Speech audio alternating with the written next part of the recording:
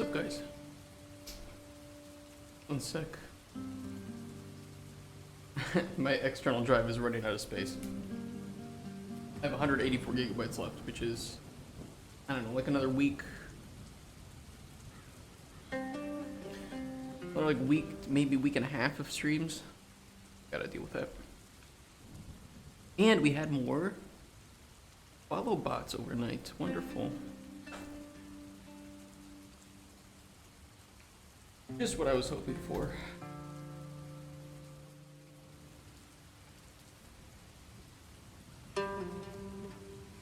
You post up on Twitter. Well, that's...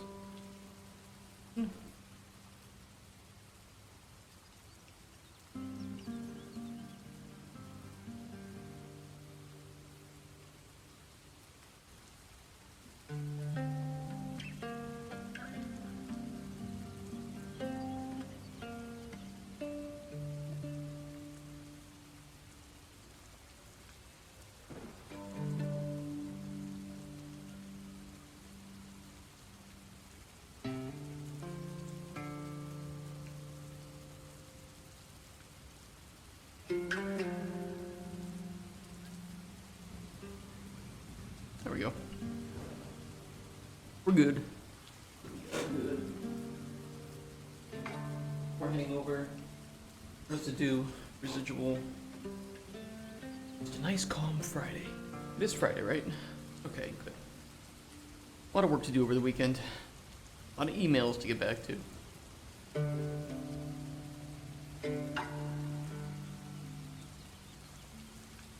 Okay, so yesterday we set up the...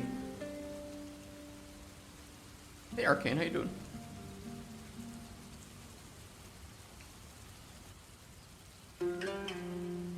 Yesterday we set up all the data for the new the starting data for the new NPC system. Which I think looks pretty good. Looks pretty damn good. Hey August, doing well, feeling better? That's great. Hey, you tell me you have a mild concussion, I'm like, Christ, don't fall asleep.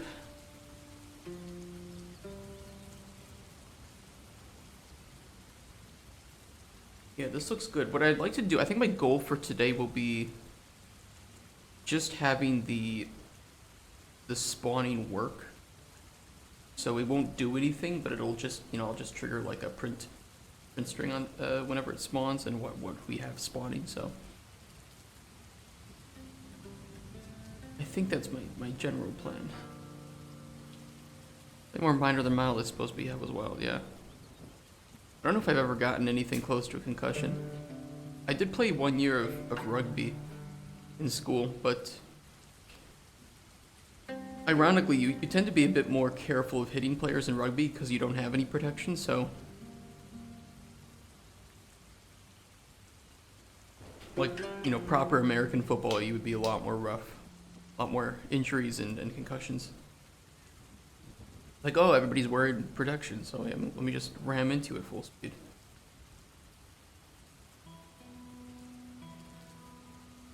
Let's export.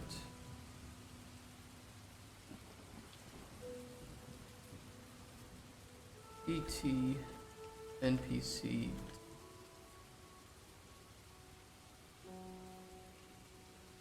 Export that as a JSON.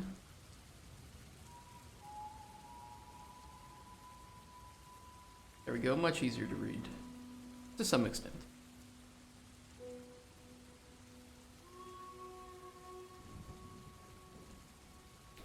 Minor non-mild concussion, yeah. I mean, I think anytime the word concussion is used, it's probably not very mild. Make me think of Dwight from The Office when he crashed his car.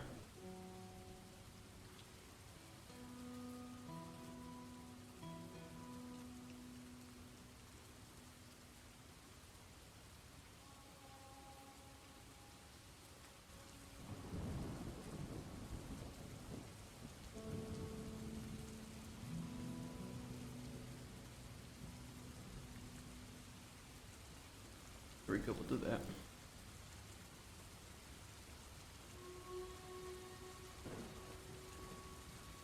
I think the only enum we have for the spawning is stage complete. So theoretically, the spawning conditions. Let me add one.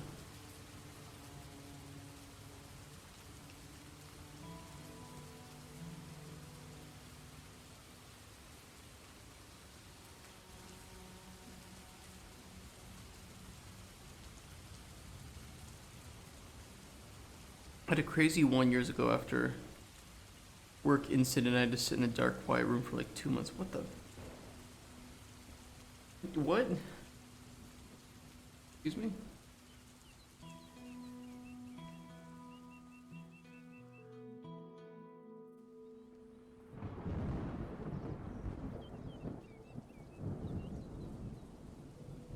There we go. Tutorial mage.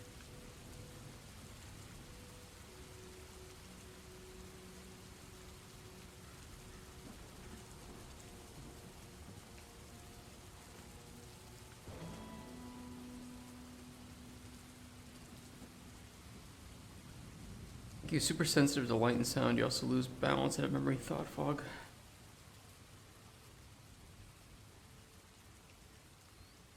Yeah, it's scary stuff.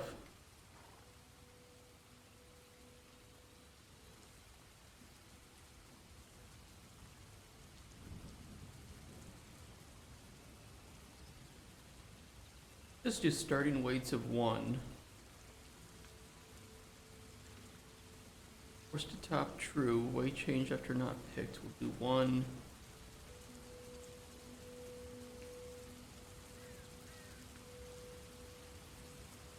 We'll do reset weight after NPC picked. Weight change.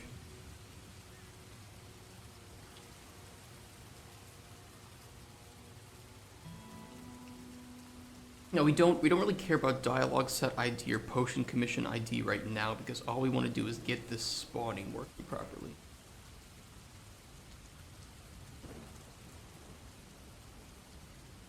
Name icon skeletal mesh. I guess we could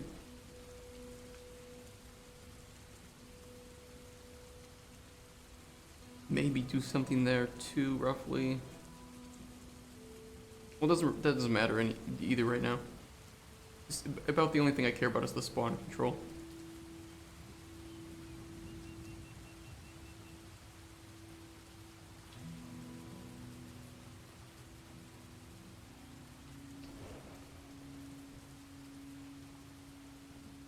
Why can I not import?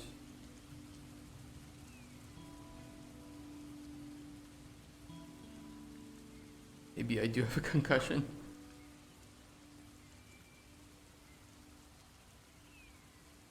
Why can't I import that?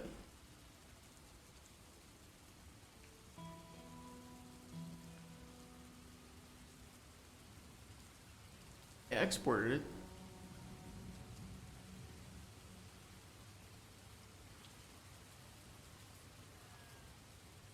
Here, I'll just drag and drop.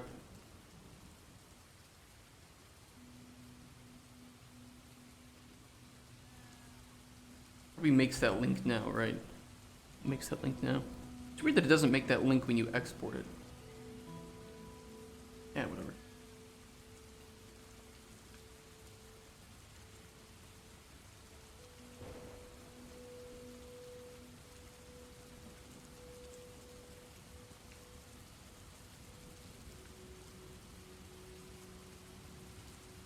Mage, warrior, thief. What were they? Weren't there 4 classes in South Park, The Stick of Truth? There was mage, warrior, thief, and Jew. I think were the 4 classes.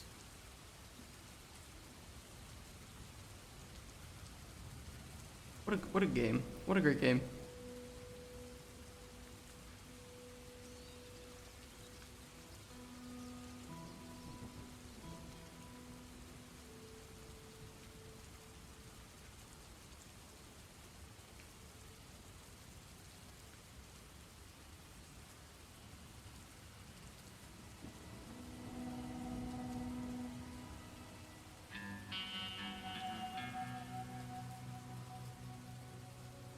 Okay, let's make like 3 stages for this one.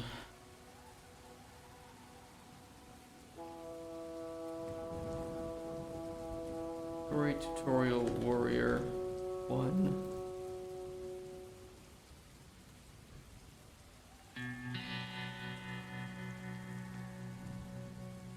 This requires the first stage, this requires the second stage.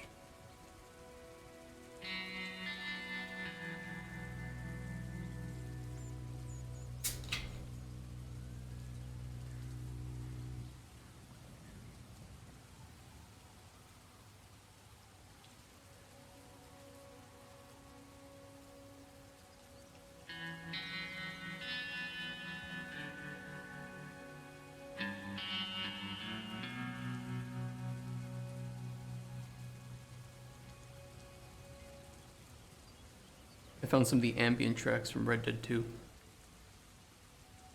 We'll see if those get me fucked over by Twitch, but I doubt it. Doubt it.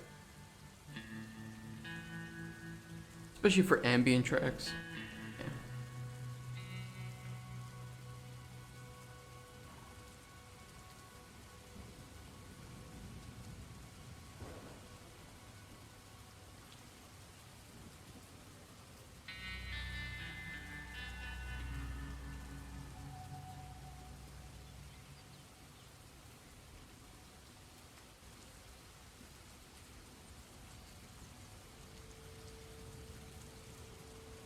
Okay, that should do it. 2 1 1 2 1 3 2 2 1 3 2. Perfect.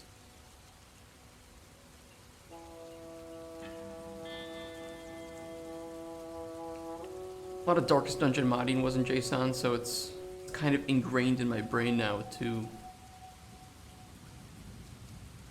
work pretty quickly in this and efficiently.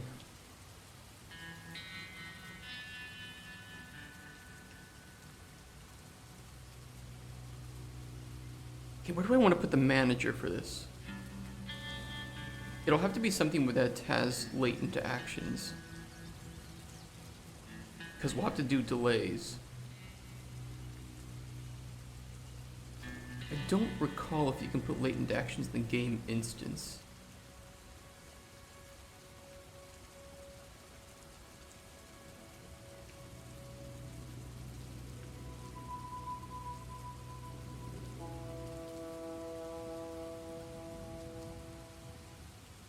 No, you cannot.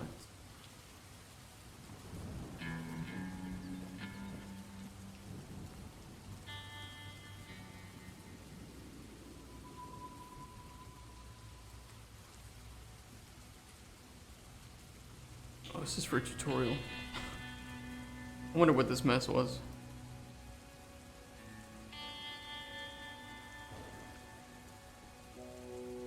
Ooh.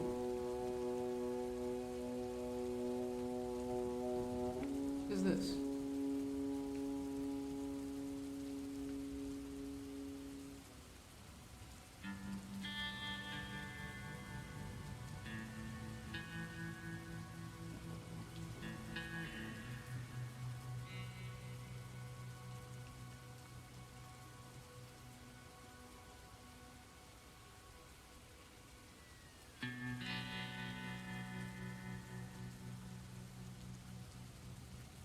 I should collapse these into nodes, to be honest.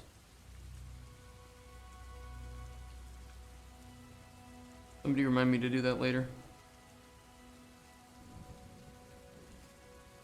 I mean, I could put it in like a manager blueprint like this for the ambient time of day, right? We do it with this. It could work. Realistically, I would do this in C++, but because I'm stupid and don't know how to do that,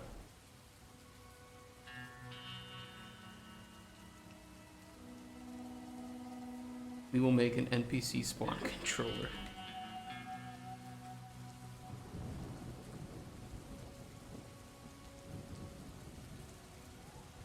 That's how it be sometimes.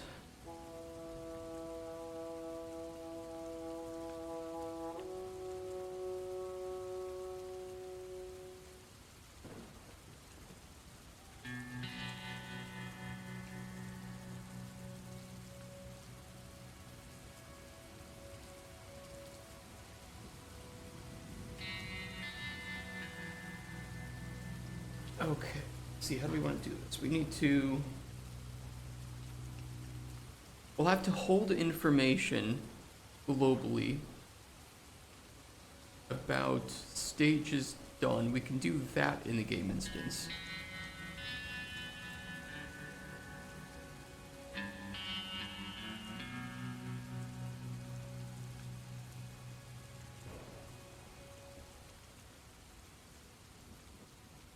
That will be saved to the player's save game, right? Which we don't have right now. I don't know if we'll have it. For the time being, we're not going to have it, but the save games aren't that difficult to make, so we'll do that in the future.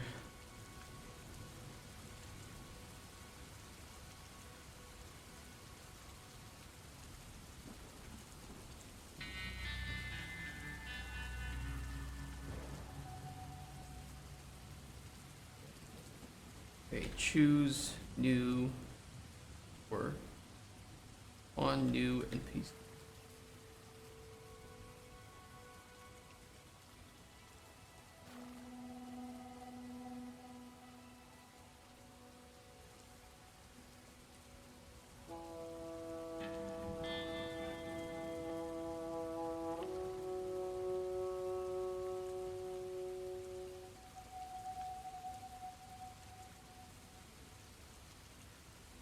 Completed stages, output, name, array,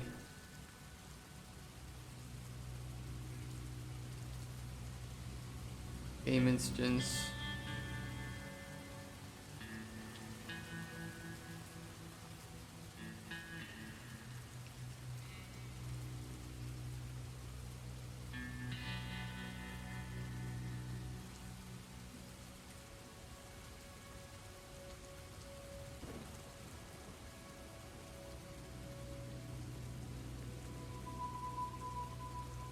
we will store that to a local variable.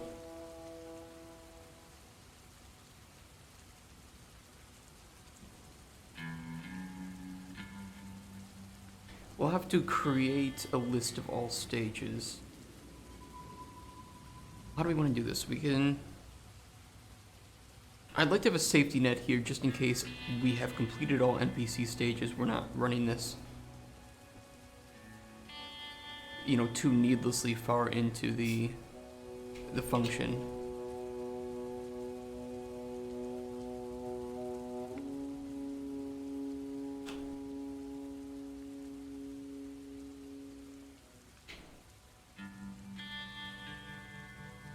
NPC.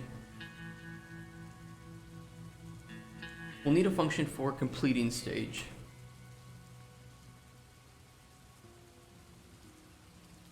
Probably with a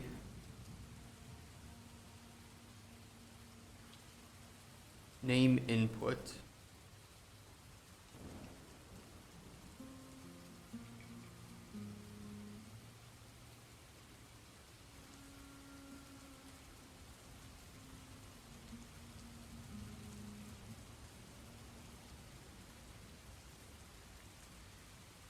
Move item. I think this removes the index. Oh, maybe not.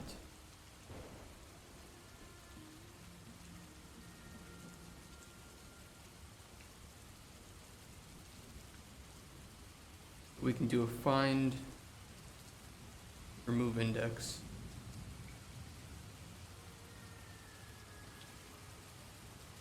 That'll work.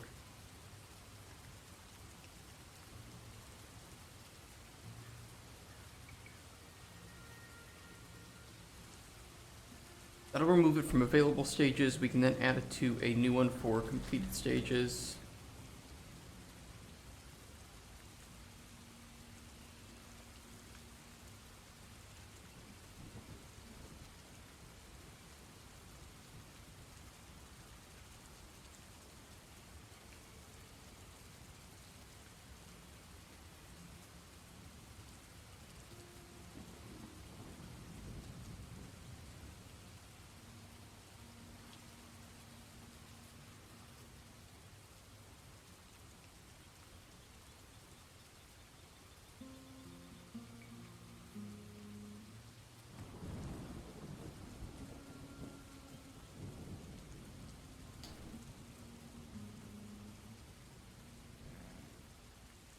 hold on, we gotta do a bit more here.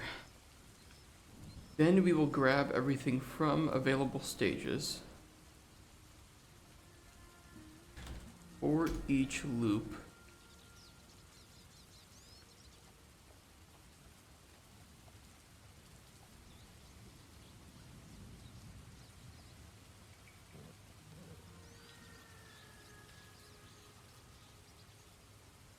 See data table.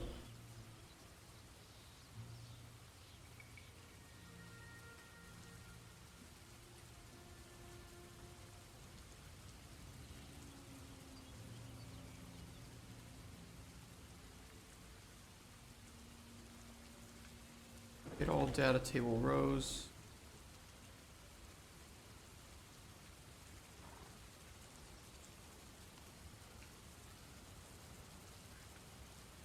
Row names, sorry. Forgot what that was called for a second.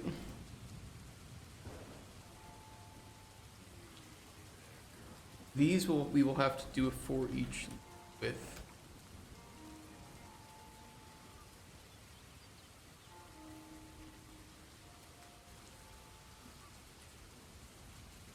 Data table row in, go.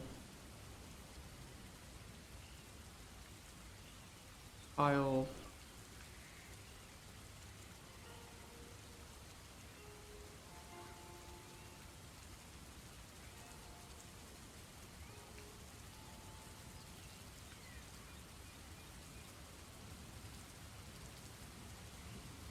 Okay, what do we want to happen first here?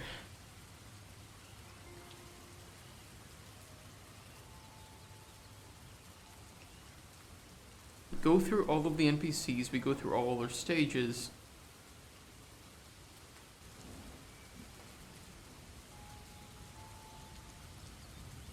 This is where we'll need to determine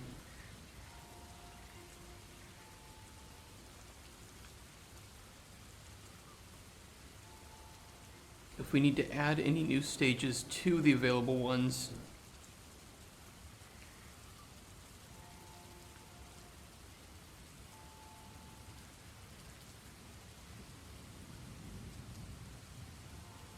We could do some clever math here, maybe.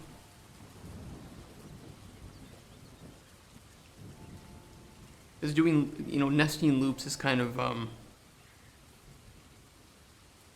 not the greatest for performance. We're not gonna be doing this a lot, right? You can handle 1,000 loops through some simple data. In a game tick, no problem.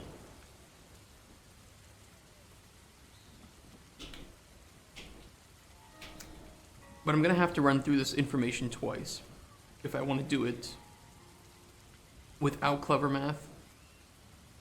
Because we have to run through it to determine which stages are available to add, if any.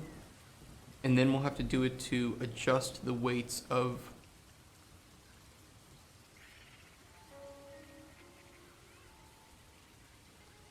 NPC stages.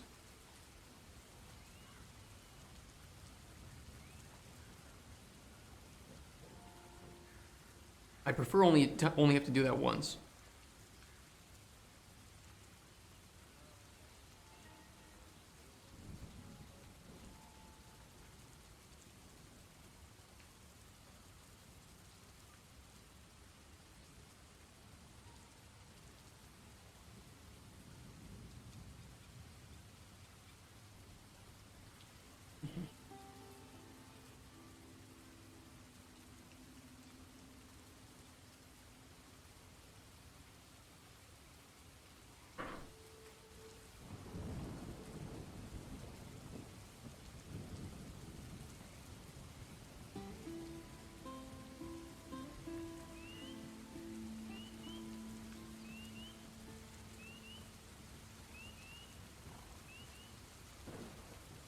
Boy.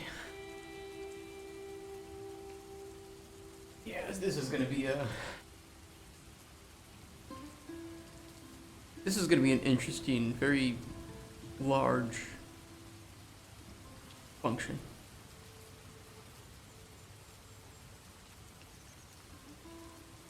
But we can do it. We can do it. I've done worse things than this, so.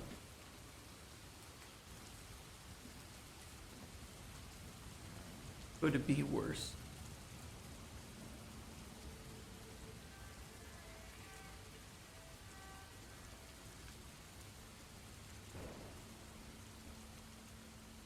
Well, we'll need a...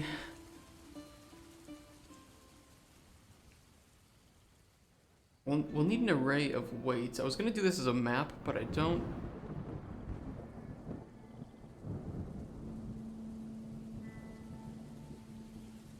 I guess we could do a map.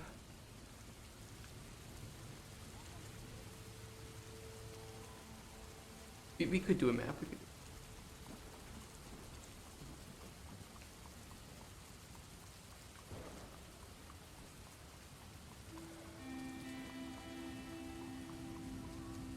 So we'll switch available stages to a...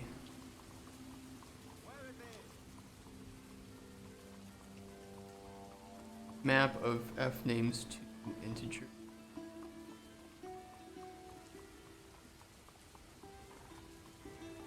Have it.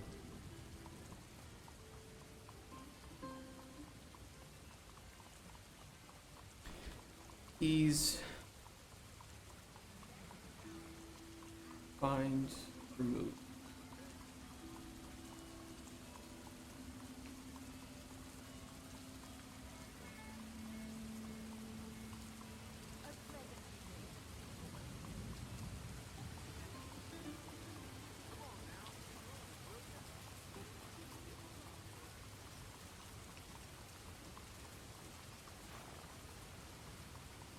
Okay, so we don't even need to do a find. We can just remove it directly at that.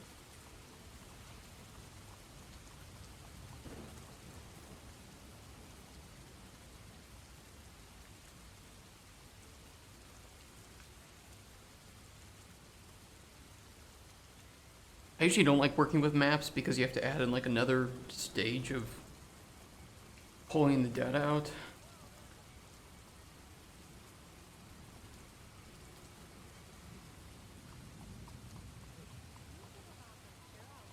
We can always revert it if we need to.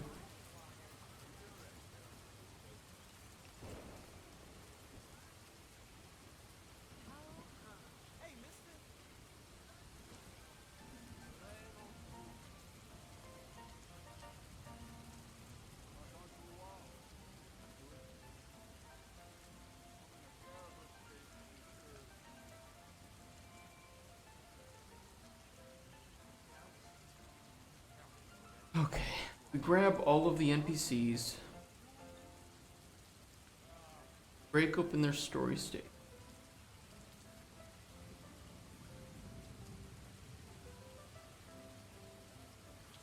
This is where we're gonna have to find new stages to spawn. And I want to make an array of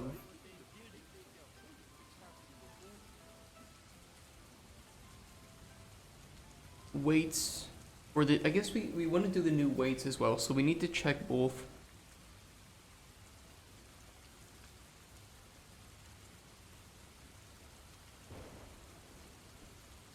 if the stage ID that we found is in available stages.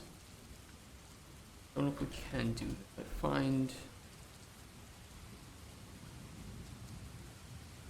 that'll work.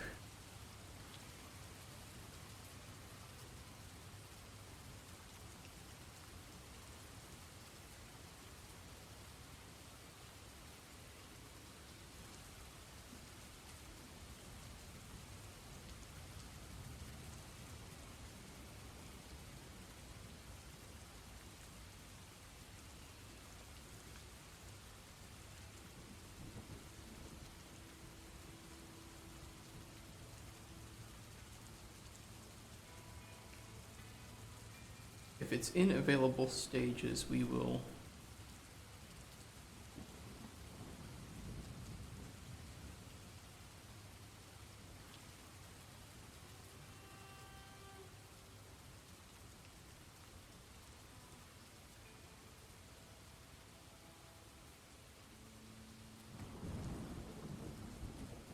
we need to do one thing, right? Because of the Boolean of reset weight after NPC picked, we need to have information about which NPC was just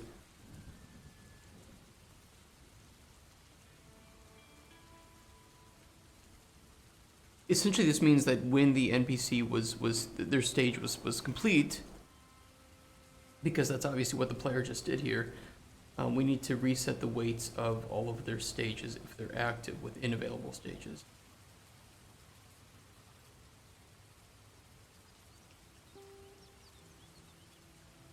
It'd be good to get it all done in one fell swoop here in this function. But it's now, I'm adding like multiple things that I have to do within this same nested if statements, and that just is increasing the complexity of this. Or sorry, not nested if statements, but nested loops. Definitely increasing the complexity of that.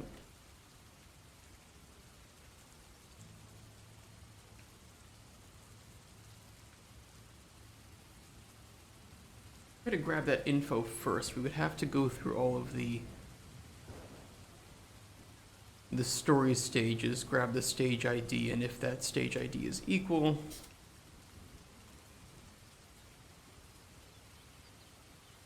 we can grab the current row name from here.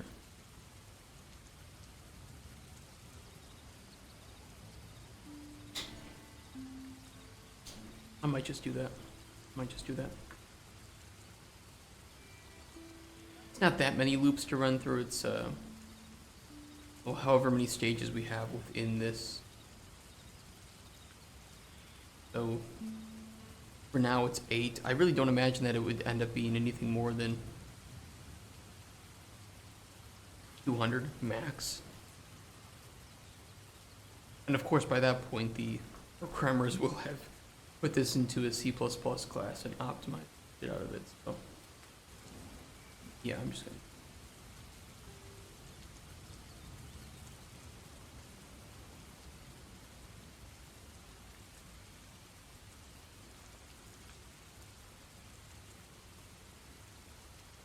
If stage ID, do a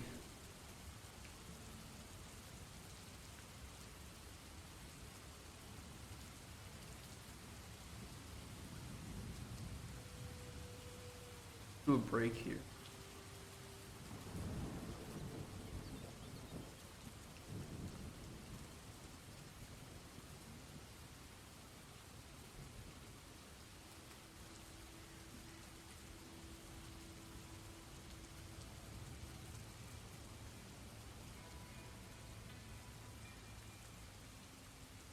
Oops, that's not what I meant. Also not what I meant.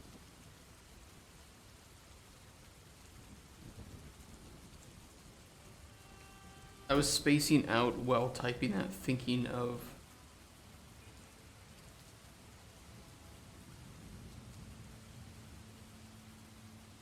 no, it should be fine. It should be fine. Because I was thinking of what if there was no NPC that was picked last, but this would only be called once that was finished. So there would always, when this function is run, there will always be an input F name. So we should be okay.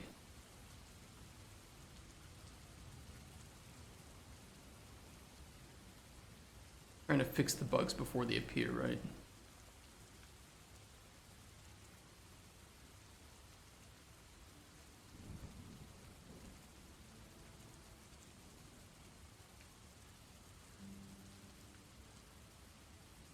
Stage to complete.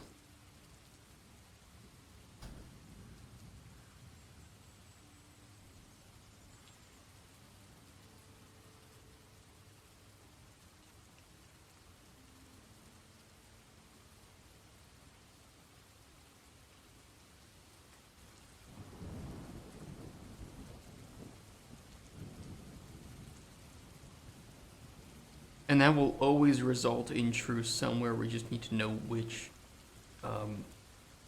NPC specifically that it was that was picked. Which row name of the data table specifically.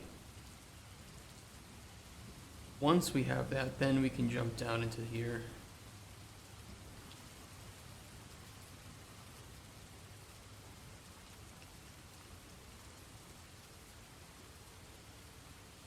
We know the last NPC picked.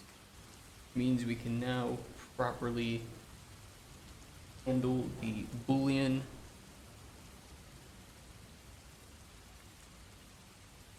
if it is within available stages.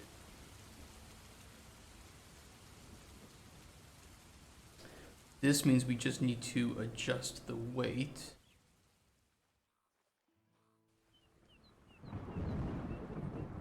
Unless reset weight after.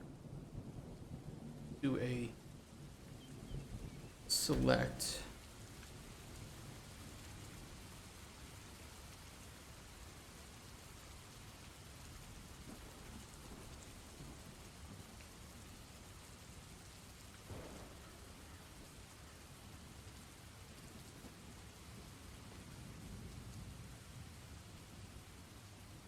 Can I get a ref to this?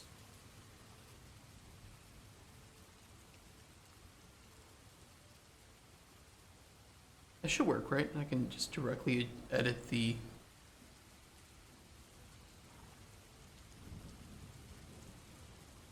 integer within the map that way.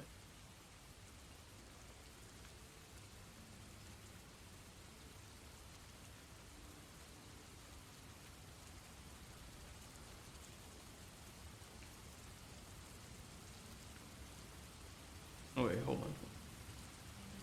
False. Here comes the spaghetti. Yummy.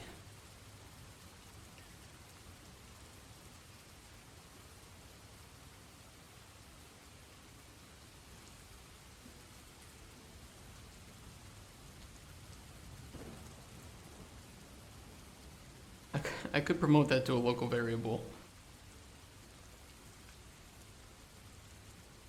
Or just pull it up here and do a separate break.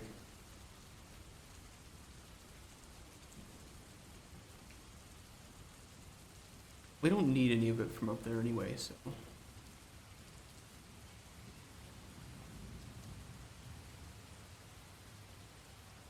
Trying to make it easier on myself.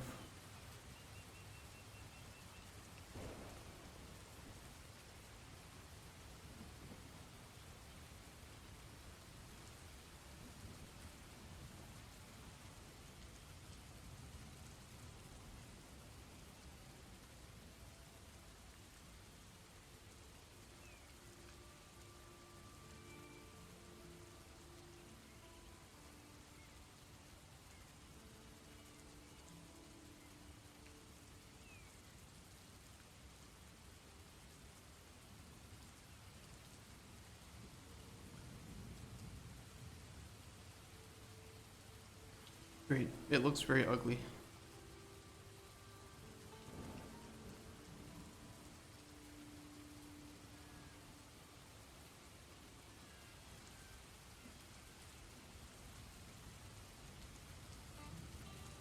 Whatever.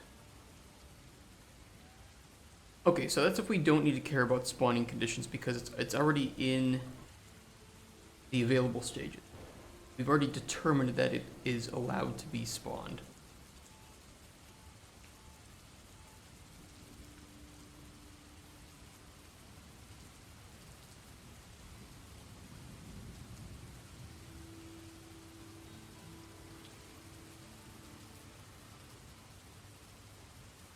Next question we would have is,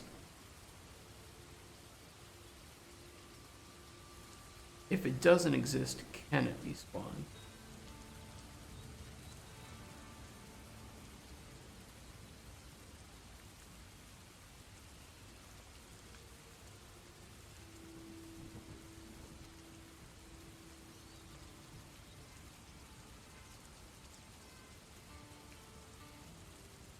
So let's handle that one.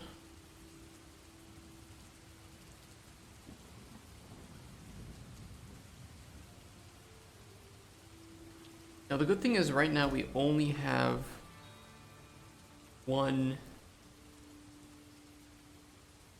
requirement, which is that stage complete. So we just need to determine, is the stage complete value within the completed stages array, and if true, then we can add it.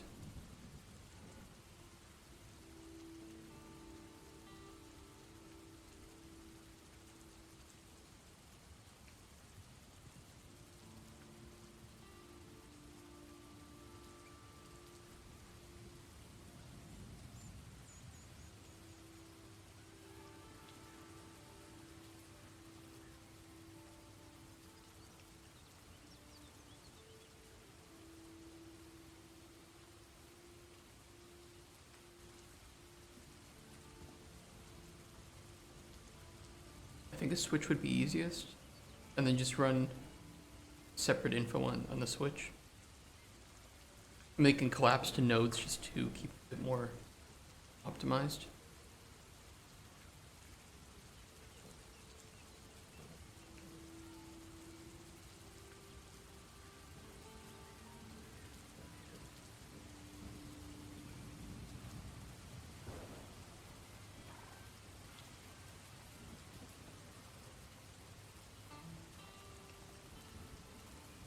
Page complete.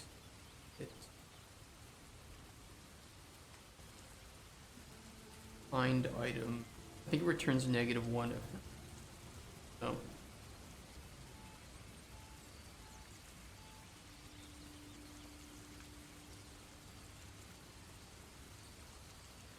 think we'll just do if it's greater than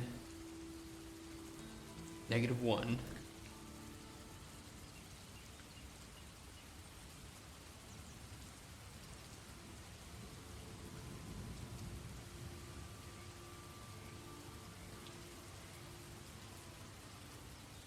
We don't add it, we don't do anything.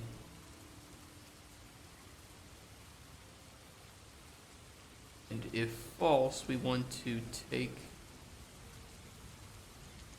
that stage ID, which is this.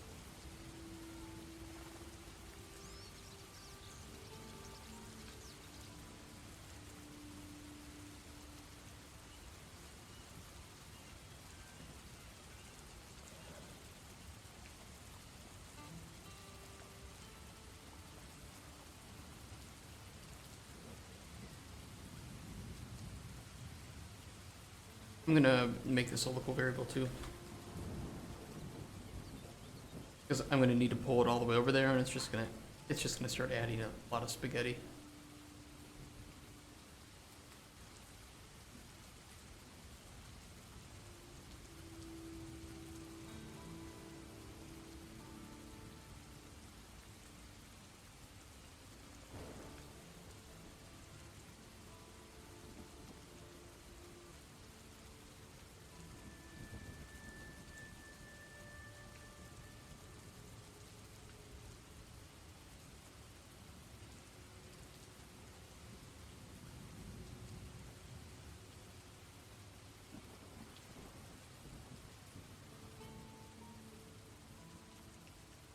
Okay, I mean, it cuts back a little bit. I guess we could also do this too.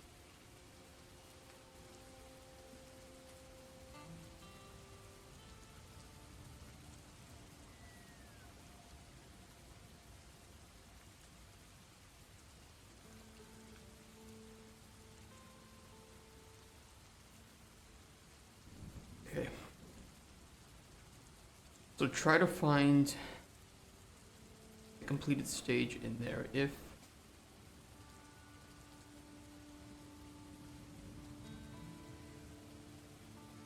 greater than -1, we found it.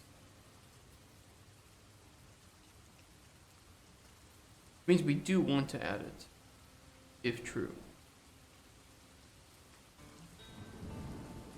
So take the working stage ID.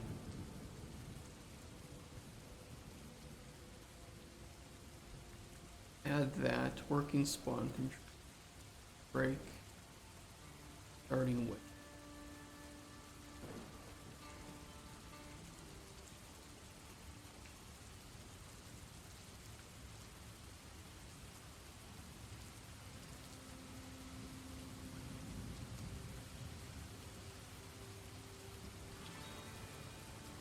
And if it's not found, we don't want to add it to the available stages because the prerequisites have not been complete. Although theoretically we should only do this if all of these spawning conditions are true. So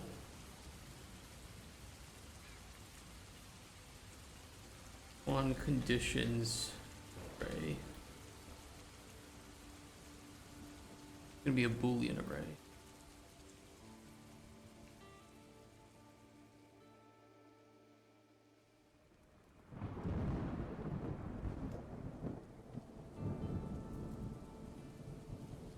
I want to clear that.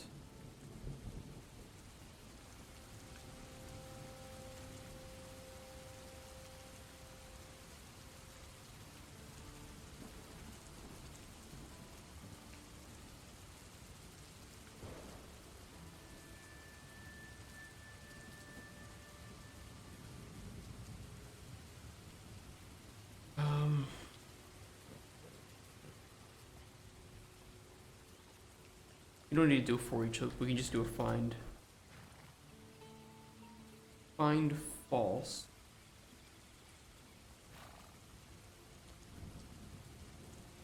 If equal to -1,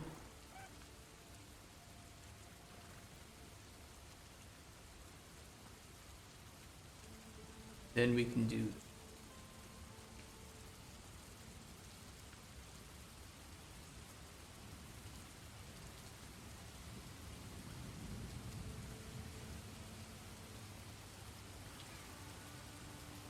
it add that. We just need to make sure that we are true is a passing statement in here, so if in the completed stages we have that completion, that we find that the index, we add that satisfaction to the array. We look for any falsities because that means that it has to be fully satisfied. You have to have full trues here. If we have any falses, then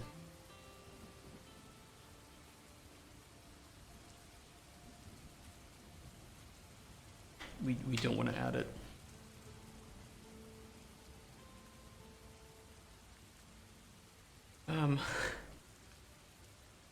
I think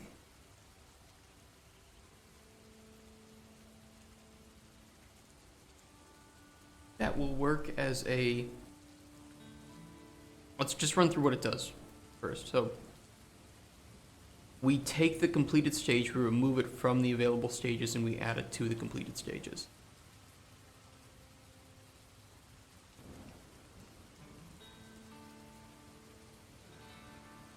I already spot a potential issue. Do we make sure that the stages we can add are not already within the completed stages? I don't think we do.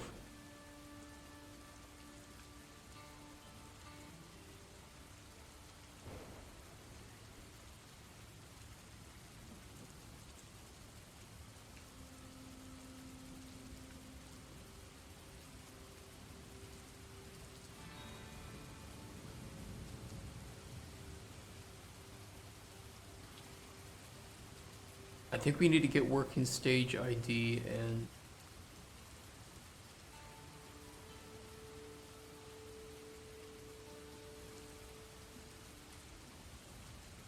just do a quick check. I think there's even a better node for this, if I remember.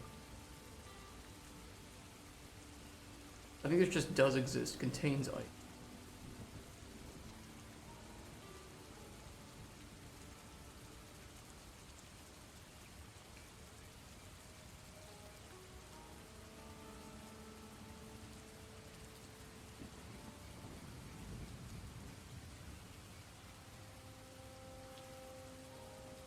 We can probably do the same thing here.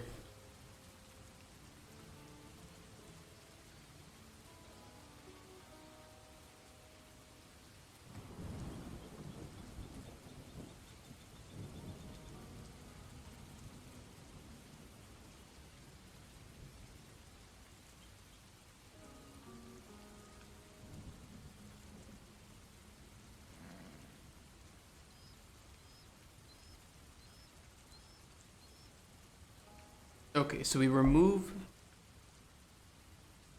the completed stage from the available stages. We'll add it to the completed stages. We get information on the last NPC that's been picked, and we could move this over to the pick new NPC, right? Because it kind of makes sense, and then we'll just store this name globally. We go through every row here, and then we go through all of the stages for each of those NPCs. So, for like the mage, we'd go through, okay, mage 1, mage 2.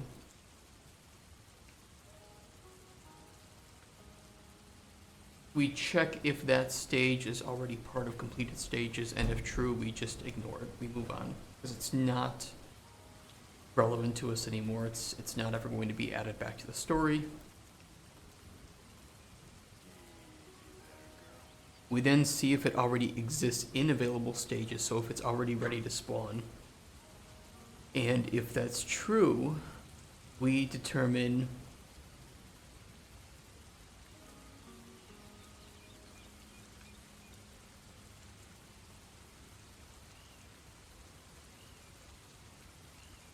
an error here.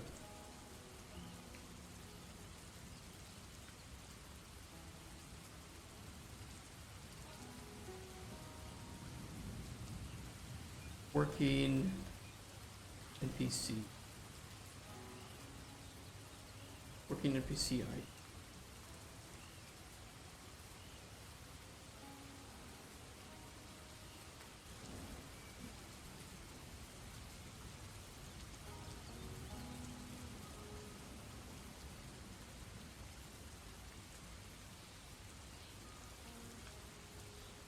There's actually a term for this, if you guys are into like programming, it's called like rubber duck programming, where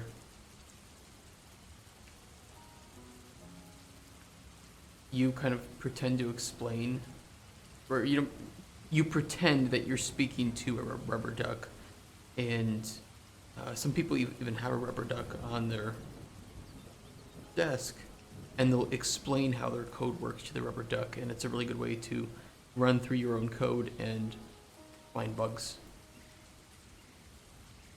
But you can also substitute that with a real person, right?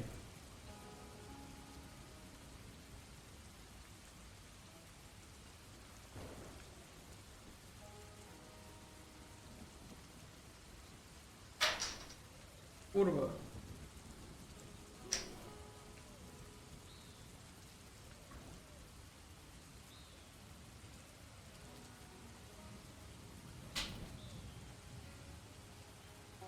Okay, we have working NPC ID. If working NPC ID is equal to last NPC picked,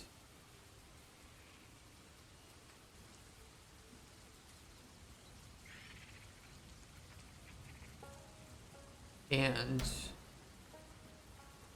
if both of these are true, then we want to reset the weight. Otherwise, we want to add the weight change after not being picked to the current weight.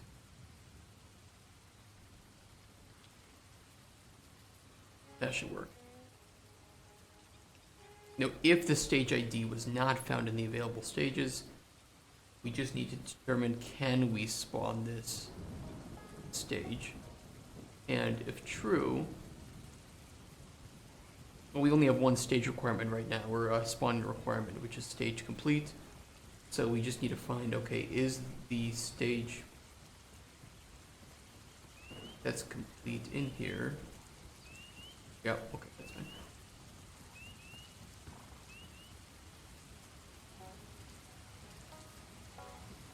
And if it is, then that condition is satisfied. We check for any false statements in here, because if there's even one false statement, we can't spawn that condition, or we can't spawn that stage. If there are no falses, that means we're okay to spawn it, and we just add the ID and the starting weight to the array, and we're good to go.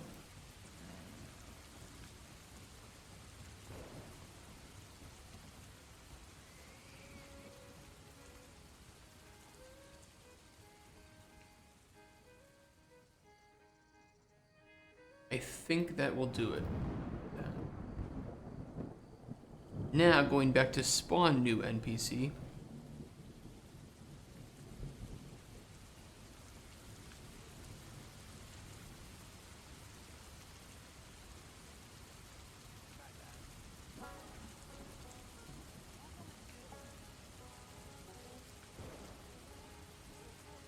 We were going to store the completed NPC stages in the game instance. Do we want to do that still? we'll just store it in the manager.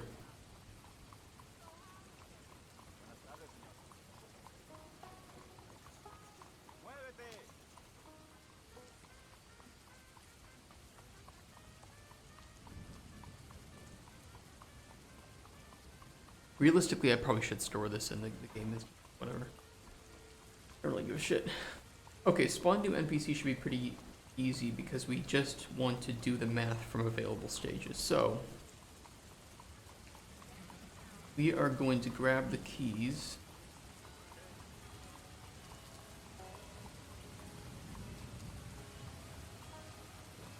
For each loop. Array index, we want to then grab its key and value.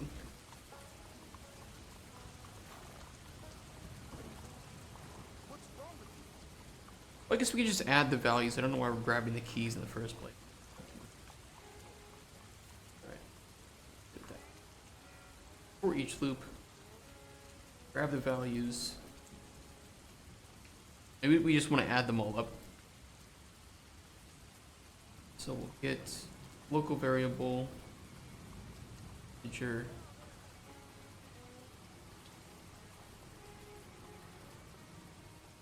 total weight,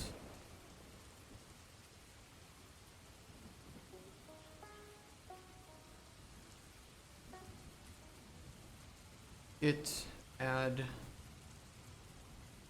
element,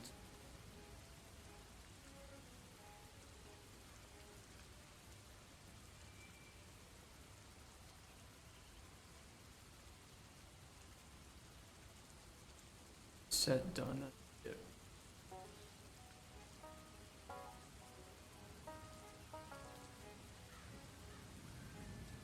And if you're with us yesterday, we explained a bit how weights work, but if you're curious how we do a weighted system for spawning, I don't know, maybe you're just interested in different ways to do that, let me know, I can explain it again. It's a really, I don't know, it's one of my favorite ways to do random generation with a bit of control, right? Because of course you can just pull randomly. You can do random and then make sure it doesn't repeat itself. This is more, this is weighted randomization, so we specifically want to control different aspects of when we want to spawn NPCs. And in our case, we want to, for instance, make sure that in some cases we don't spawn the same NPC back to back, that we give the players some breathing room from seeing the same NPC over and over and over again, and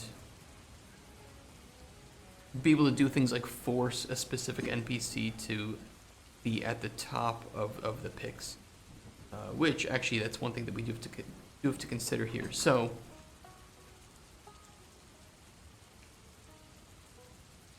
do we want to do that in here, or do we want to try to force that somewhere else?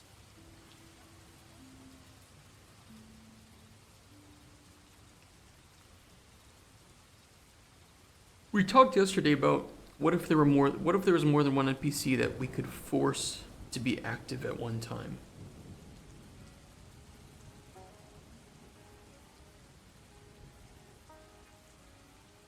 Which could happen.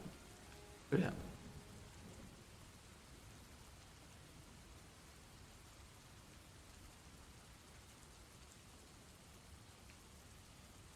In our instance, we want to make sure that Mage 1 is always picked first, because this will be like your initial tutorial into it. And that's just for the sake of testing, right?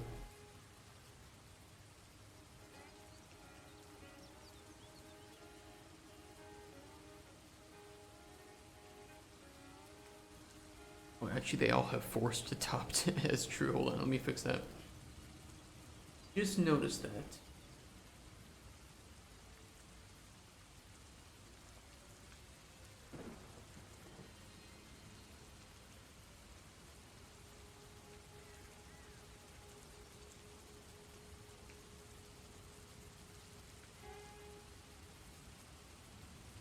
don't like the JSON coloring makes booleans black. Kind of want them to be red. Nice. Can I change?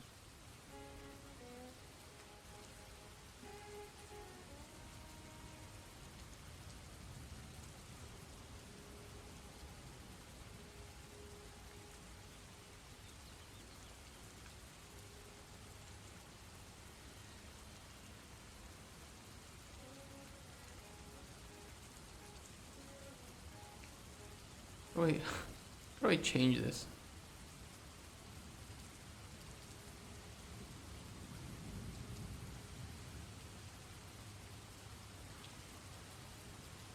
Langs.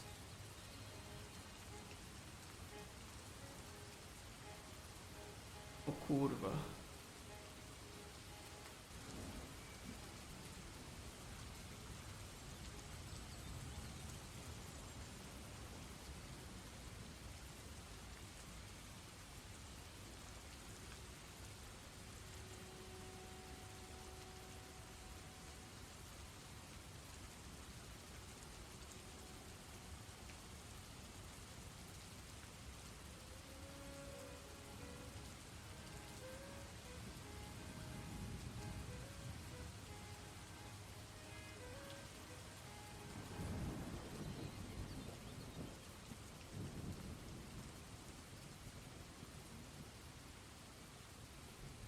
Beats in the stylers.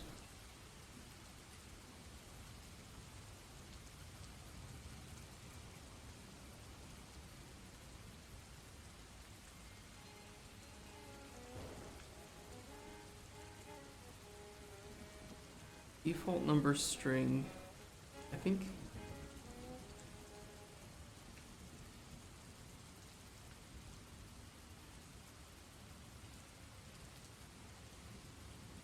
Foreground color. I'm not good with hex colors.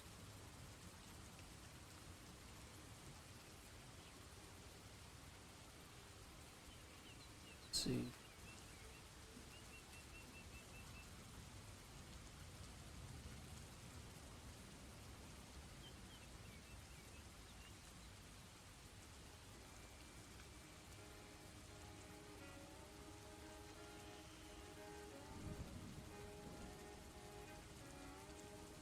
Orange. What are you on about? Unless the dark mode is inverting the colors. That's possible, isn't it?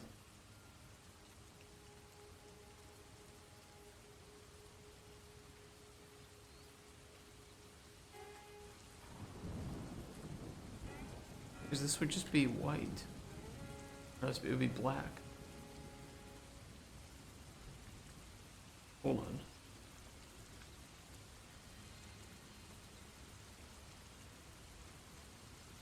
Because it could be that we're using the dark theme and we're using the dark mode, which could be fucking everything up.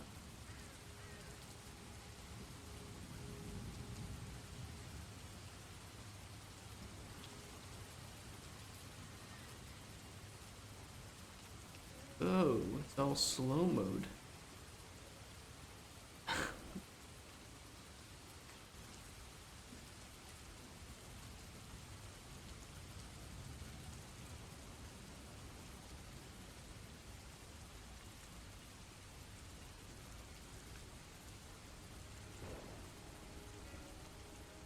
God.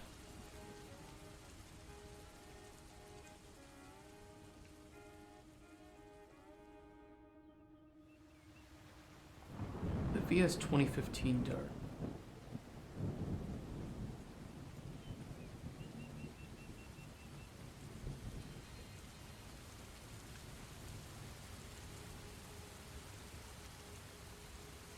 Boolean null.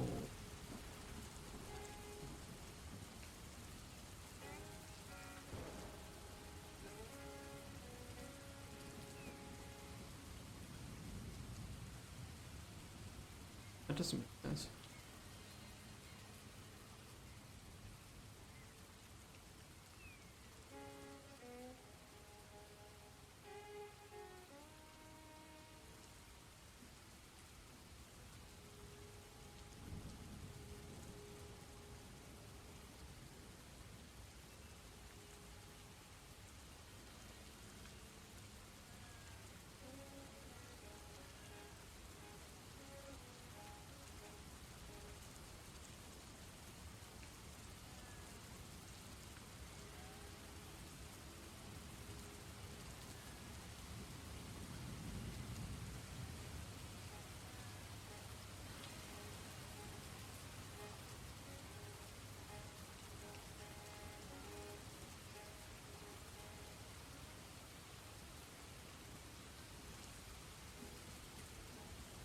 Okay, so this is the green color. Yeah, okay.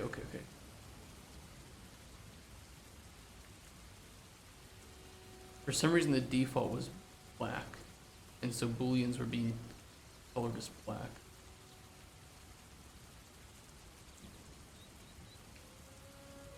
And potentially other things.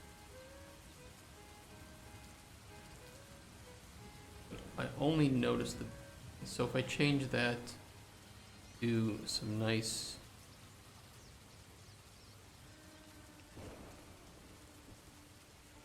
That'll work.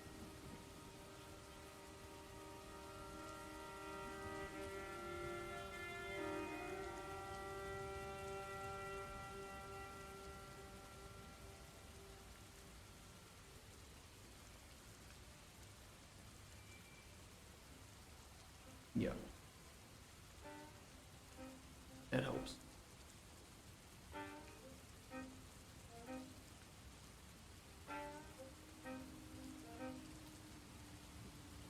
Okay, problem solved. Distraction over. What was I doing now that my distraction is over? Oh, that's right. We had to fix the re-import.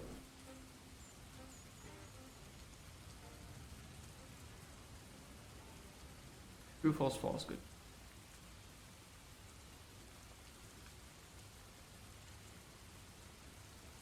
Okay, the question was, if there's more than one that we want to force, do we just do... I think for now we'll just do first come, first serve. Essentially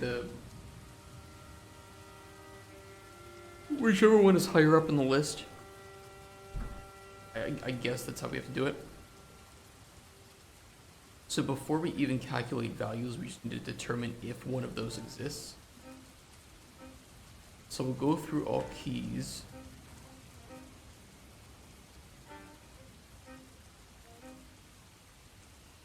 NPC data table.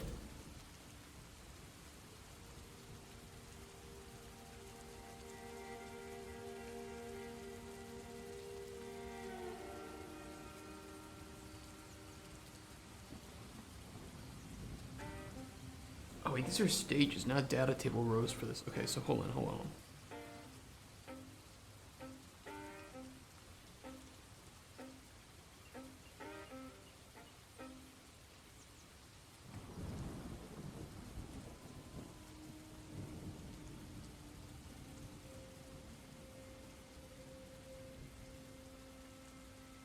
We kind of have to do all the looping again to determine if one of them is...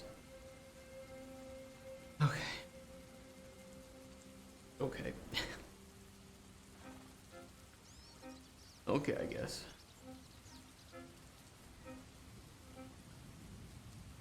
Hold on.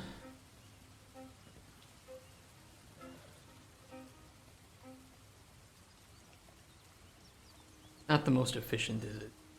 But whatever.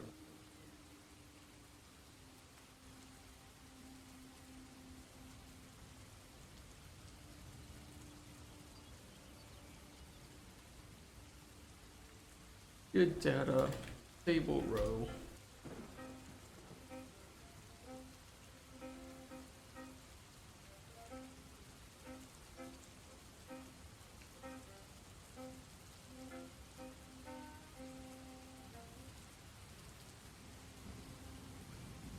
For each loop.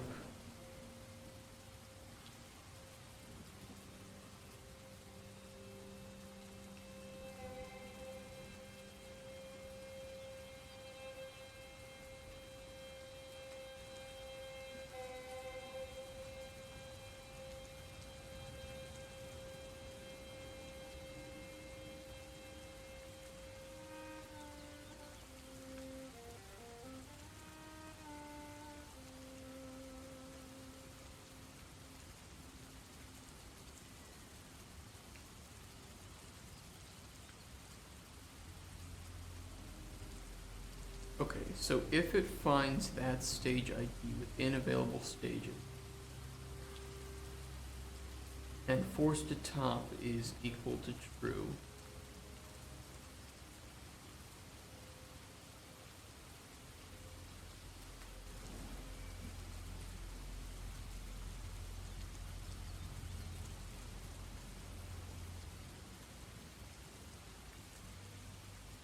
Stage 2 force. It will be a name file save.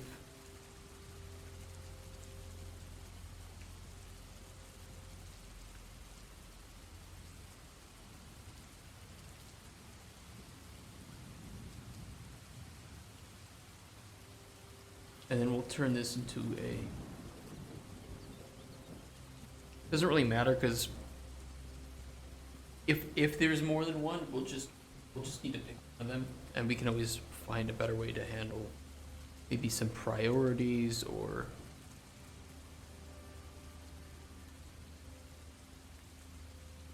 just carefully make sure that we won't ever have a case where there is more than one force at a time.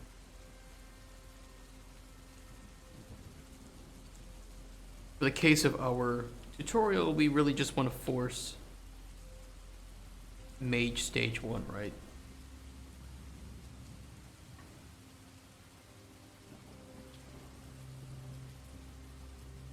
Yeah, we'll turn this into a break.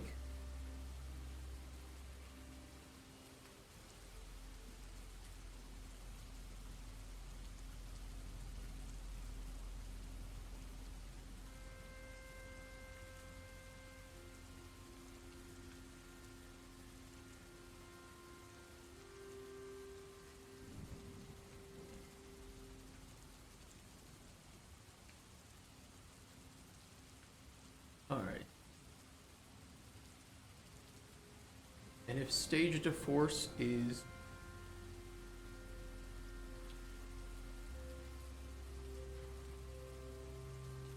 not equal to none, I don't remember if I have to type none that it's not equal to, or if a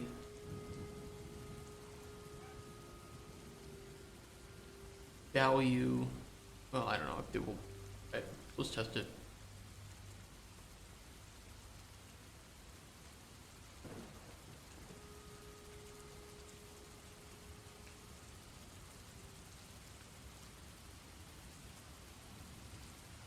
Stage to 4. So otherwise, output on page.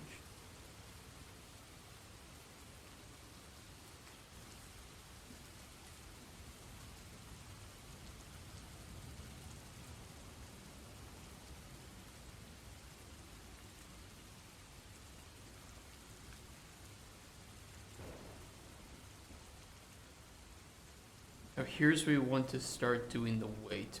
We don't have anything to force. Instead,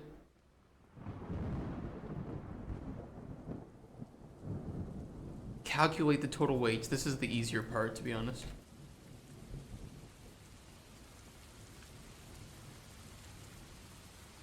And then we are going to want to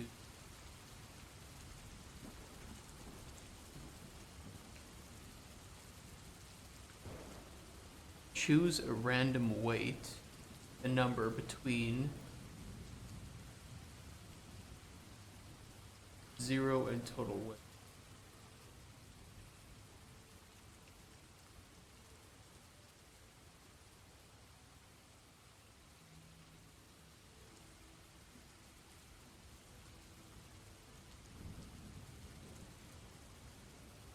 Hey, you just tuned in. What's this Mary cooking up?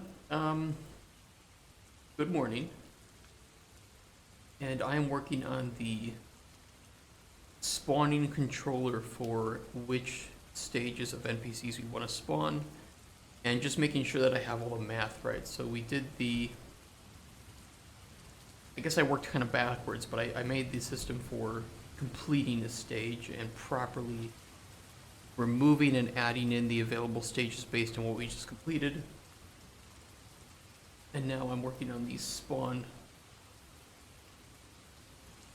how we spawn the new stage, and then I want to output that to just the screen so that I can see if it's working. Hopefully it is. We'll see. Hey Datu, how you doing? Happy Friday, guys. Happy Friday. I hope you don't have as much work as me to do on the weekend. I have just so many people to get back to. But I'm seeing Furiosa on Saturday, so I'm pretty excited for that.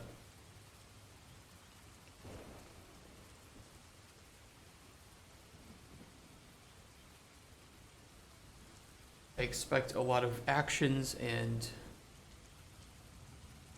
fire and explosions. Don't work until Sunday, that's pretty nice. So you're off today and tomorrow?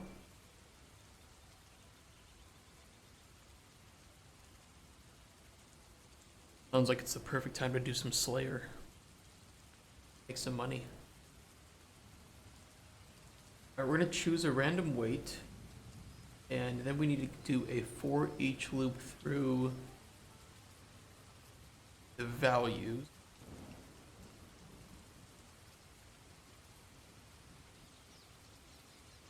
Again.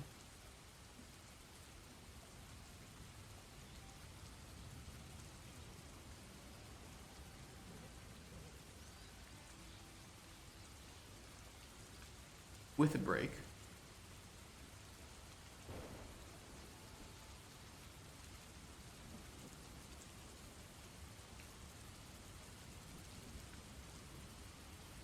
This works.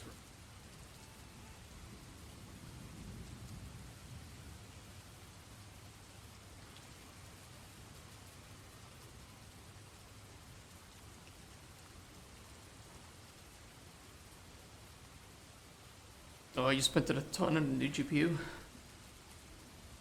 They're expensive, aren't they?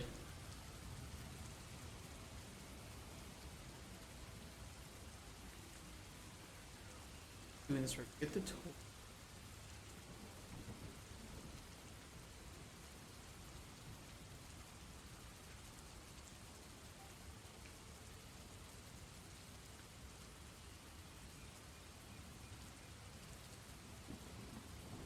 Yeah, they are a lot cheaper now. I have a friend who bought one during the massive price increase, and then recently bought a new one, and it was like half the price of what he originally paid. I think it was for 2080. I can't remember what. But I bought a couple of 4070s recently and destroyed my bank account.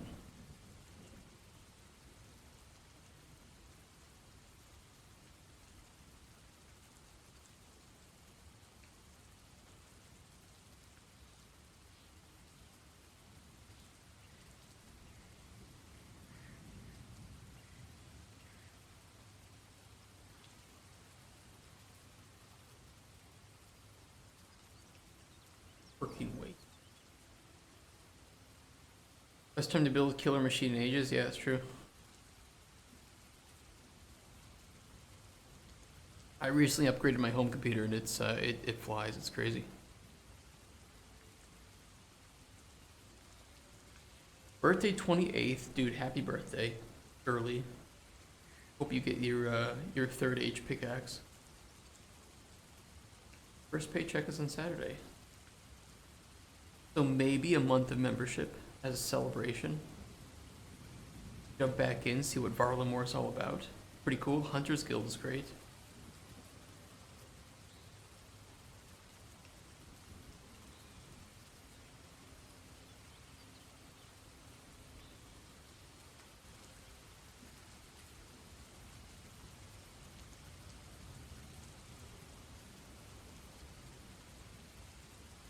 Why am I doing equals? I'm spacing up.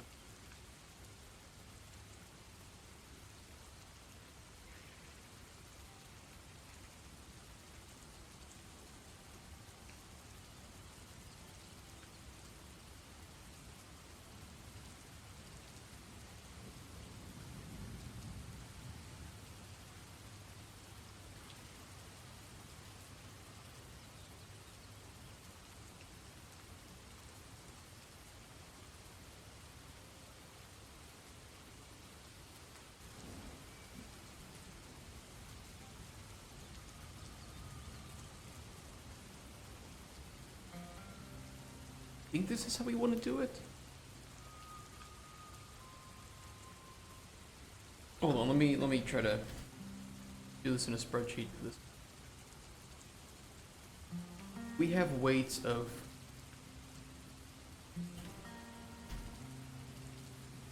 5, 10, 20, 10.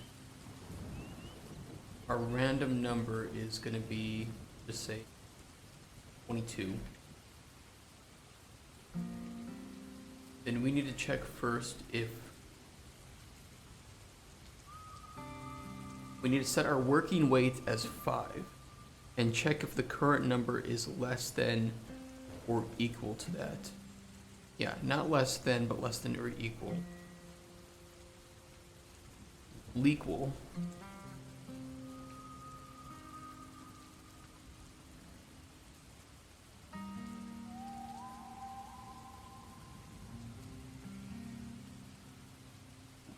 Might be working closing shift on your birthday. Did you ask them if you could get a day off for your birthday, or did you just like kind of whatever it? Some places will give you that time off.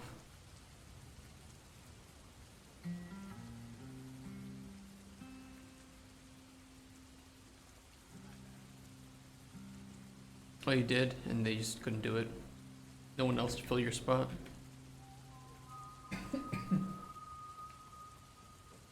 Yeah, the working weight would then be 5. So this is our brand weight, working weight. At the start will be 5. Is our random weight less than or equal to that? No. So then we add in the next weight. The less than or equal. Add in the next one. Oh wait. And the next one we have 20. Is it less than or equal to? No.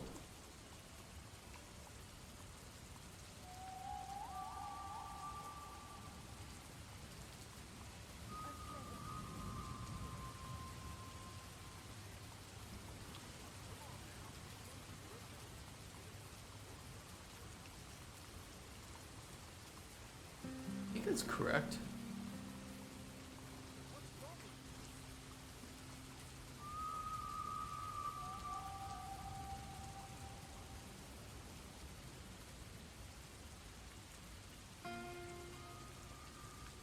It's kind of funny, like I've done weight-based randomization multiple times, and every single time I do it, I seem to forget how to do it properly. And I have to relearn it. Every time, every fucking time.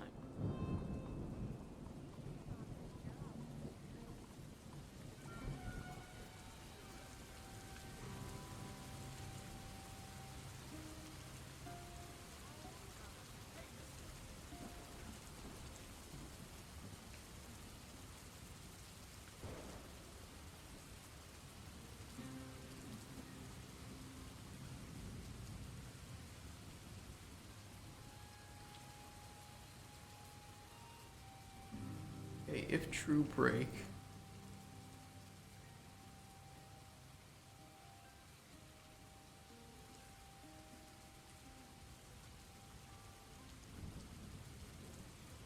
Get some extras here.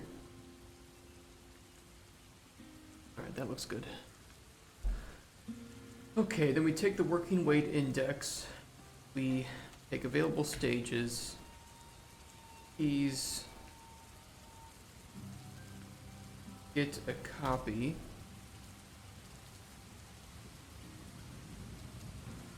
And if I'm not completely stupid, that it should be our chosen stage to spawn.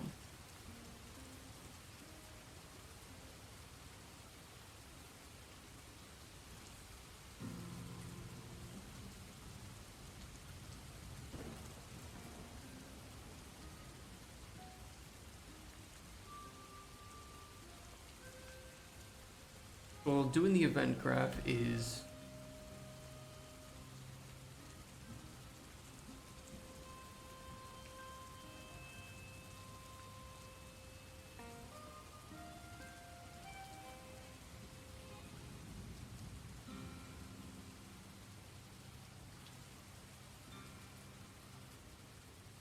We're gonna event tick, and we're gonna do some printing. Do a micro wrapper.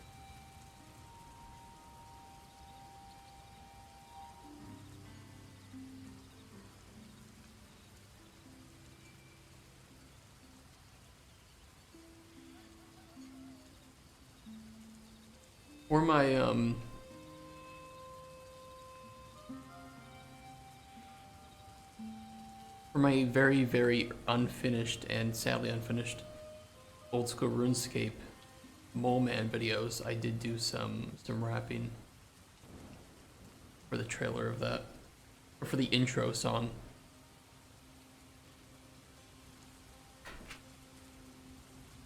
So I mean, if you want to hear me rap about old school RuneScape, it's out there.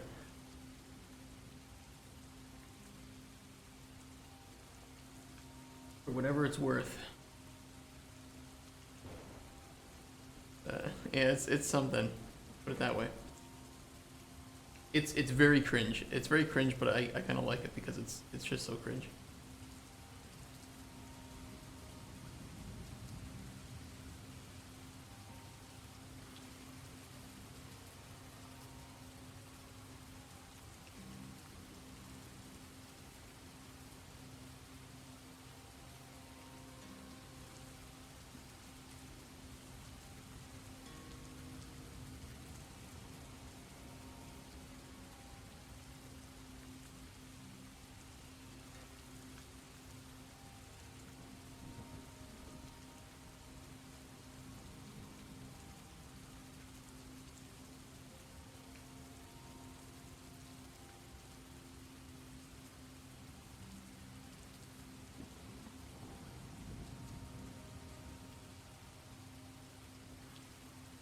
I think because of the awkward way in which I made these functions, I actually have to call complete NPC stage first before I spawn new it.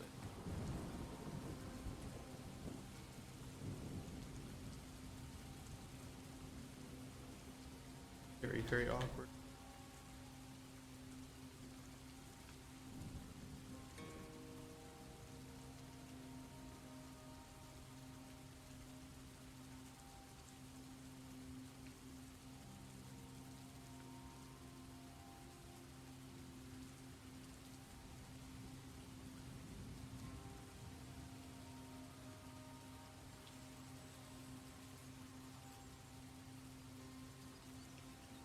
I'm gonna put a couple of extra return information in here too, because I want to do a Boolean of whether or not it was forced.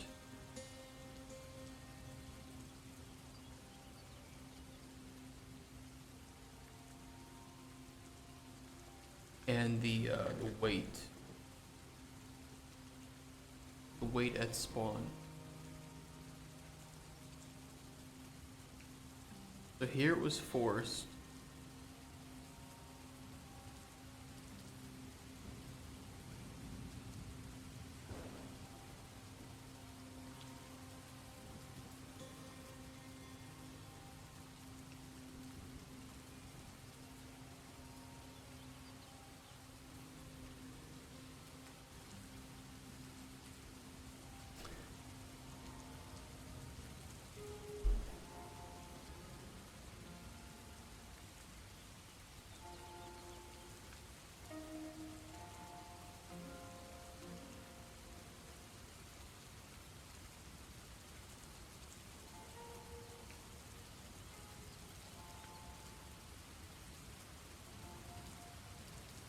Spawn stage.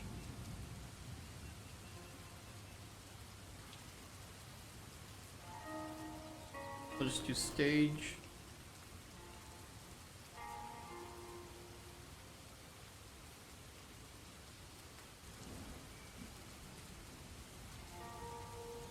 Force.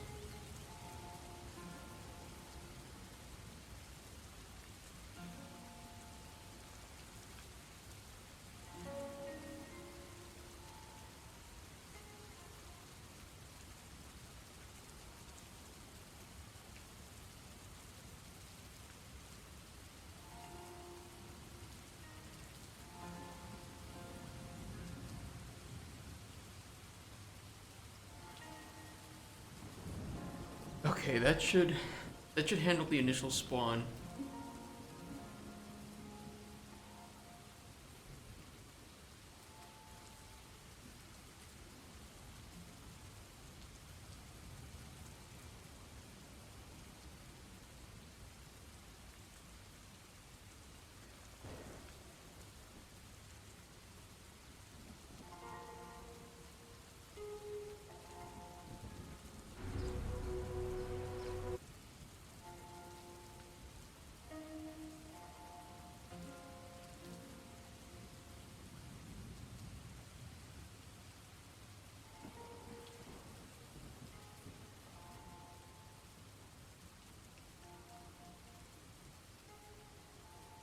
History tutorial mage 1 forced false. I need to make sure that the that's not printing. Ugh. Delay. I only want this to print every second.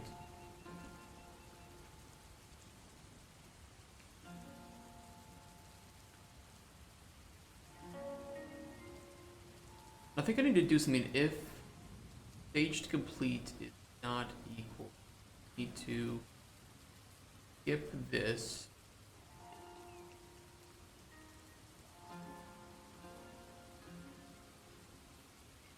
I think just go straight to here.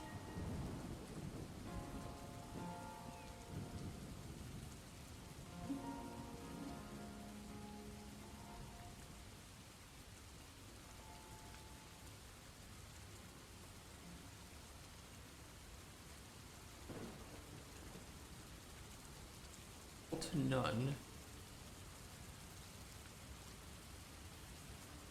I guess we'll do an equal.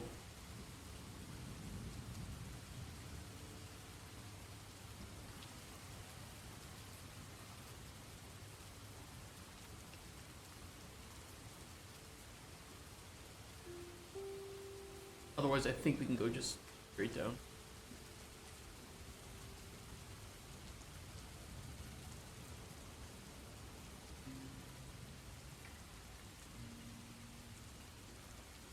Okay, then every delay we're gonna get the available stages, grab the value, and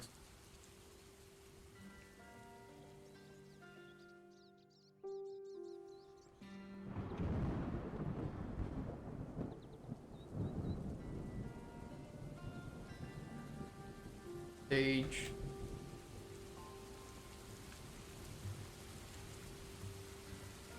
Ooh, there we go. It's this playing. Oh, we still have that disabled from yesterday. How you doing, Zephyrus?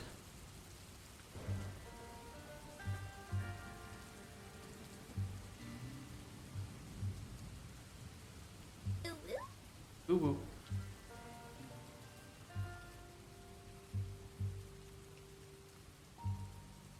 What about the, where's my moans? Friday. Like, perfect moaning day.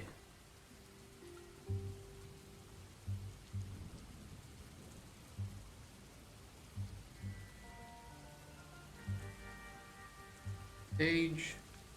Wait.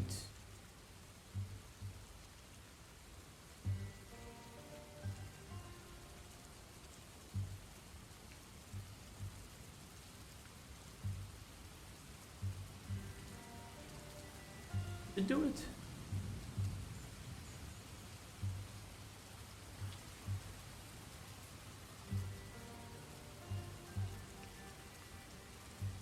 I'm going to put a breakpoint though in here because I want to debug it.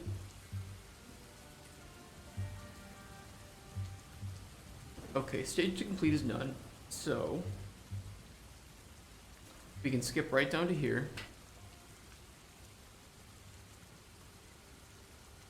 We can do F10 instead. Working NPC ID is mage.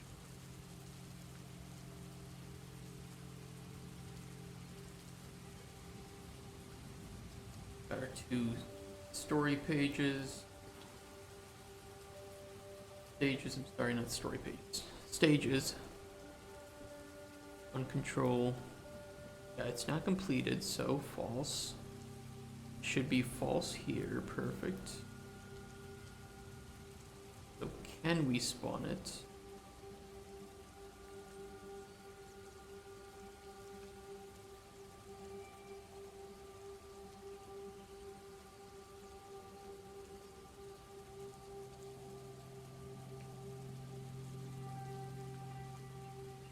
Oh, I see an issue. There are no spawning conditions, so we just we don't need to do the loop here, and then it's gonna be fucking that up a bit. So that's easy. If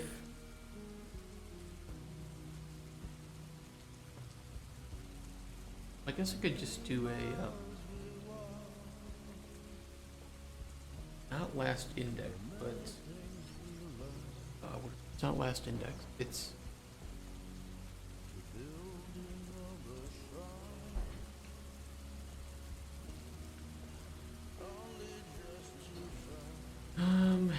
is empty. Is valid index. That's the one I prefer.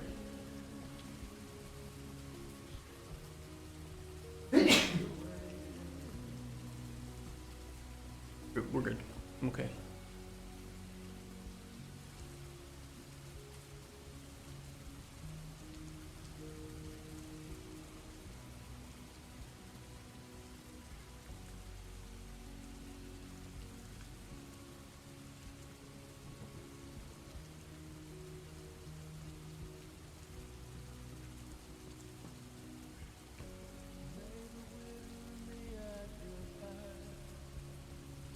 There we go.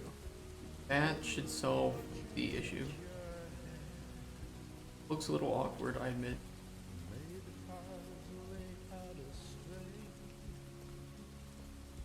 But it does work. Fix that spaghetti at all?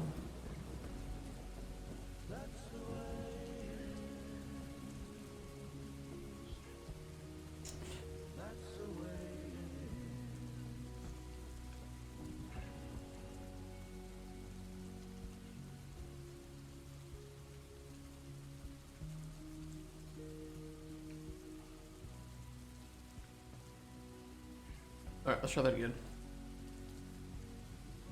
Boosh, boosh, boosh, boosh, boosh. Go through it all. Yeah.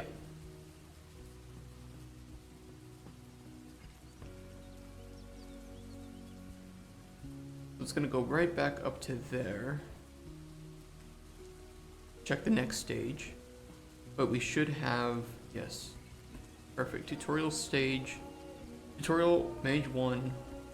Weight 1, right? Because all of our weights currently are 1, so that makes sense.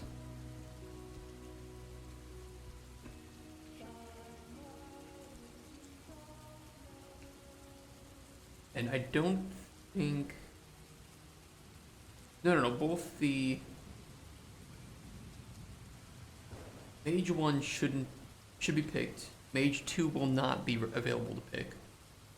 And Warrior 1 and Thief 1 should be available. So at the end of this, we should have 3 in that array of available to spawn.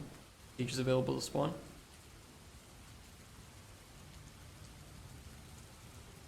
Yes, because this is now Mage 2. It has a requirement to spawn, and that should be false.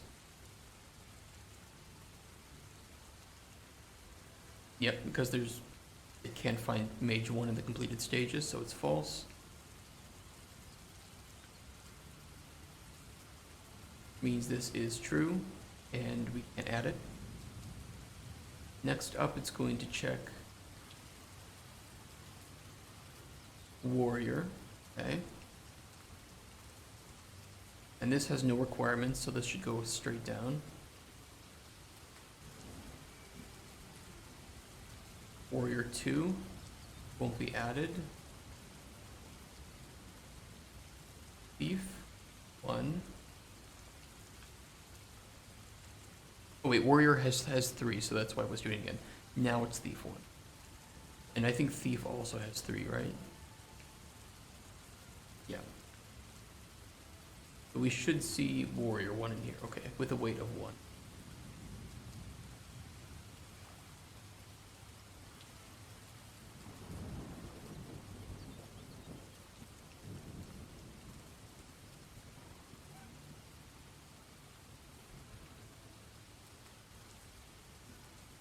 gonna put a breakpoint on here too, so when we get to it.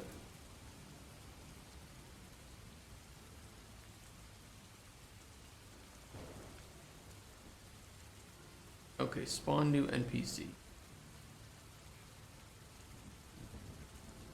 We should see our available stages here with Mage 1, Warrior 1, Thief 1. However, because Mage 1 is going to be forced, which is the first thing we check,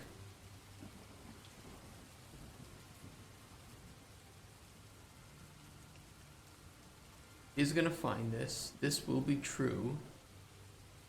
Stage to force.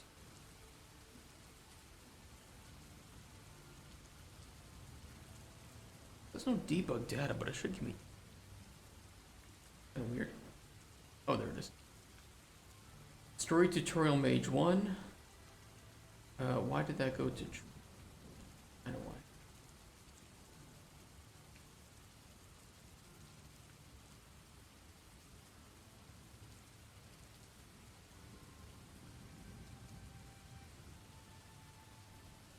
You know this is working for now.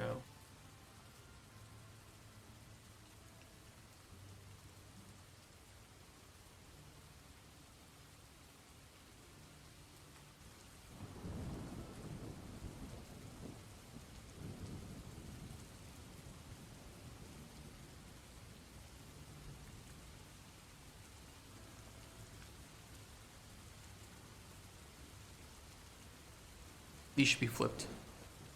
That's the only issue.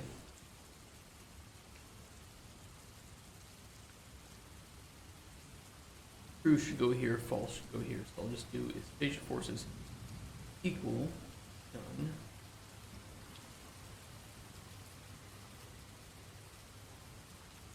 Bug fixed.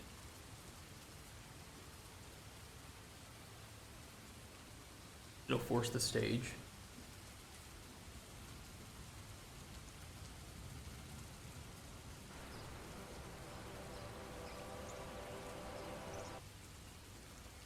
The output. Okay.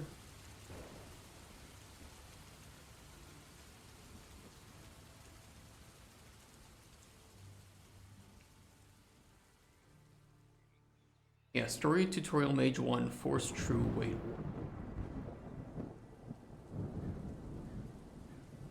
After this tick is done, we want to then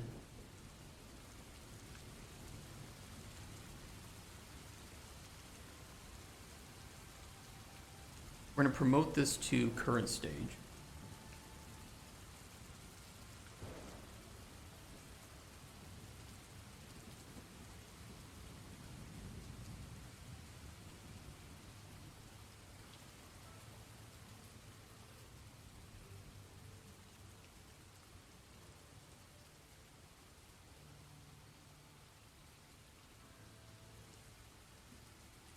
Complete stage. Spawn new NPC.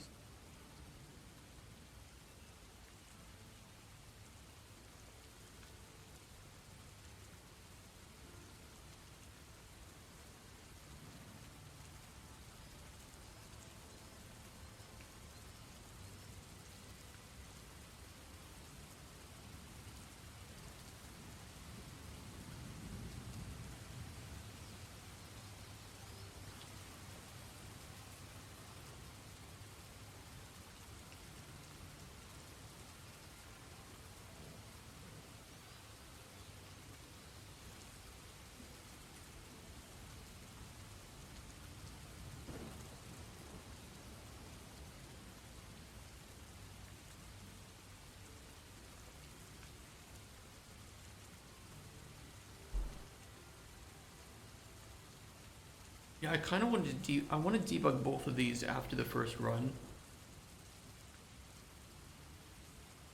But the first run should always, because it's forced, should always pick Mage. If I set that to false, it should randomize it equally because there are 3 possibilities.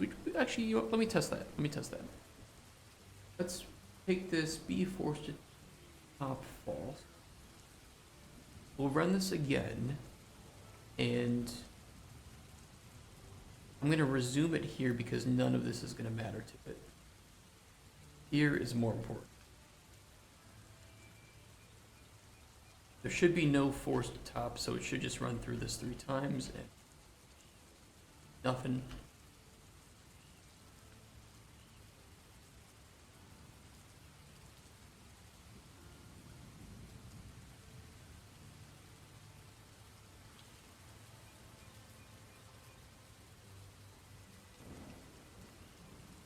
I know that looks wild.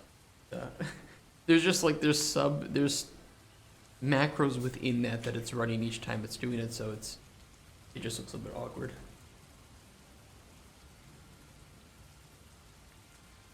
We still have Mage 1, Warrior 1, Thief 1.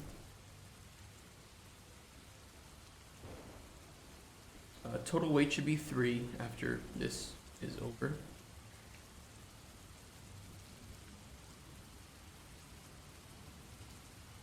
I'm going to choose a random integer between 0 and 3. We might want to do 1 and 3. It probably should be 1. It's not going to break it, but it does kind of... it's giving a slight preferential treatment for that first item. It should be 1 and 3. Either way, we have 2.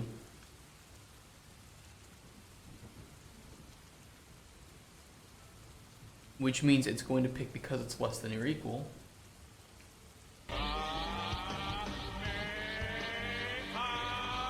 What's up, Bartosz? How you doing, man? How's your Friday? It should pick the warrior because it's less than or equal. Wait, or is it less than or equal or greater than? No, it's less than or equal, so it will pick the warrior. How did DD go? That's a good question. It went very well. It went much better than I expected, and we... So thank you for the reset, man. My alerts are like delayed today, like crazy. Oh, it was muted. Hold on.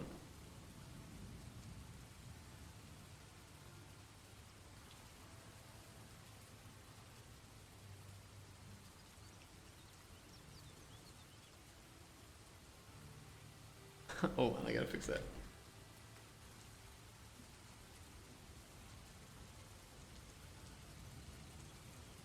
Where is it?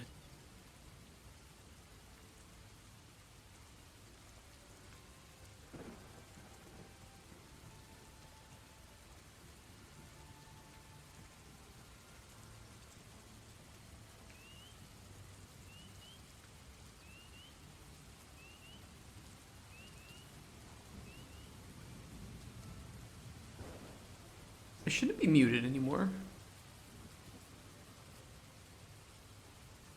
Oh wait, no, okay, I know what I did.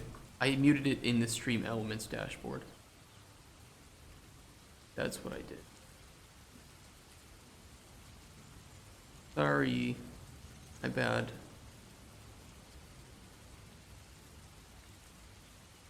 With this self-anal massage, you can reclaim an important part of yourself. Bartek No just resubscribed for 6 months.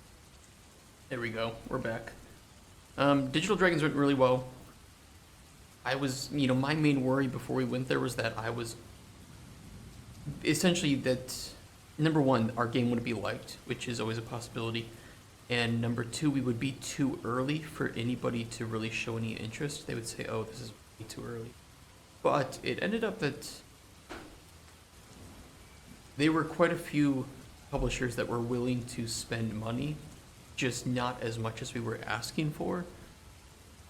So for me, that means a couple things. Number one, the better our game looks, the further it is along, the more that's going to increase some of what publishers are willing to pay. But if they just don't usually spend this much in budget, there's not really anything that we can do except lower the budget or diversify the funding, right? So that we're not asking for the money to make the entire game, but we're asking for some of the money needed to make the game.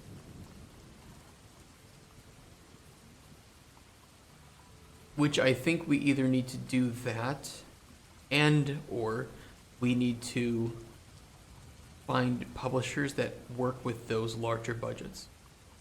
Because essentially, if we realize that our game is really not going to be anything lower than 2 million US dollars, so 8 million zloty, then we need to find a publisher who actually has that budget. And a lot of the ones we spoke to didn't have that much. Or like I said, diversify funding, right? So it went better than expected. People really liked the idea, and I guess we'll just keep working on it and figure out a way to either decrease the budget, to diversify the funding a bit, so look into Epic Mega Grants and external investment. But other than that, I think we're on the right track with it. Oh, and I need to focus just a bit more too on the vision and showcasing what really makes this game unique, because I don't think we have that currently in our build or in the trailer. I think we hit the vibes, we hit the relaxing, casual atmosphere of the game, but we don't have the characters, the NPCs, the stories on display as much as I need. So that's what we're working on now.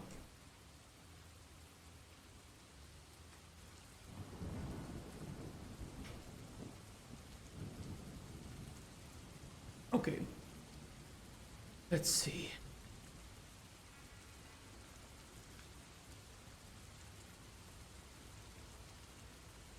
Working weight in.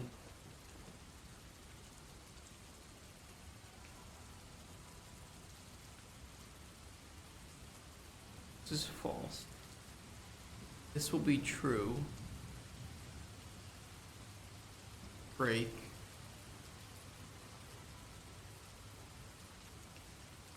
Warrior.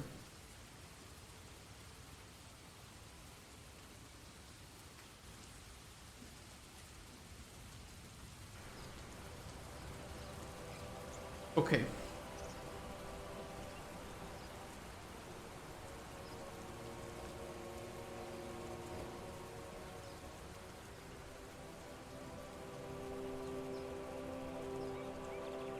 I don't see the.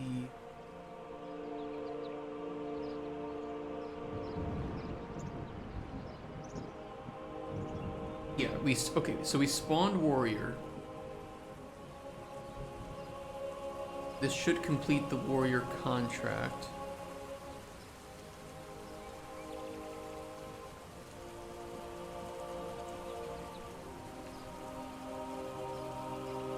Gonna remove it, so it removed it. So now we can't spawn warrior, we have mage and thief, and they're equal in chances, and we have completed stages of the warrior one. The big castle, hey freedom. Which one?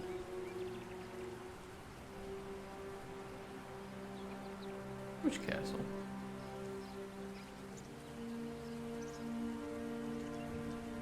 The tiny one here?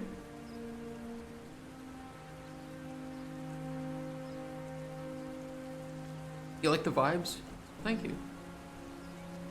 We're testing out a new, couple of new functions that I made for. Well, it's a long story, but like we want to spawn NPCs and different stages of their story, but we need to make sure that, of course, we aren't spawning stages that aren't available to spawn, and I want to make sure we don't spawn. We need to like you know, schedule them, so to speak, so that we have them showing up when they need to show up, and increasing their chances if they've been waiting a long time to show up. So loud.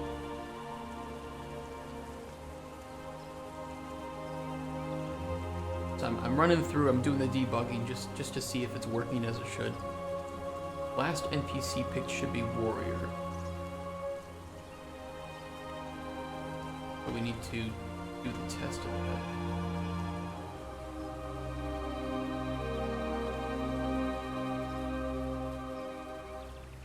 Yes, okay, perfect.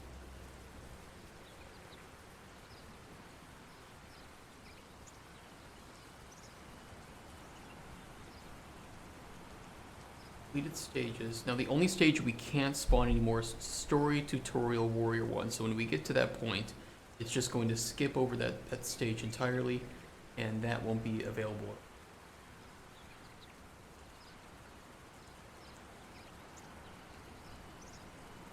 The stage it's working on is Mage 1. This one already exists, which means we should increase the chances for it to spawn by essentially 1. So this should be 2, yes.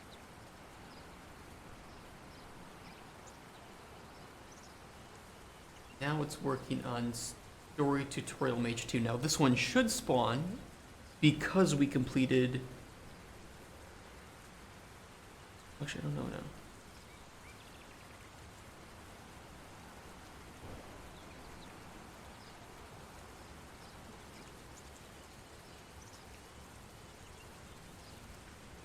No, we completed Warrior 1, so Warrior 2 should spawn, Mage 2 should still not spawn, okay.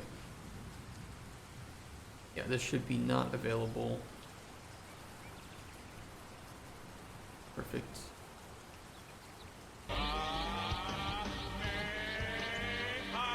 Here it comes.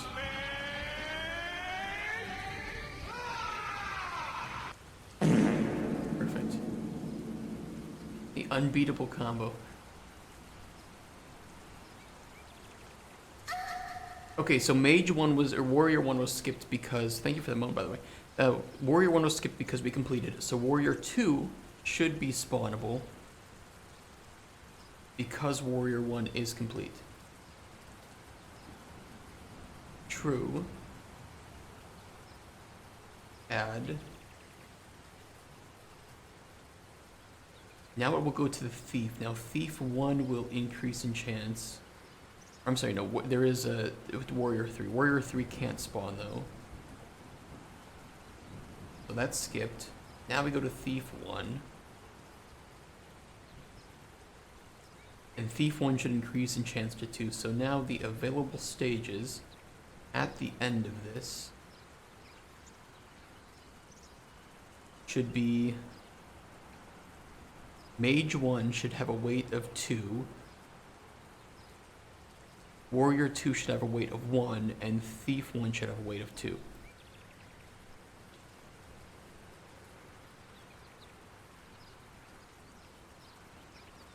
They don't. They just have a weight of 1.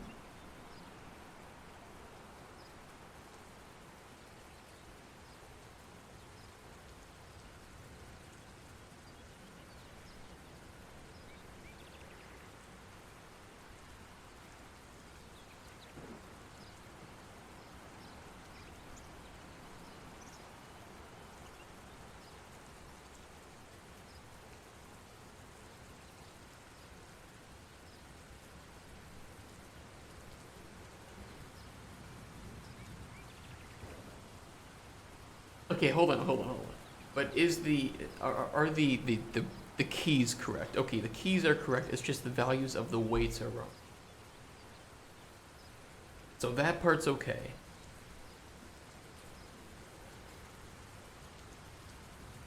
Just this is messed up. 8 string keys. Yeah, right.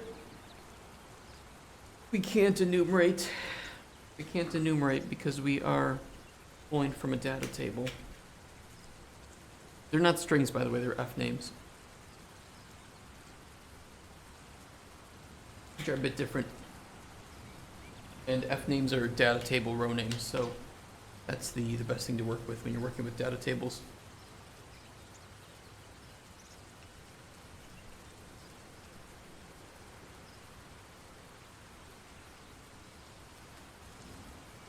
F strings are pink. The F names are light purple.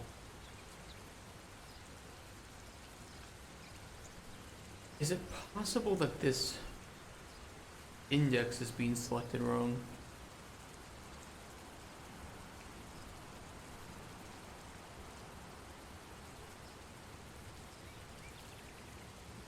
I guess we'll see.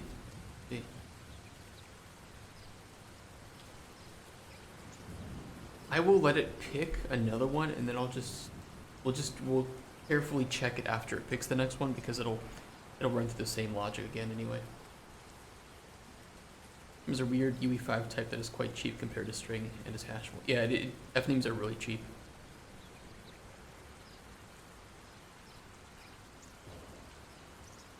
They're yummy. We like our F-names. Yum yum.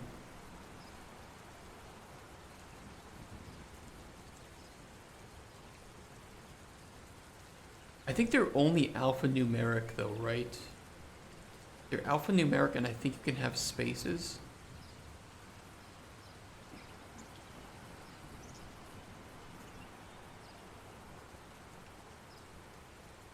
No spaces? Is it just alphanumeric? I always forget that.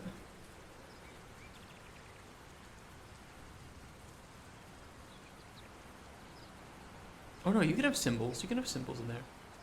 Yeah, you can have underscores and shit. Yeah, you're right. You're right. I don't know why I forgot that because I do that for every single data table I do. I have like underscores for data types. Oops.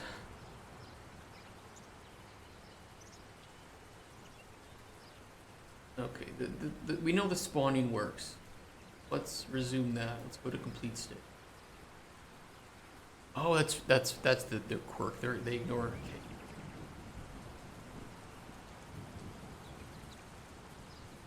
You also, like, you can't really do anything in UE5 with them, so if you want to... I don't know why you would want to, but if you want to do any, like, logic with them, you have to convert them to F-string, ideally. Which sometimes I use, but I try to avoid doing that.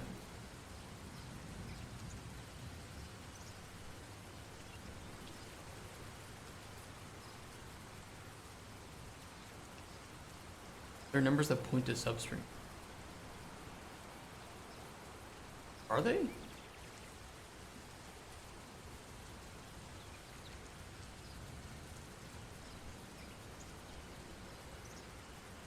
I didn't know that.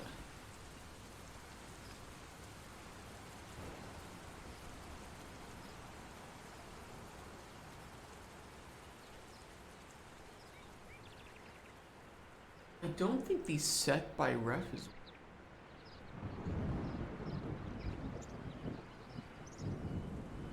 Probably because this is getting a copy.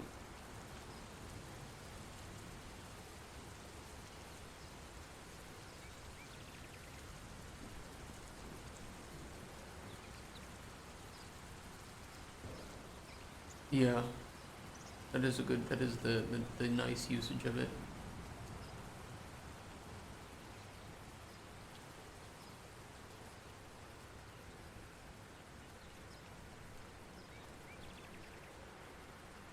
Like, of course I agree with the point, but UE5 has some weird stuff that's very specific to Unreal Engine.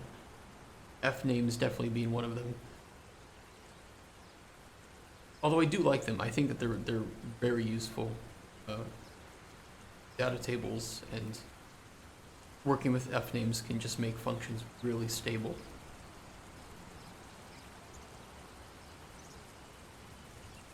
Combination of an index into a table, unique strings, and an instance. Oh, interesting.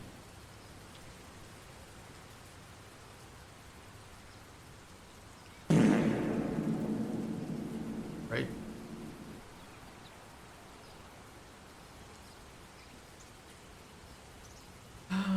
Yeah, it's like this, not function. No, the set by ref isn't working. Everything else is working fine, but the set by ref here is not working. Blank. Somebody can tell me why my set by ref isn't working here. Well, I think it's because this find is getting a copy and not a reference to that. 1, 2, 4.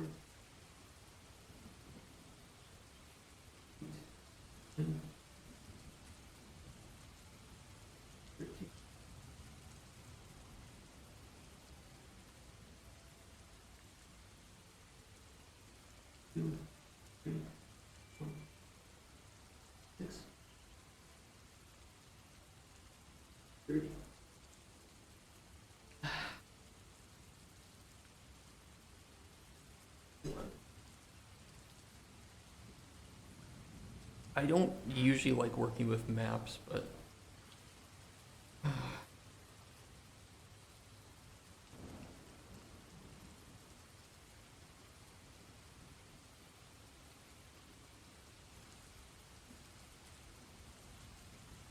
I'd almost have to make like a working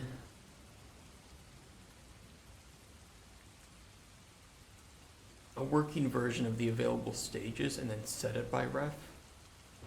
Don't actually think there's any way.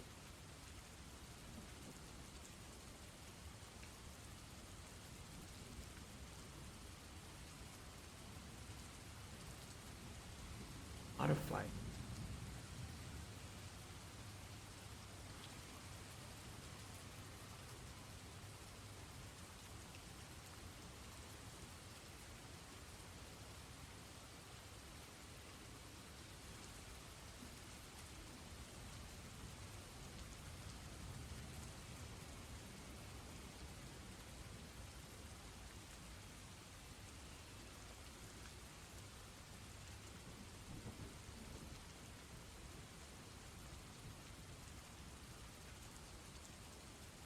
I mean, unless if I grab the...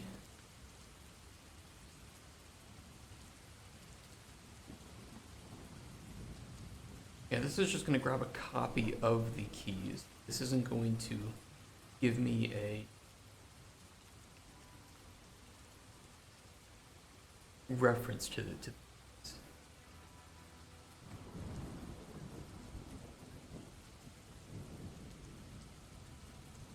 Ah, it's annoying. It's annoying. I should have just done arrays.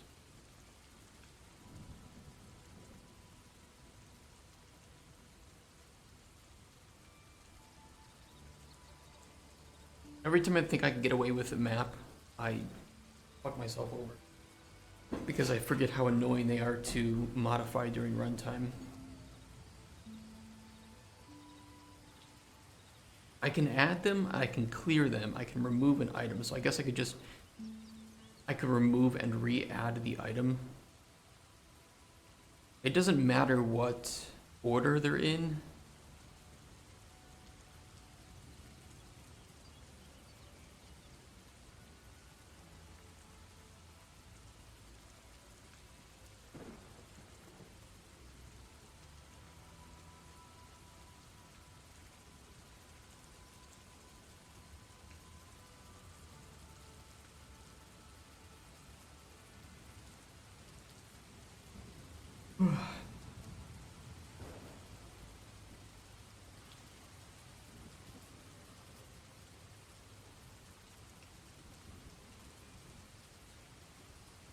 The first thing I'll do is set the stage with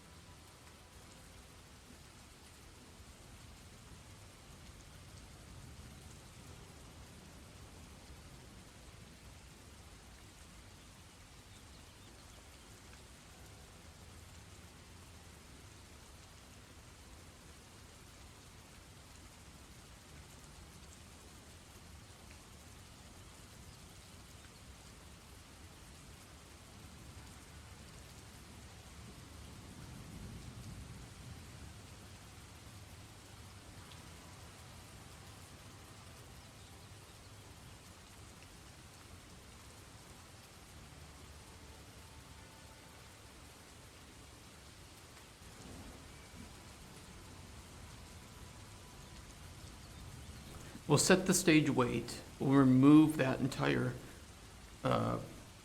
set from the map. And then I'll just add in a new one with the same working stage ID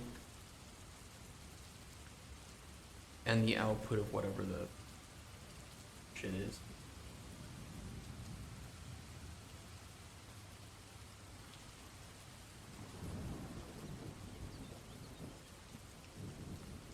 It's annoying, but it should work.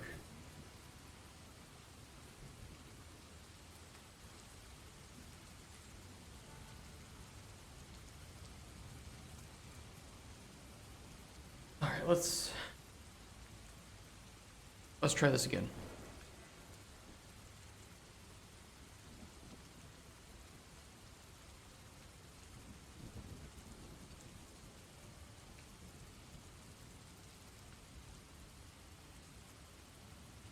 Let's let this run.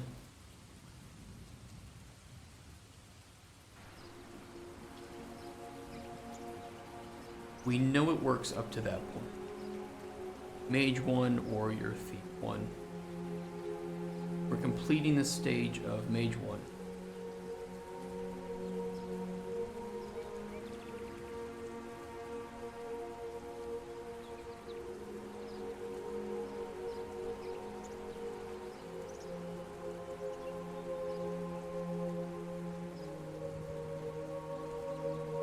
Which one is this? Which one's it testing?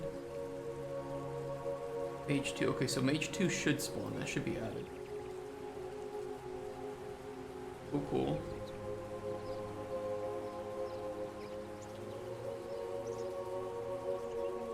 Now we're going to be checking Warrior 1, which already exists, so it should end up being Warrior 1 with a weight of 2.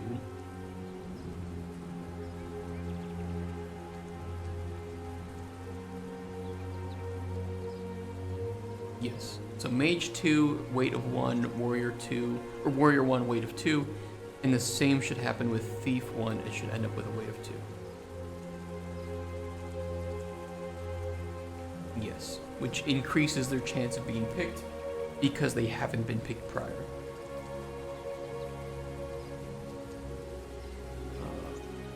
Let's assume this works, so it's going to pick. Well, we'll run through it. Be 100%.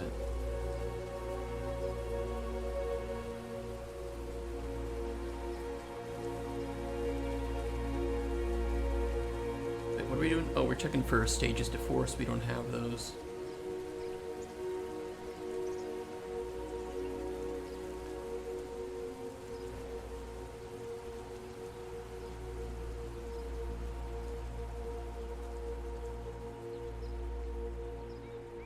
Stage to force, so we're going to do the weights. That should end up being 5.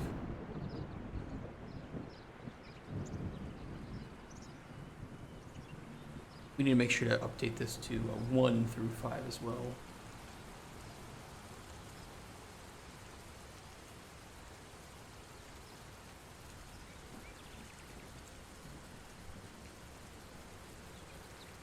Random weight is 5, so it should choose the tutorial thief. It should choose thief 1. False. False. True. Thief 1. Weight of 2.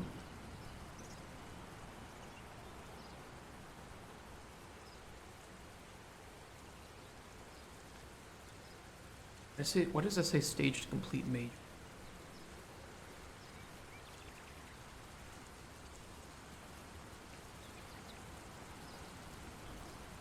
Huh?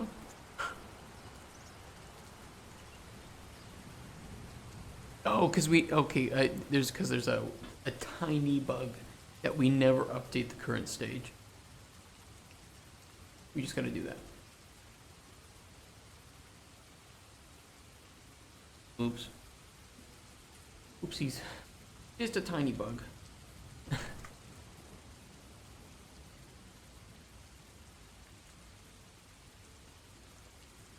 We should put that at the end of spawn new NPC, but yeah, you know what, we'll do that instead.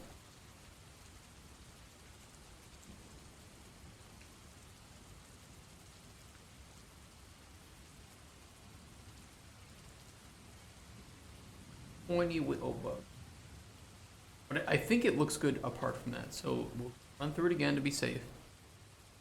But I honestly think it's as intended.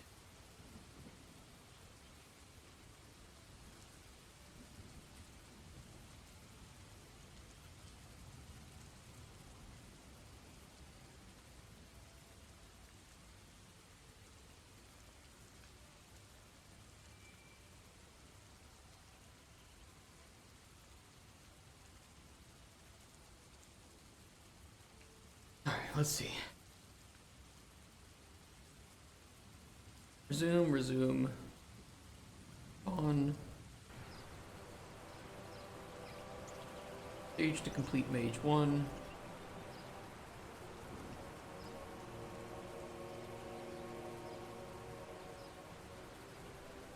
Means we now have mage 2, warrior 1, thief 1. Random weight of 5, so it's going to choose thief 1.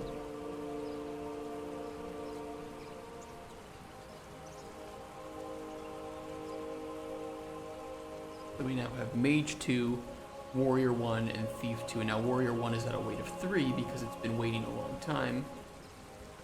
It is still not going to get chosen because fuck the warrior apparently. Instead, mage 2 is going to get spawned. So mage 2 should be out of the running, and it'll just be warrior 1 and thief 2, with warrior 1 having a weight of 4 and thief 2 having a weight of 2.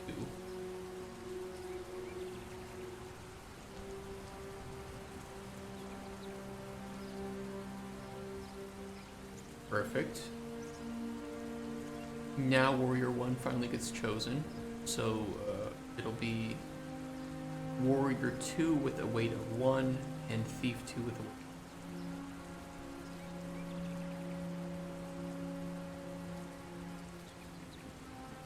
Perfect. Rolled 0, should be 1. And warrior 2 gets chosen, which means it'll be warrior 3, weight 1, thief 2, weight 4. Yeah, thank you, Carter, for the follow.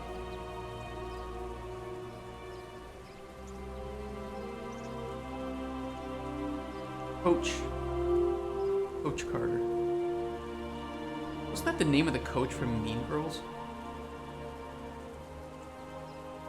Is it a reference to that? No? Okay. I swear it was, though. How many? Wait, it is? Did I actually guess the reference properly?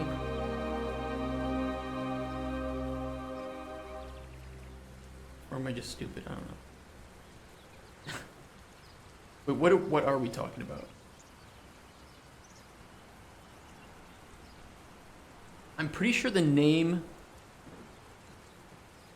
I don't know. I said Mean Girls. Because I know a Coach Carter from a movie, and I'm pretty sure it was from Mean Girls. No, Mean Girl. Okay. Warrior 3, weight 1, thief 2, weight 2. This is going to choose 4. Which means it's thief 2, movie title. Okay. Gotcha now.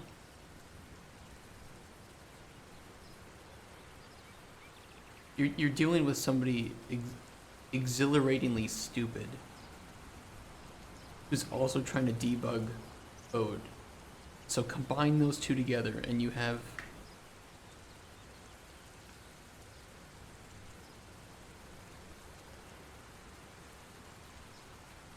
Samuel L. Jackson by Thomas Carter. I like how they say no relation.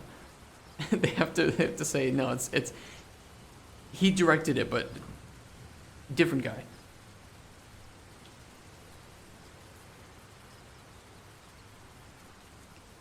Nice.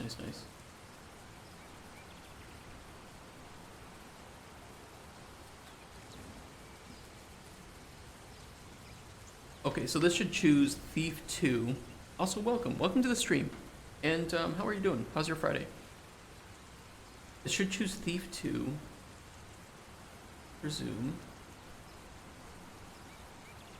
Now it'll be Warrior 3 and Thief 3.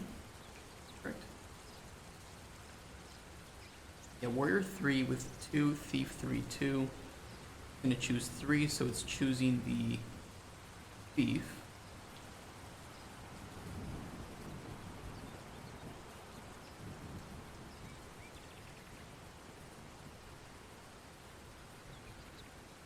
And then all that will be left will be the Warrior.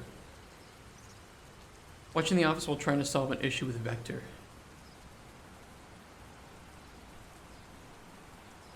I think a lot of people do that. They just got me up on the background or on the side screen. You know how like people watch Nikado Avocado, they watch mukbangs to make them feel better about themselves? I think they put me up on the second screen to watch me fail with bugs and coding so that they don't feel that bad about coding themselves. If I had to guess.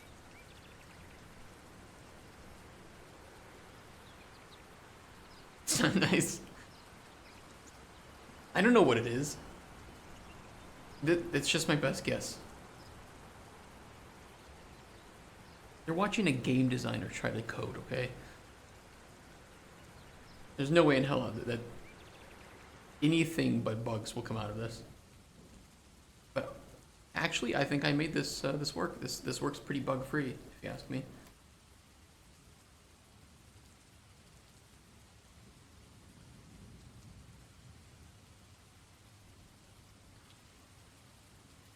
You're planning to work like that? Well, let's see. Let's force the warrior to be on top.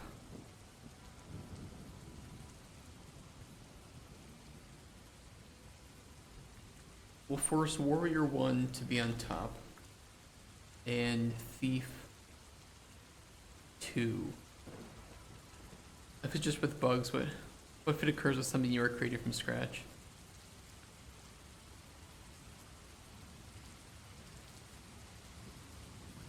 Life is full of bugs. Especially with kids. There's like a lot of defective kids.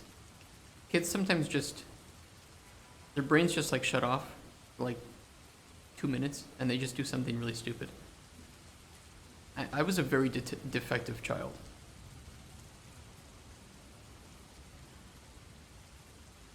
I needed quite a few updates and patches in order to work properly, and even then, there's remnant code within me that just does wild things sometimes.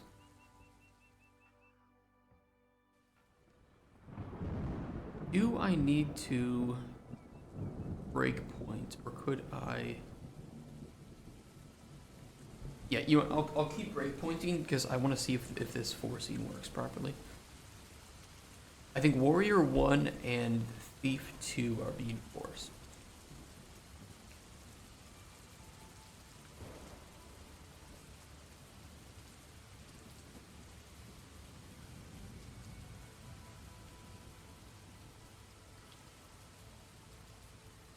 They would be forced had I imported the data properly. We should. Let me do that. These are like games you think it seriously. We have chapters, levels, tasks, level up, success factor to keep the level, and so on. Just more evidence of the simulation, right? We're all living inside one.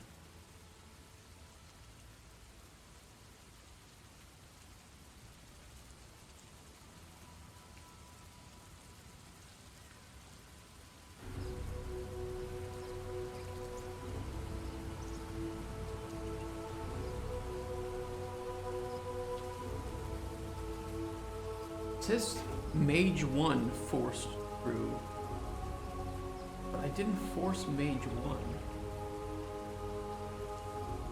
Oh no, I do it before.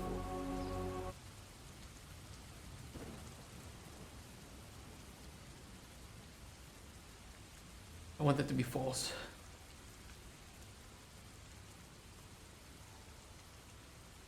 Finally found someone who thinks we... I mean, I don't know what to believe.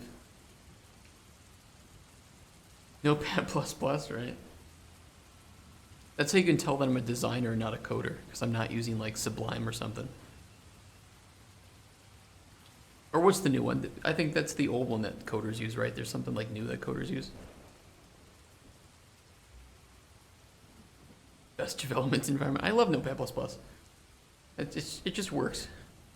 It works, and I can have custom themes and everything. I love it.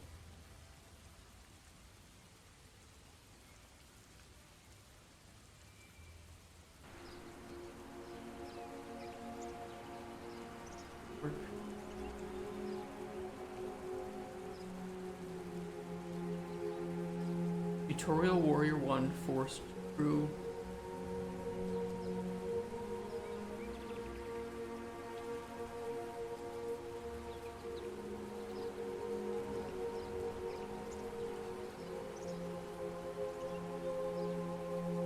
So we have Mage 1, Warrior 2, Thief 1. Thief 2 is forced, right? Not Thief 1.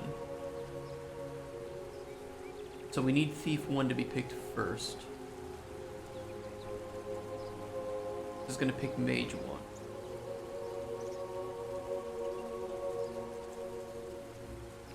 1. Or we'll pick Thief 1.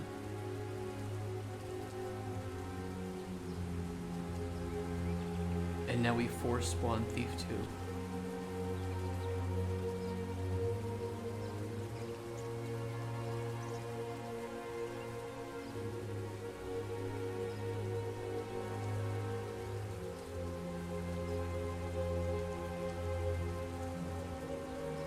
It works, do not touch it, right? And we need to learn how and why. Programmer, it works, and don't touch it or it might stop working, right?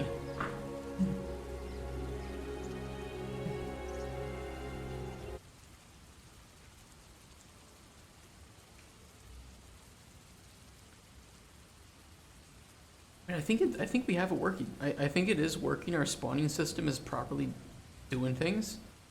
Also, hey Turbo, how you doing? When you guys have similar colored names in chat, sometimes I forget that it's a new person. My code is working. I do not know why. Right? There were a couple times where I just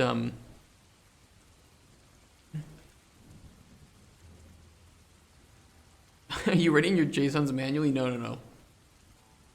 Sometimes I edit them manually just because it's a bit easier to visualize with like Unreal. Because I modded like Darkest Dungeon for like 3 years or whatever the fuck it was, and most of it was JSON. So looking at this is a bit easier sometimes than looking at like this.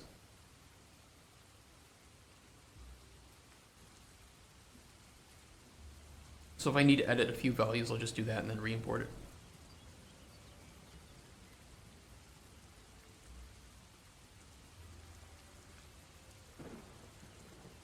How's the color now? Now you're closer to August. I can't handle either of those. I mean, that's fair.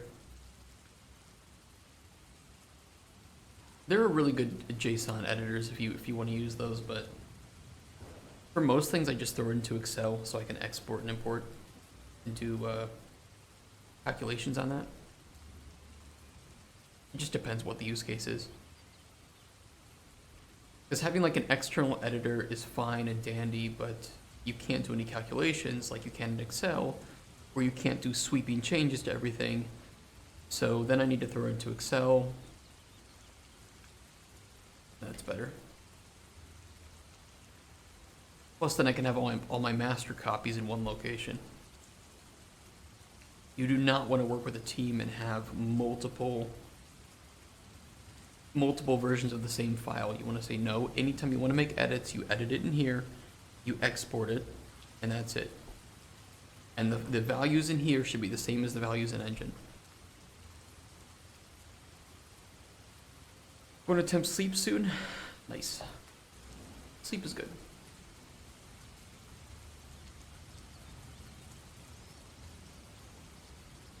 Okay, wonderfully, I think we have this working as intended, and it's not even noon yet.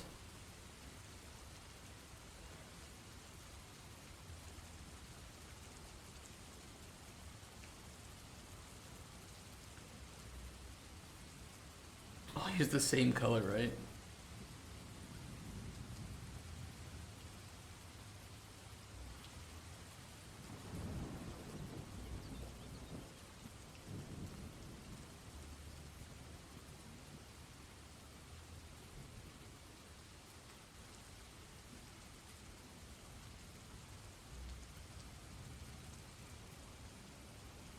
I do get distracted by messages, that's true.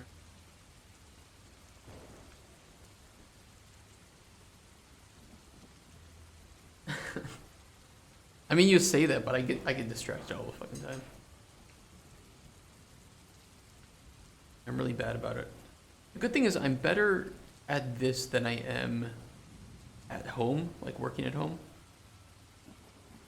That's the reason that I'm working in an office and streaming, is because I cannot work from home. It's way too distracting. I have too many sounds and like external stimuli. And then I'm working on the same computer that I'm playing games on and like relaxing. So my brain is like fighting between modes of convenience here.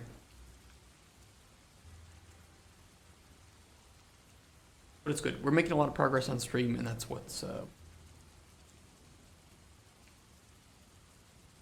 mean, we got this done way sooner than I thought we would, to be honest. It is working.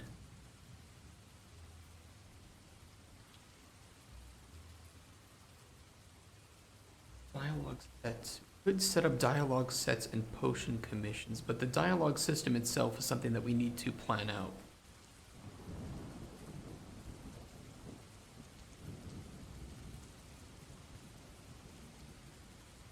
Spawning is handled.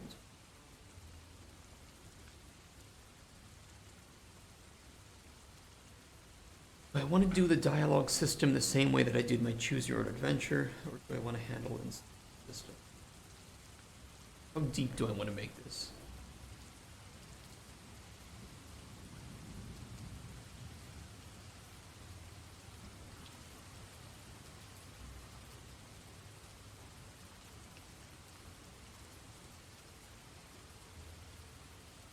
You concentrated. Really loved what you were doing with your vibe.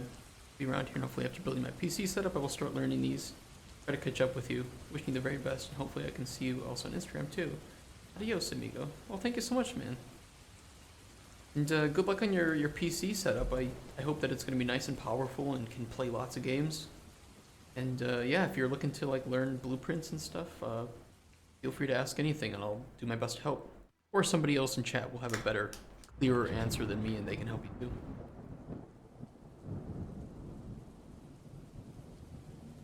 But fuck yeah, yeah.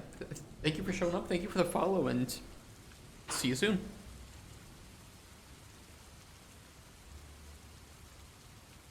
Dialogue.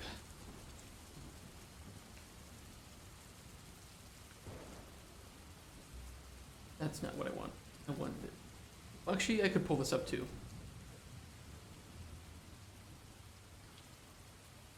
Because I really like what we did here with the pages and lines, but this was mainly meant for creating longer books of text. I don't even know if I still have the build somewhere on my computer.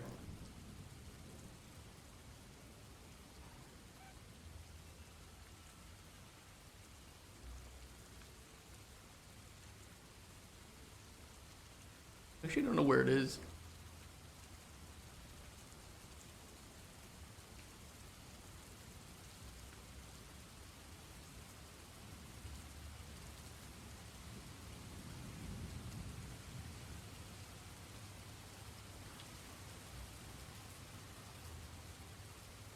No, I don't have it here. Okay, so...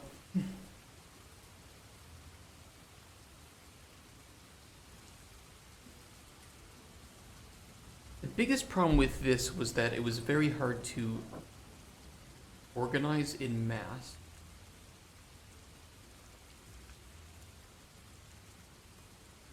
Because you essentially had everything that an NPC could say on one page. It was efficient in terms of how it was written, but it was so efficient that it was less efficient, right? It was trying to cut too many corners, and it made it more difficult to organize.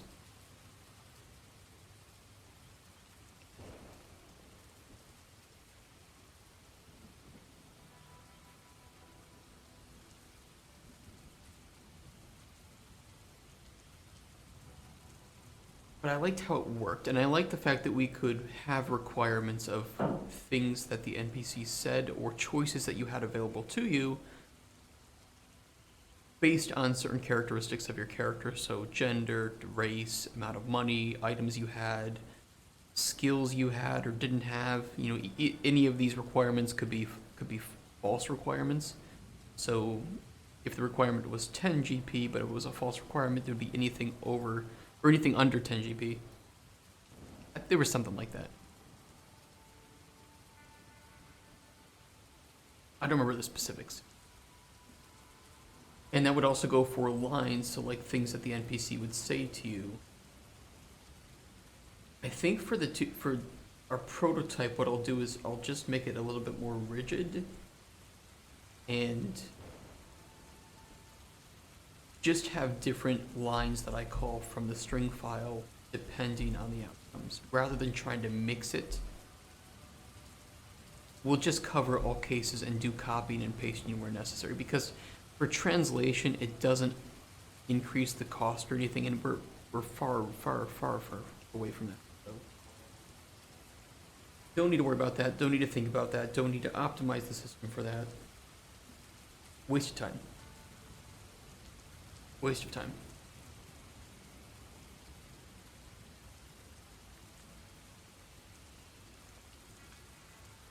Yeah, and then the choices you made would take you to a new page with its own choice, right? And then we could say, okay, that choice is locked behind certain requirements, so maybe a choice you made previously. And then we can save that choice to an ID and then the value of the choice.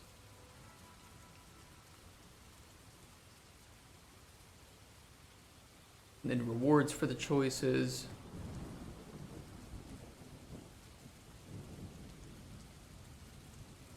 I think I used the progression choice boolean to highlight the choice as that was going to move the story forward. So a way of, you know, like if you play Mass Effect, you have the right-hand options, which usually move the dialogue forward, and the left-hand options, which were all informational.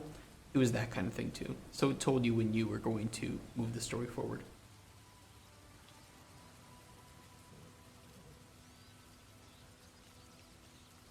This system worked really well. It really worked well. It was really cool, but I am a very slow writer and kind of disorganized, so I wasn't able to really do much with it.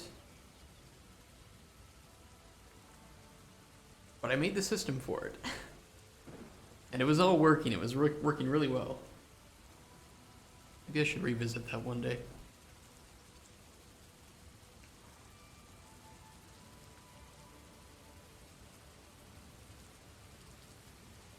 I might set it up similarly, where we have pages, lines, voices.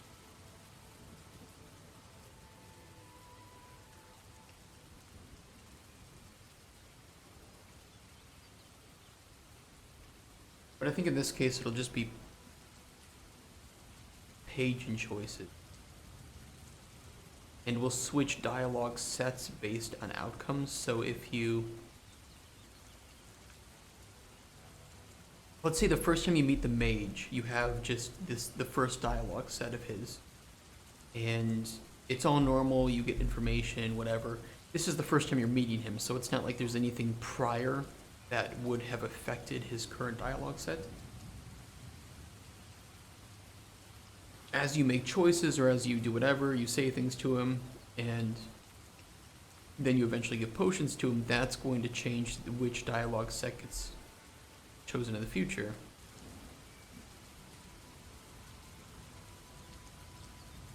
Here's where my worry is, my issue with this is that by making it rigid and having dialogue sets based on prior choices, we essentially amplify the number of dialogue sets that we would need to write. A lot of copying and pasting, and probably could make it pretty annoying to work with.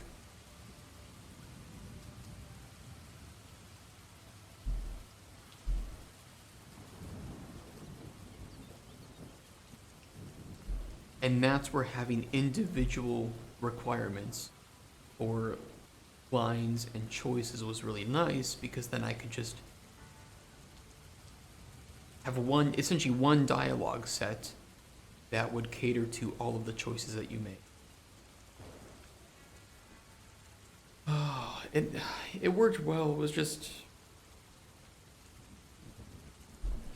It was a lot to manage.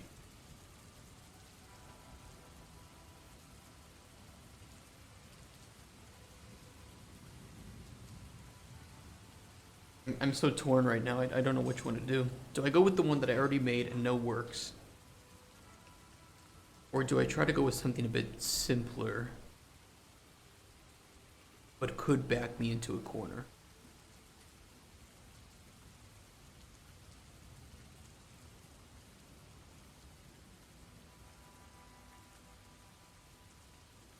I mean, I could just refactor it. It's not a big deal. I accept the fact that this system might take over a month to make properly. I don't think it's going to take that long because I do have experience making something very similar to it before.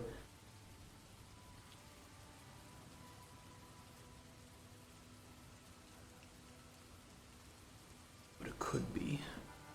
Dialogues.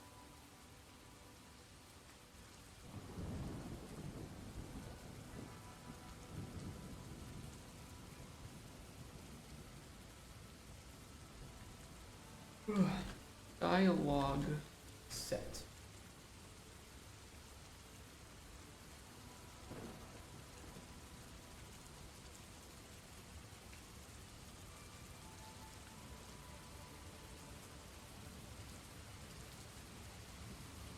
Set ID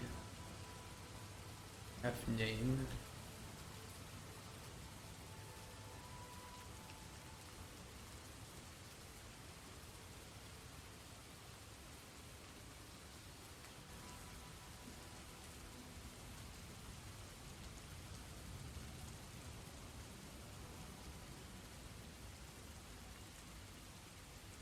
I mean, our data table would just be sets. Just an array of sets. So in fact, the row name would be the ID in this case.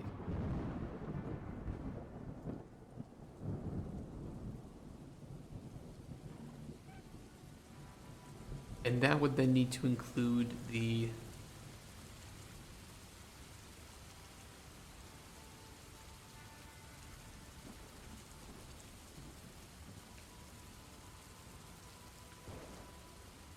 like the initial page, the initial greeting. Like we kind of have it now to some extent. I don't know if we put it in a data table.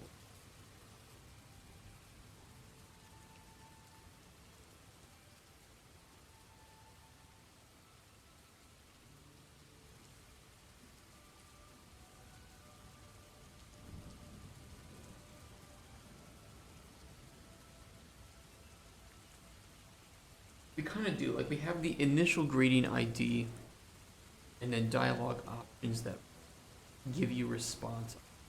Very, very basic system that we did just for placeholder.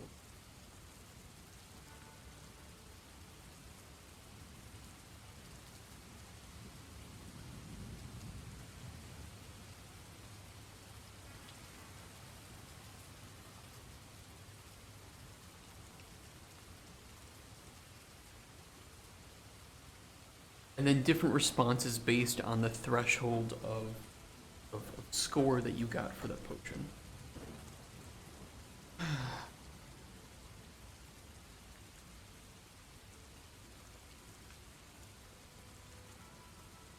don't like that.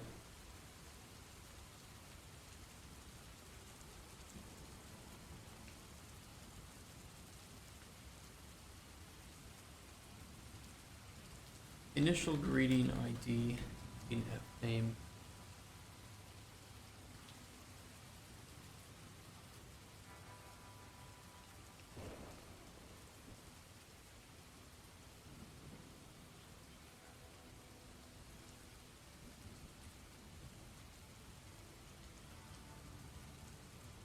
Have this array of structures for a choice, which would be pretty similar to this of a choice string ID.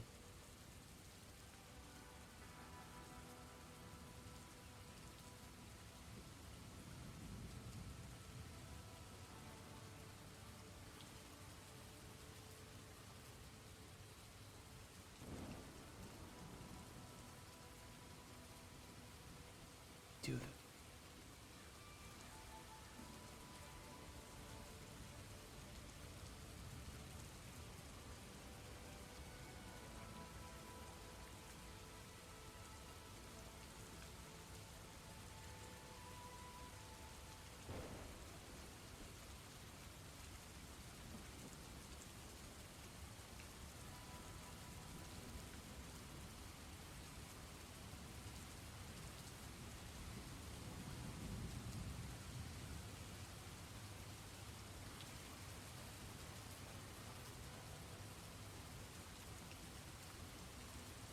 We could do something slightly different. We could add we could allow for multiple dialogue sets.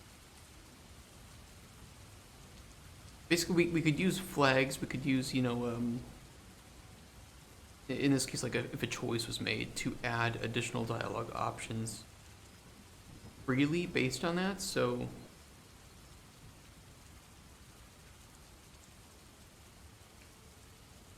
it would almost make dialogue sets modular.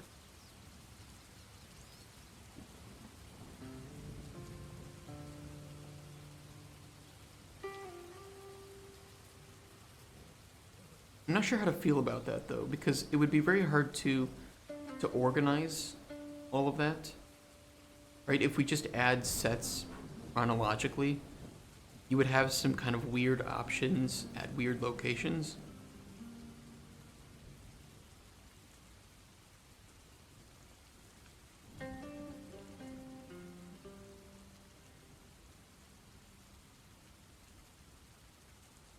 You almost need to classify choices and, or I'm sorry, classify like dialogue choices, say as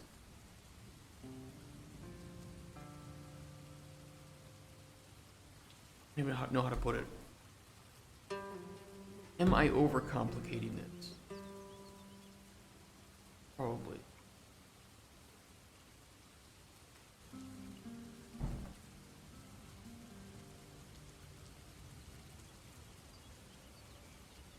I have this wrist rust on my keyboard and I pull it off when I'm thinking. My weapon.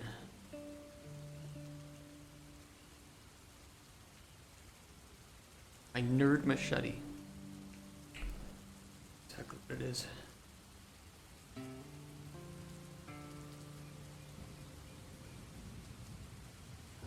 You can see pros and cons of all these ideas.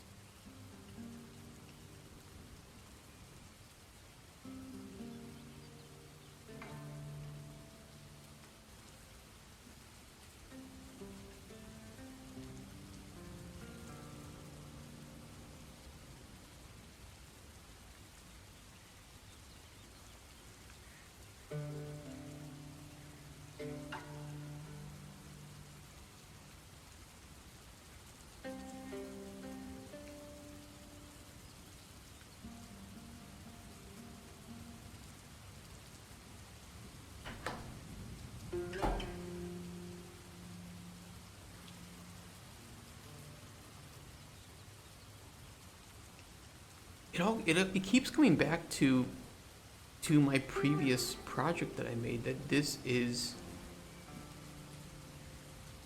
was the most freedom that I had with it. It might have been a little tough to organize, but it was also the most scalable system easily.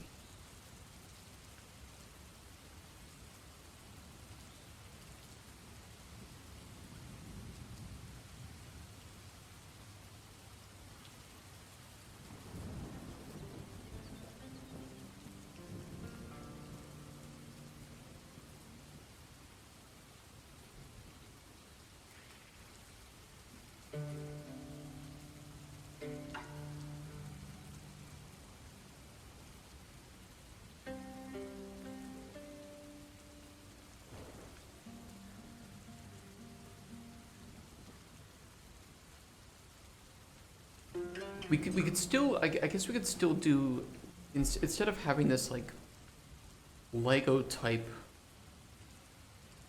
response, which worked. And obviously, if you have a big old bucket full of Legos, you can do kind of anything you want with it. It was very, very nice, very freeing. This was by far the most difficult aspect to organize, because if you want to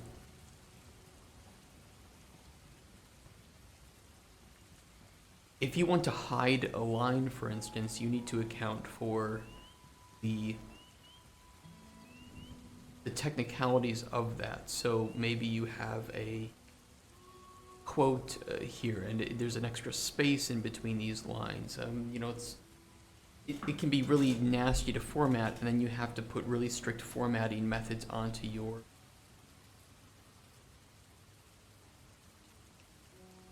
writer in this case, which is obviously not what you really want to do for a writer, where they're thinking more about how to format it than they are about the actual writing. I think instead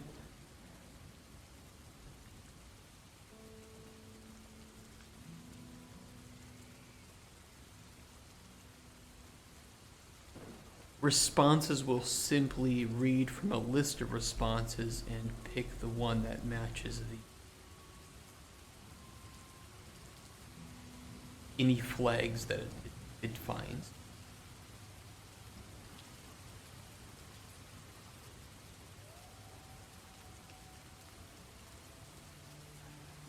So like we would have a list of greeting responses, and there would be default,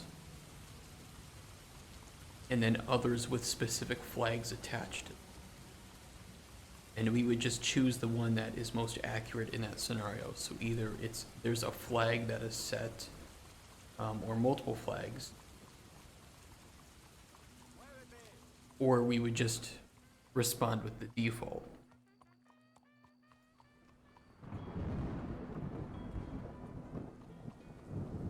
This leads to a lot of repetition in some of the responses potentially, because there might be things that they are saying multiple times, but we can avoid this Lego building type of response, which worked. It was very, very cool. Like I said, it was just very messy, because you have like one page of the adventure here, or you have this one here where this is the best example, where you have different responses based on your race and gender, and these all technically, we just switch them out while building that page. It works. It was very annoying. I want to avoid that.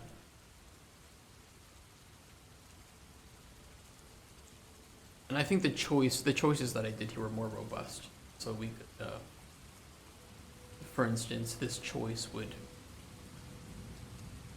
save that you talked back to this character, that you were a bit rude to him, and then later on we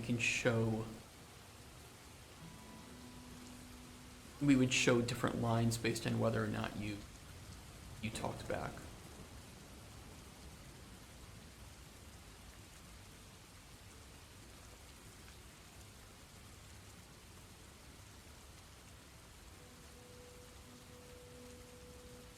This worked really well for like a text RPG, because you had a lot of control as a writer over what could and couldn't be shown to the player.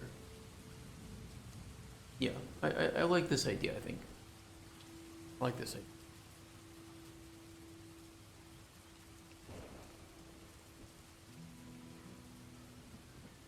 In which case we would just have one dialogue set, and we would account for all of the possibilities within that. And I think too, we could also then switch dialogue sets midway through conversation. I'm thinking that this is possible. So if you wanted to enter a dialogue loop, as I like to call it, we can switch dialogue sets with an exit that returns you back to the previous set. So like you have your greeting set. You go up to an NPC, you talk to them. you ask about like something about their backstory, that takes you to a different dialogue set with options that are relevant to that question that you just asked.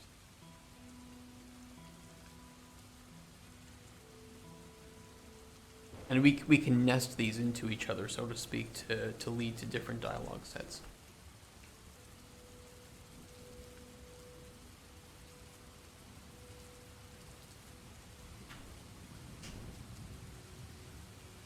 That sounds okay.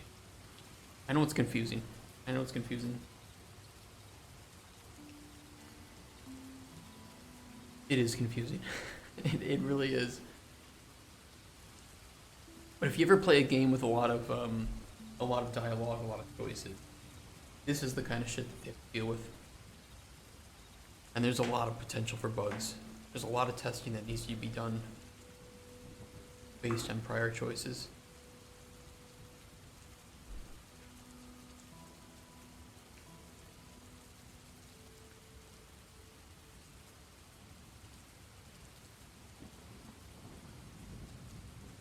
Yeah.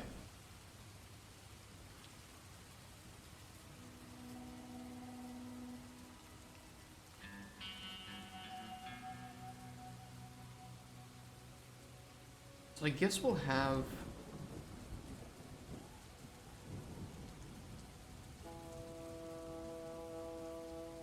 initial greetings. Dialogue systems are the hardest, right? Break so many things, yeah. They're kind of fun though. Just like from a systems design standpoint, they're really cool because there's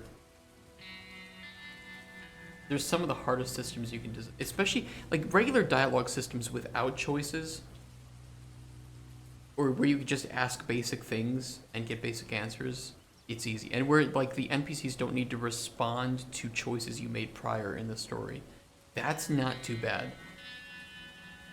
But if you want to add in any like dynamic parts or memory to that and change responses from NPCs or choices that you have available to you, man, it's...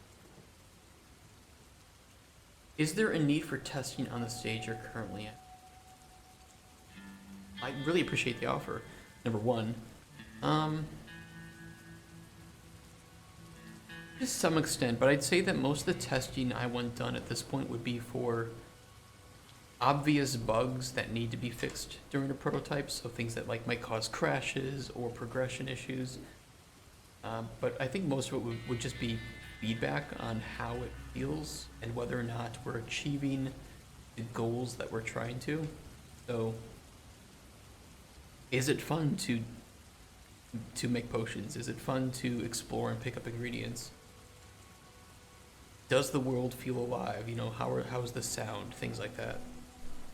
And more and things that are more traditional with like user experience testing is not necessarily as important. I don't want the player getting frustrated, but the player also doesn't need to be, there doesn't need to be a lot of quality of life at this current stage because it's not the point of a prototype. That'll come with vertical slice.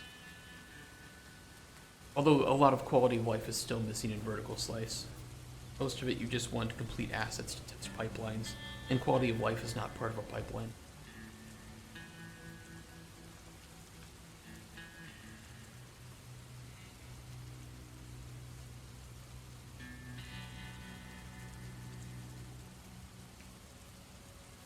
Just need like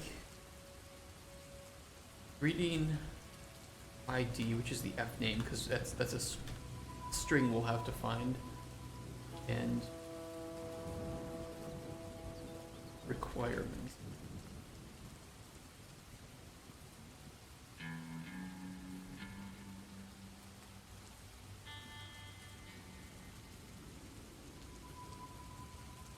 Which will be another array of a structure for dialogue requirement.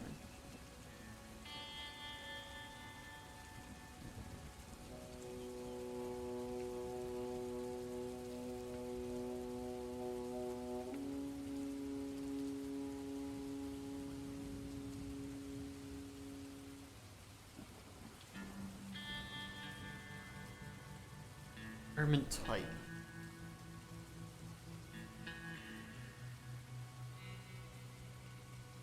Which will usually be like choice.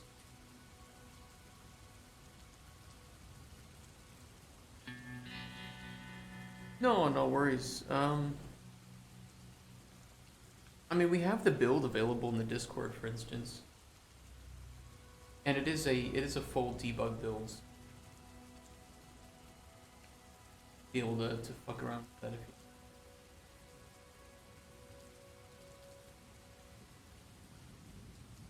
you. Yeah. Early first playable build.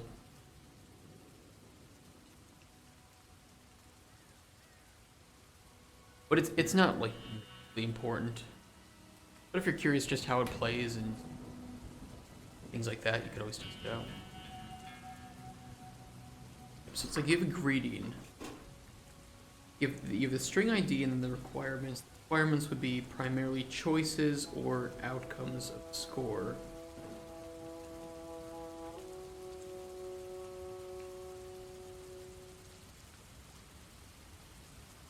We could also queue responses and put response priorities.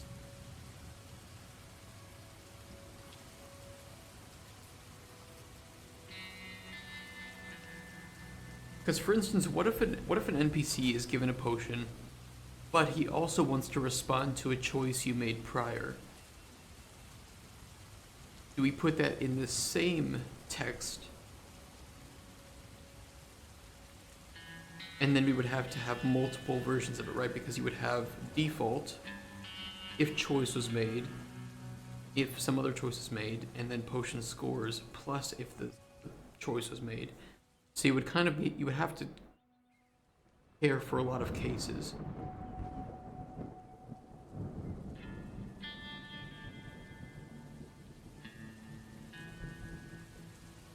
I suppose for now that's okay.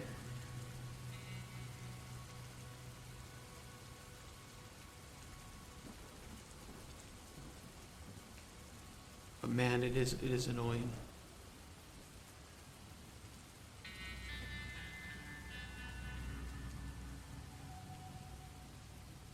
I think to compare it, I'm looking to make a dialogue system that is deeper than many AAA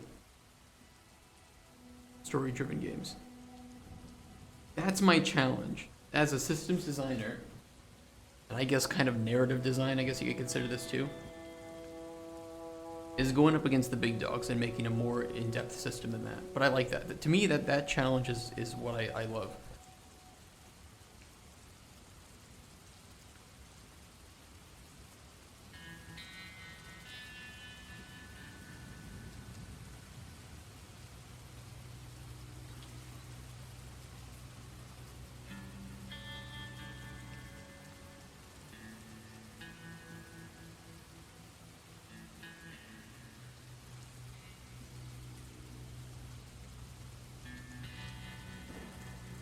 The best option for the player is to mix responses, not have back-to-back responses, right? Because it's really easy to tell when you are being told one thing by an NPC because of a choice, and then the next line of dialogue, and including voice acting, is something about some other choice you made.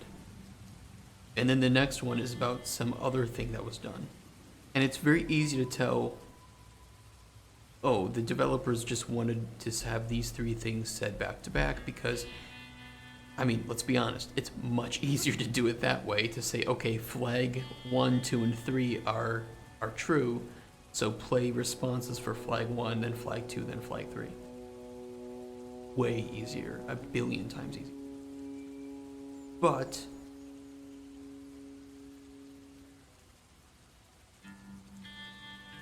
we can do better than that. That's the old school way of doing it.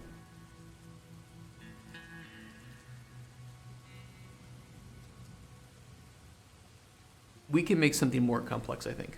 We could make one where we mix these responses in a efficient, well, ideally efficient way. so that it sounds more natural.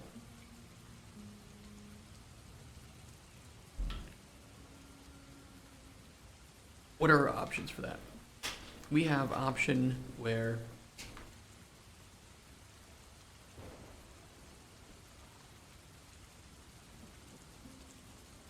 really low resolution. Let me just make the canvas larger.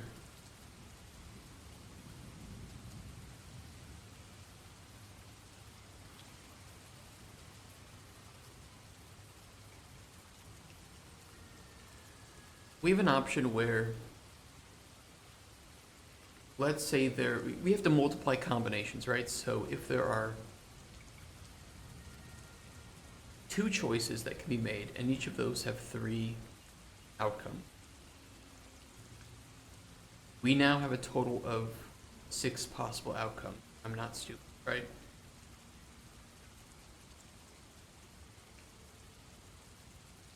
Nine. It is squared. Right?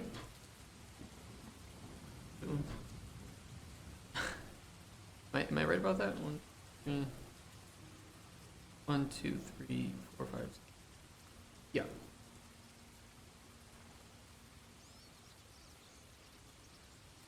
So if we wanted something like that, and right now we have, for instance, we have 5 potion score outcomes, right? So we have 5 potion score outcomes. And then let's say we have a NPC also wanting to respond to a choice you made or something that you said prior in their conversation. 1, 2, 3.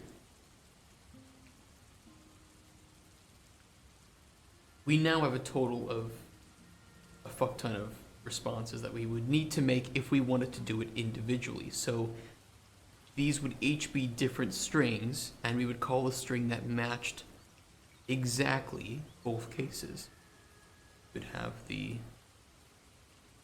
1, 2, 3, 6, 9, 12, 13, 14, 15. That's nasty. I don't like that.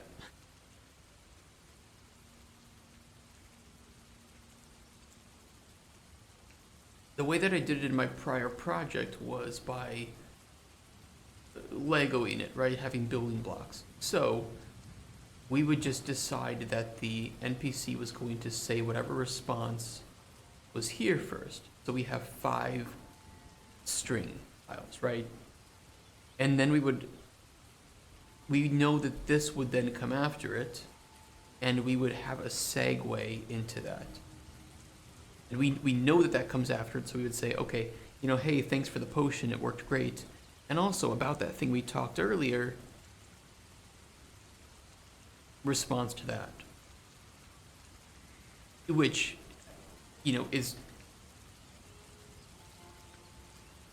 this option, which equals, just put 15,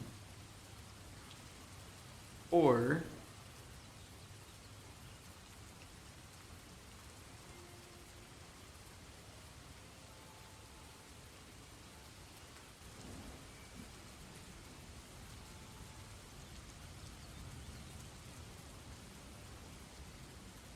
shut the fuck up, Windows Update. Go eat a bag of dip. Or you have this option, which is 8, essentially.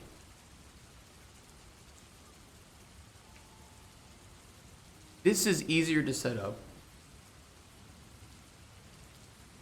But obviously you have nearly twice as many responses that you need to write and have in your string file compared to just 8. From my point of view, this, you know, the second option is the winner.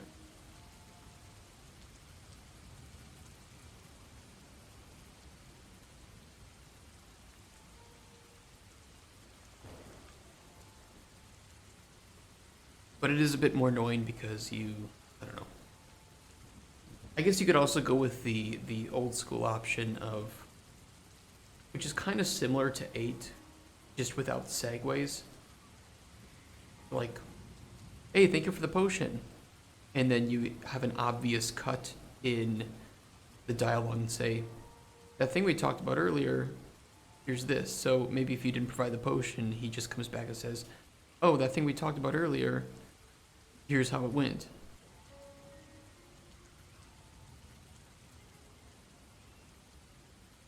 Which is, it's pretty much similar to the addition method, just without the segues between lines. Because it's possible that maybe you didn't provide a potion to him at all, so he has nothing to say.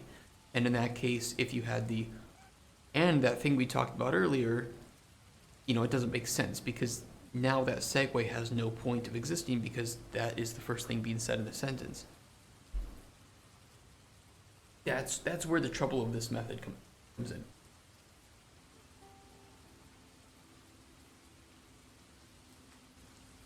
And then you end up with this kind of shit.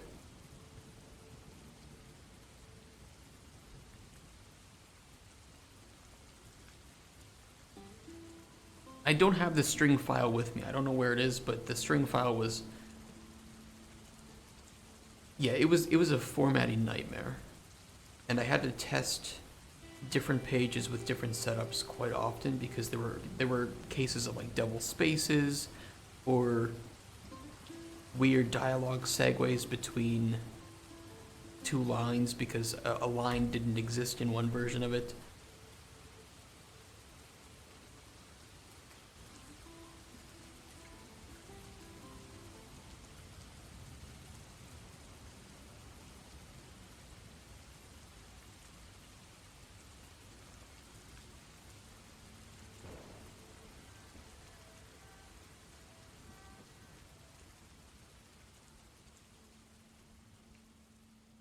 Yeah, how do we deal with the segues in that regard then?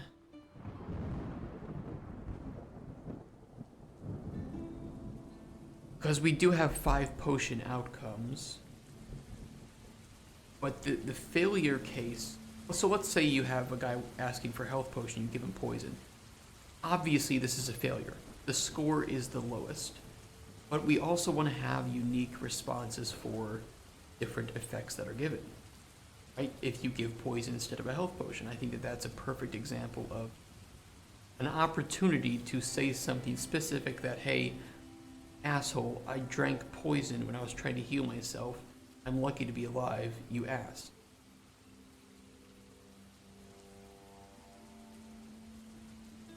That caters it, that personalizes the line to your choices. That's really important to me.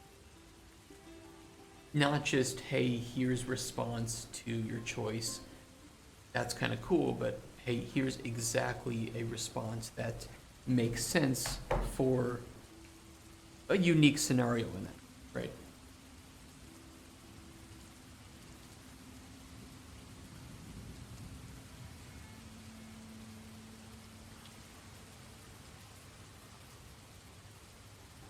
I guess that could be an override.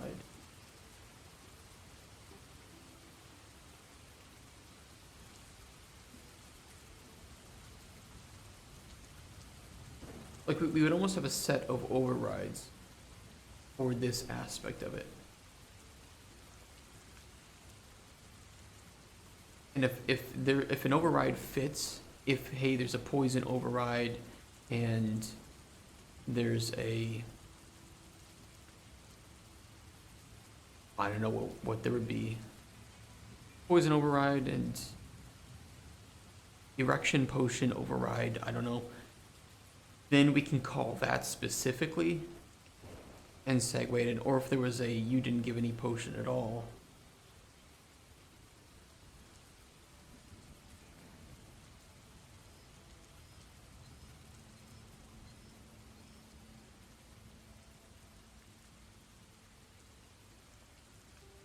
And then the segue would be part of the second.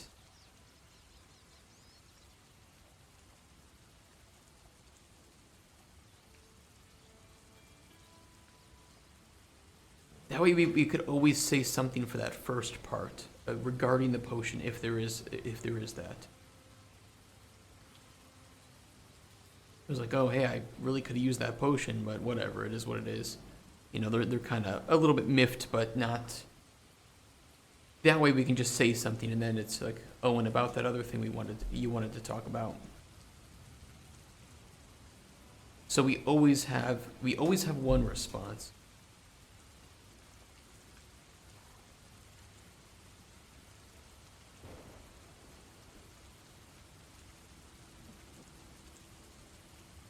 Based on either didn't provide potion, and this is only in regards to if there was a potion that you should have provided. So like a commission. No potion, override, which I guess would be an override of its own, right? No potion. So I guess that would just be override and then score-based response.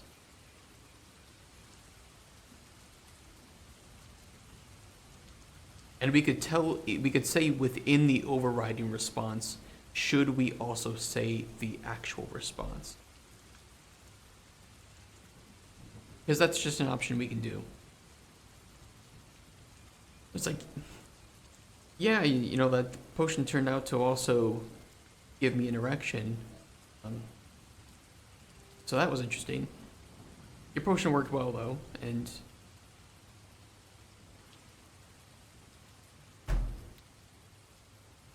it could do that.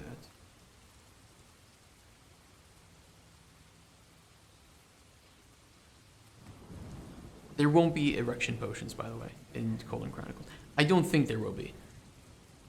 Unless you guys really, really want it. If somebody donates $1,000 right now, I will make sure that erection effect is in our game. Be fun, right? Oh, this is complicated. This is such a complicated dialogue.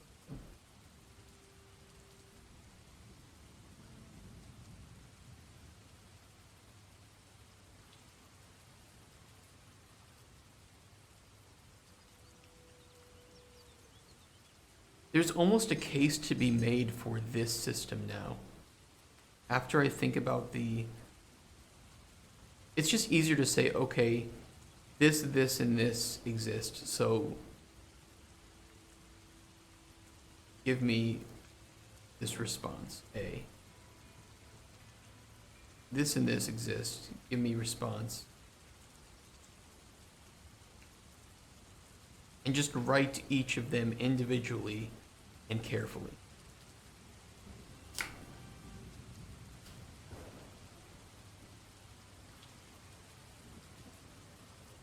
We would have so many combinations.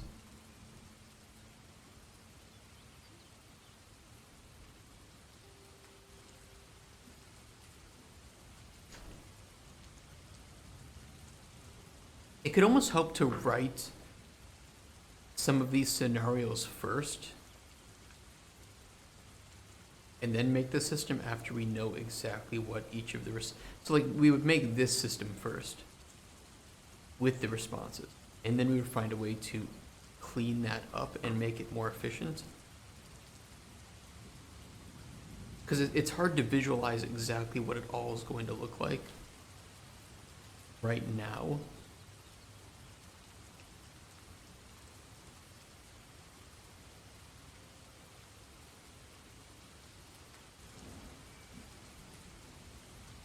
If we have like the mage, for instance,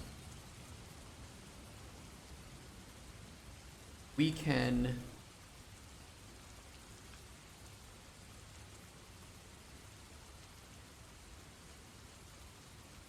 convince him of, let's just say X.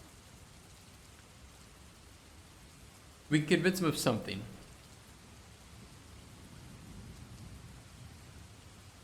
We can anger him about something. And we can not provide potion. Provide potion. 5 outcomes.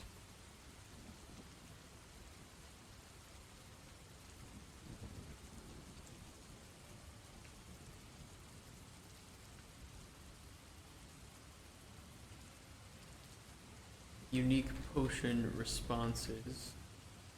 I mean, we can use like the tutorial example we have now, which is that he's going to this dungeon with venomous spiders and snakes, right? So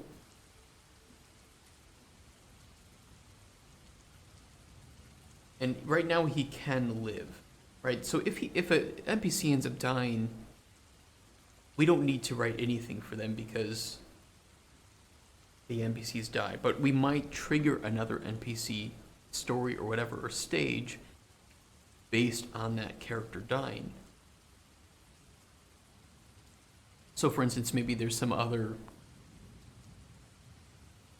adventure that goes into that, or that we set up to go into that dungeon and find the dead mage at that point.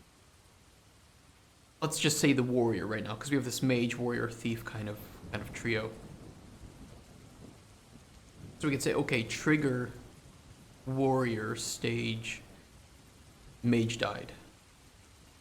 And so that'll be a specific stage that he pops in, or it may be that just during his next stage, if that has occurred, we can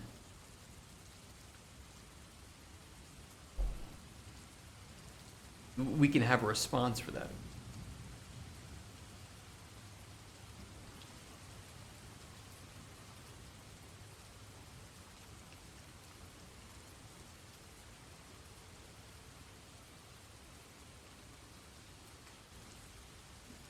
What was I going on about? When I said this system would take us like a month to make, this is exactly why.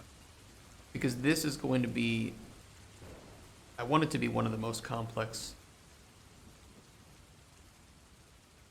choice-driven dialogue systems in any game that you can play.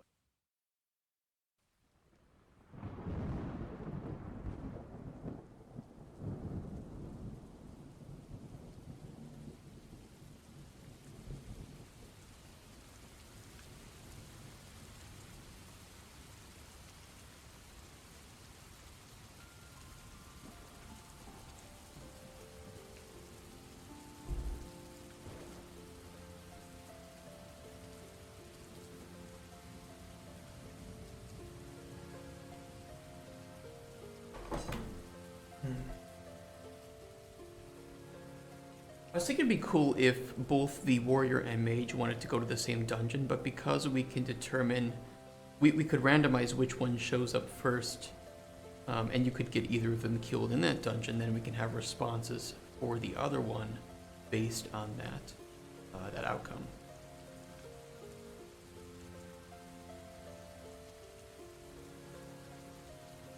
We have some ways to test this system in that regard.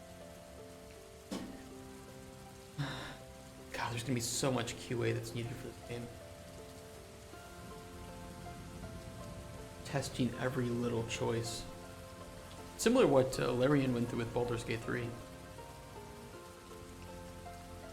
We're gonna need to make sure that we have a very robust system for testing that, and a lot of play testing with various people that play it very differently.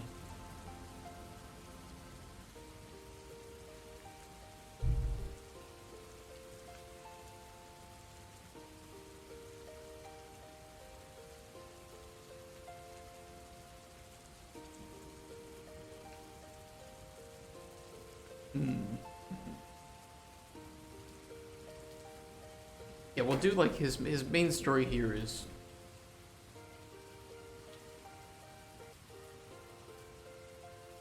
wants a potion of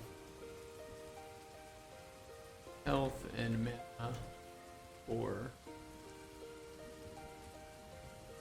dungeon.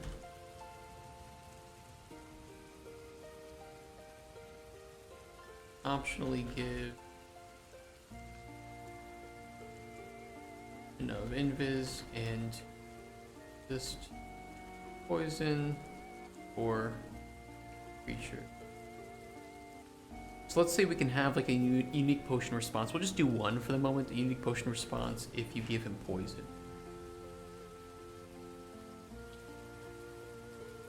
You know, like, hey, I was supposed to be protected from the poison. Now I am poisoned.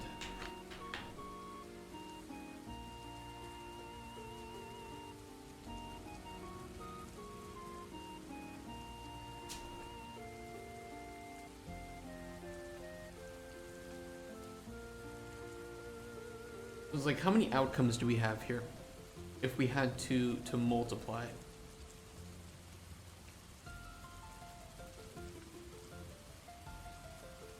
Well, you can either convince him or not convince him. So, that you can anger him or not anger him.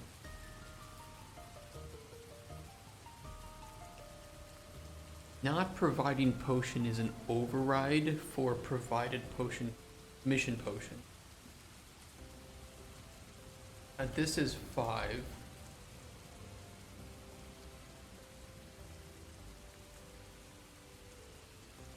And this would kind of be an over.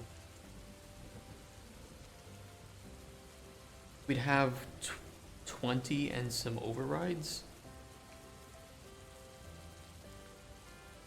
Oh my god, fuck.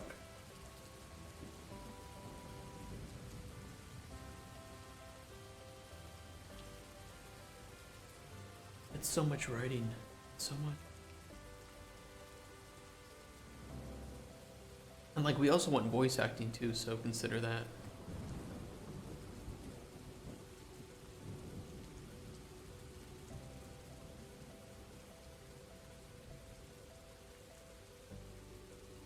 In my opinion though, don't tell anyone this, okay guys?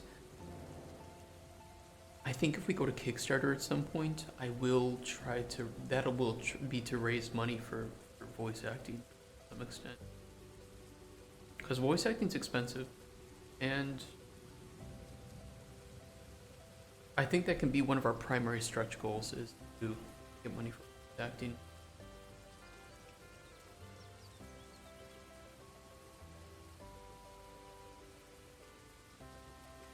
And I think if we made enough money to afford it either way, I think I would try to fit it in. That would be this is so worth doing that if this game comes out and is pretty successful, and we weren't able to put voice acting or have the budget for it beforehand, we'll do it. We'll do it at some point. Even if it's just, you know, like one NPC at a time.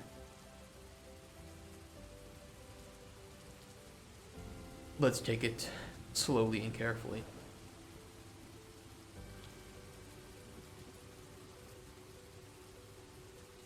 There was some talk too with publishers to do a staggered release of like early access, so we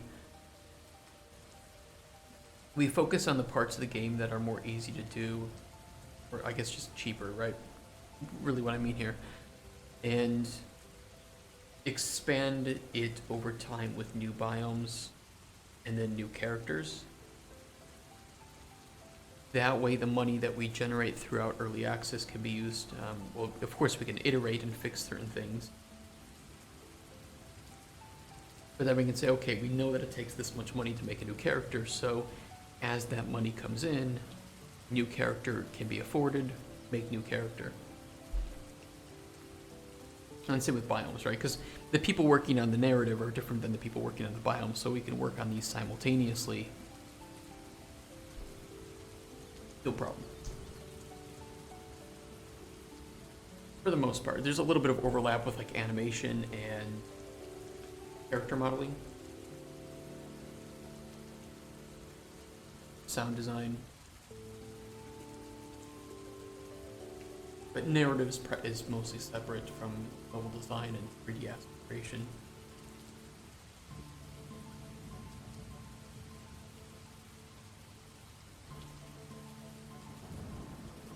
That is an option. That is an option if we want to carefully gain funding over time. And I think at that point too, it would be really nice because players could then jump back in to experience a new storyline and see how their choices are adding up.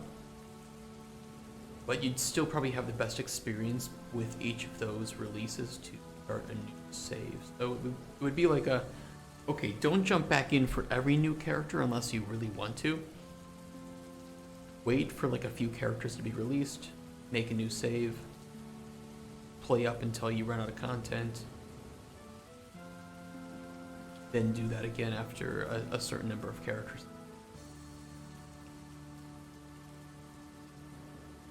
Or just ignore it all and wait until full release, because then you'll have all the content.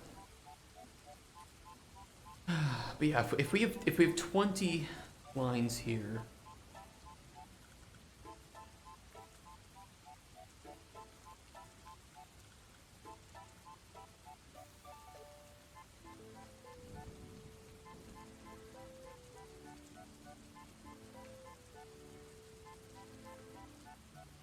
Well, here's the thing. So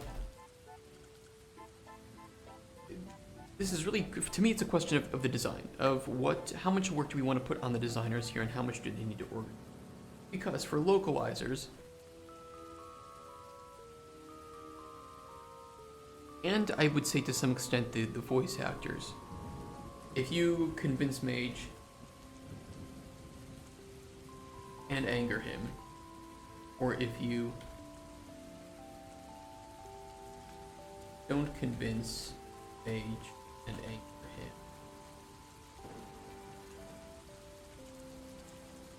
convince Mage and don't anger him,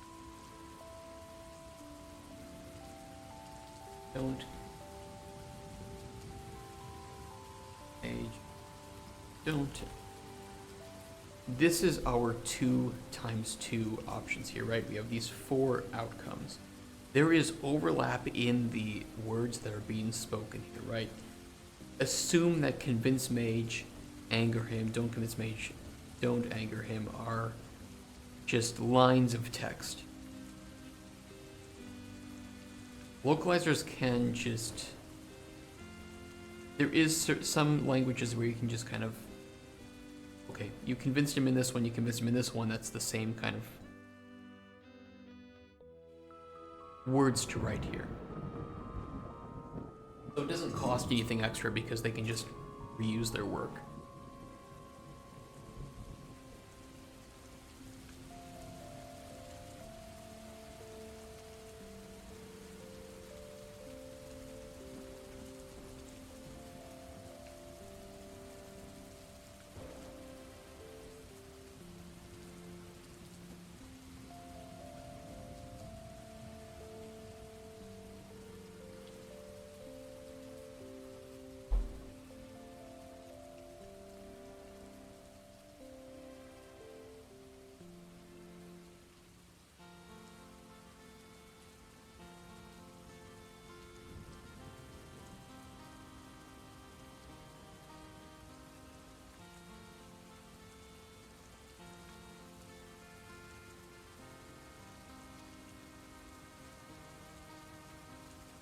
I'll just write them. I'll just write them now. Like, we'll just put in, I don't know, what do you guys think? Like, what do we want to convince him about?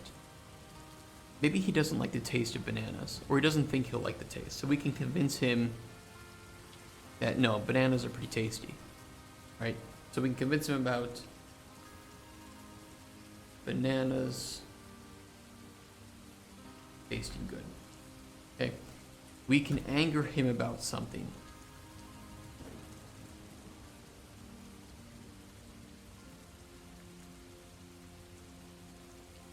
His fear of clowns.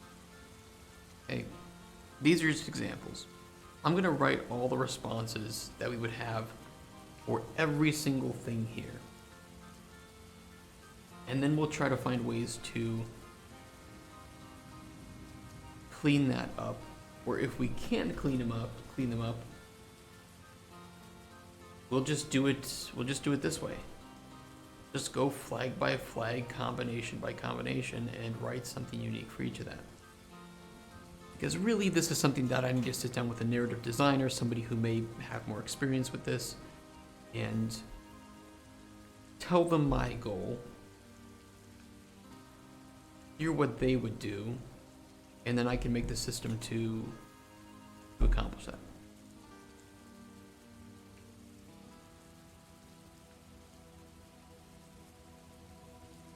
So I think first up we would want to do potions.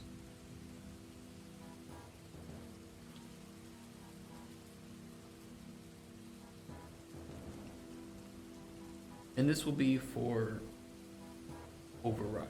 Let's do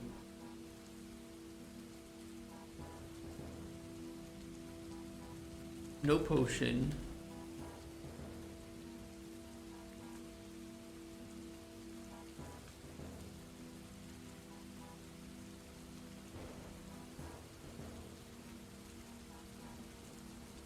Convinced. Anger.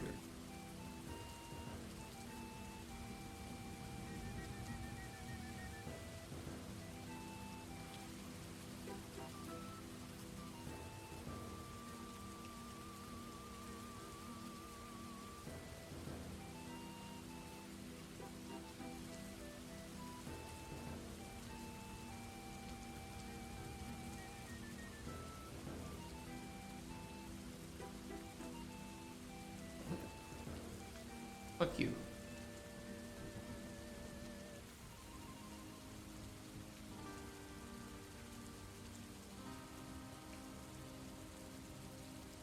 I don't know how many that is, but I think that's kind of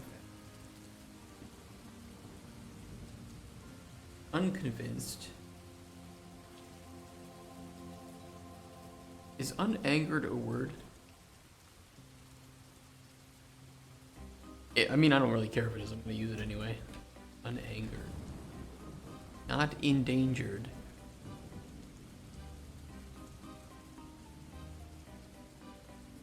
Okay, it kind of works. Unangry.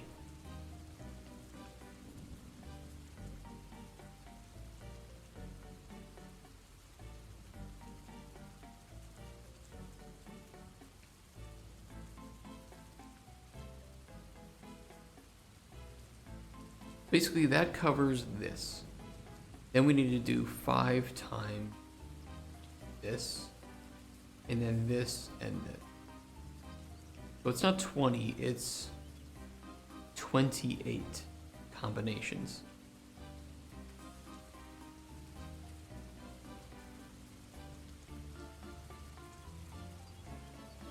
That's a lot of combinations.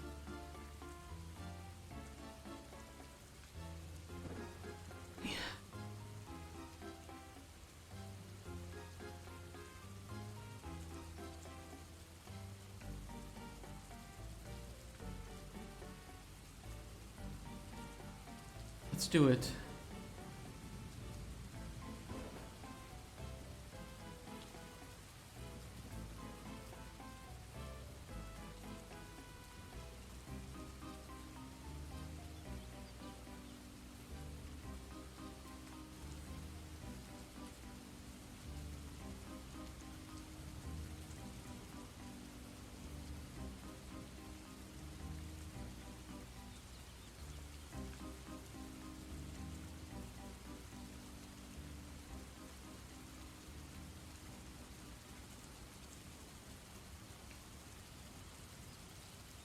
Ocean score. What were the tiers? It was.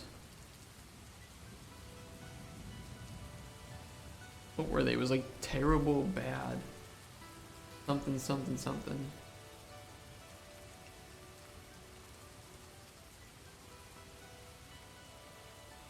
Terrible, bad, base, good, exceptional.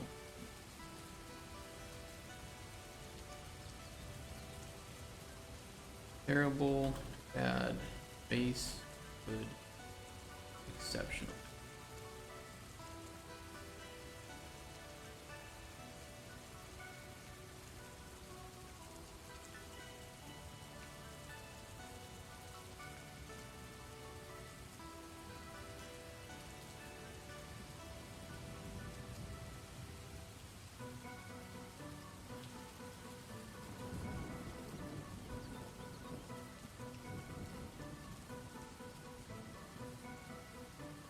You know what I could do instead is just copy and paste. These.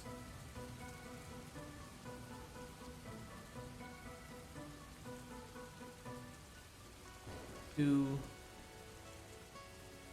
3. 4.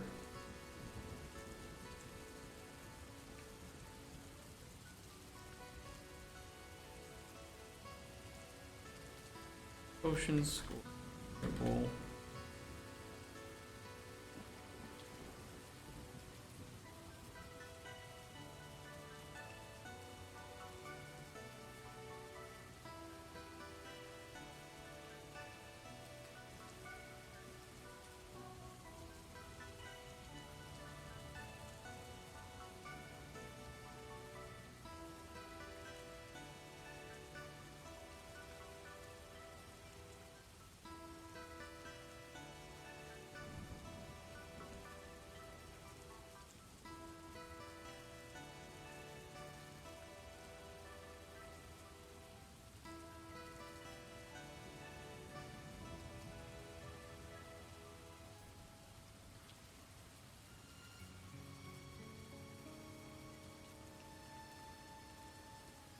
suppose my main question is because we can write these 28, no problem. There's no issue here.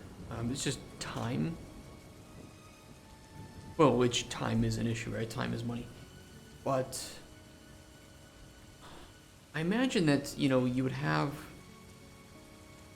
various feelings.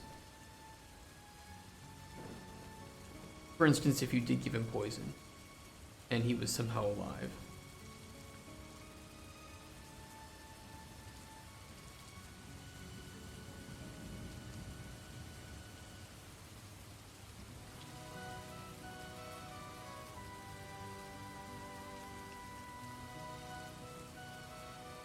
Is this just so bloated that it's impossible?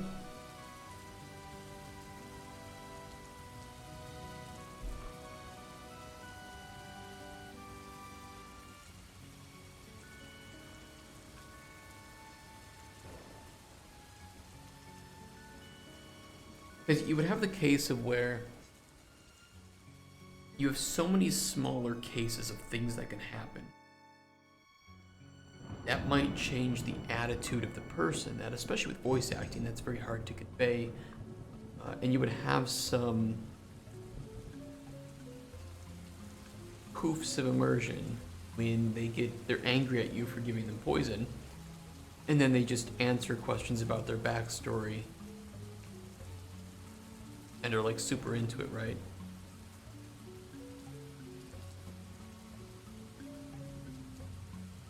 I don't know if there's any way around that. Not cheaply, not easily.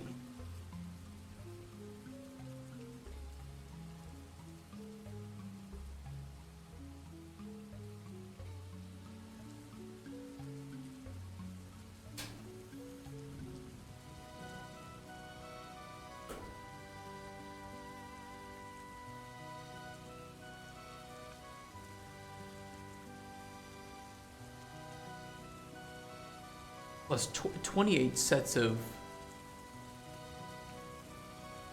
just initial dialogue. Like, this would be when the mage has returned to you. So you talk to them once, and you know, you make these choices, you talk to them, you learn about their backstories, whatever. This is when they return to you and they have things to say. 28 things. That's wild. That is a lot of lines of dialogue.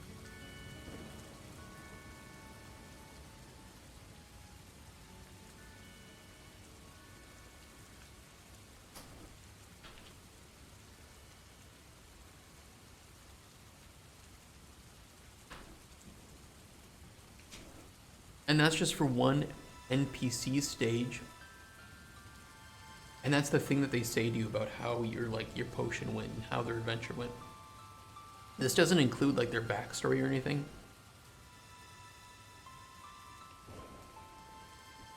I don't know, man. I don't know.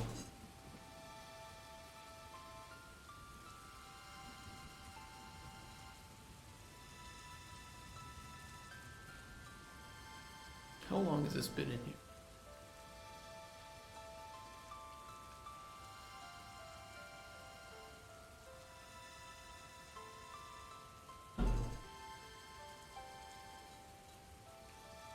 What do we do? What do we do with this? I mean, there has to be a line that we draw somewhere where it's like, okay, it would be impossible. It would be impossible or extremely expensive to handle this much dialogue, especially for a small team.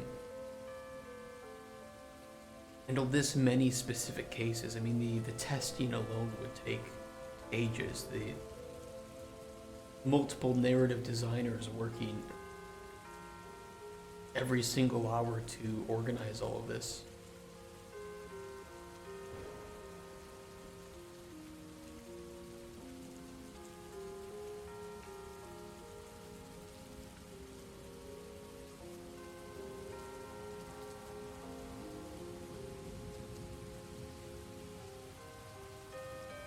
The deeper you get into it, the more you realize why they would just do, if this flag is true, say this line, if this flag is true, then say this line, and they would cue it, right?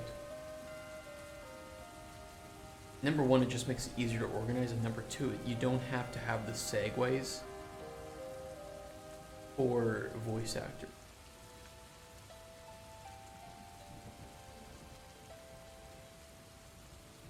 Because for this is individual sets of lines that we would have to record for the voice actor, for each voice actor.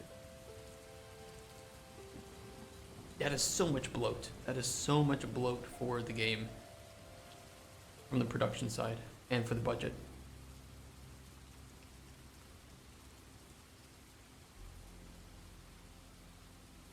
Man, but I hate the idea of queuing lines. It's just kind of outdated. It feels outdated, but I guess it,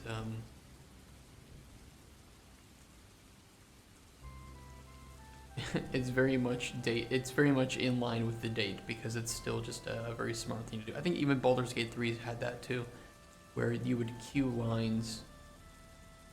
They would say the highest priority one or the one that just, I guess, was chosen first, and then you would have to, I think you would have to leave and talk again with them to trigger the next line that they wanted to say, which could be very different in tone to the previous one.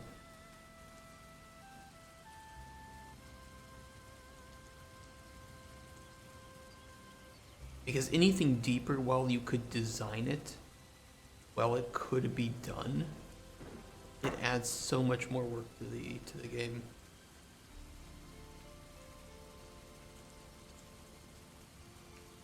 Wow, yeah. Never really thought about it.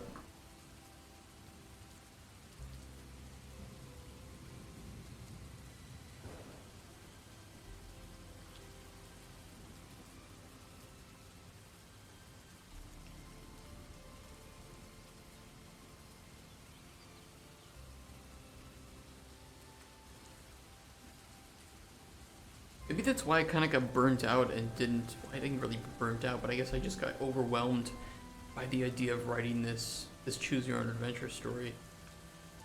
Because I had made this system in a very free-form way, where what we want to do here would be possible with that system. But organizing and managing all the choices was just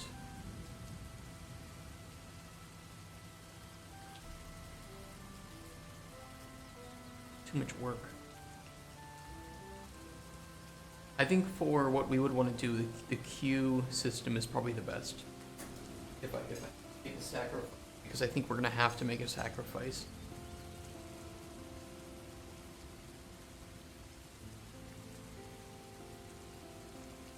The queue system is 100% the best.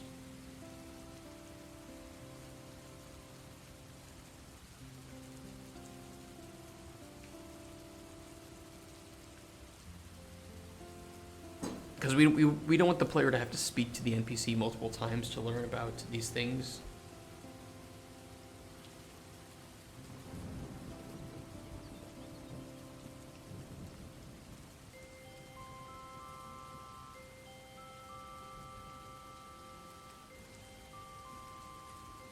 It would be like unique response, and the only thing you could say is like continue, or maybe you could, I don't know, say something else to that. Depending on what the response was. So maybe it's like you only have the option to continue. There's no like unique dialogue that pushes it further in some direction.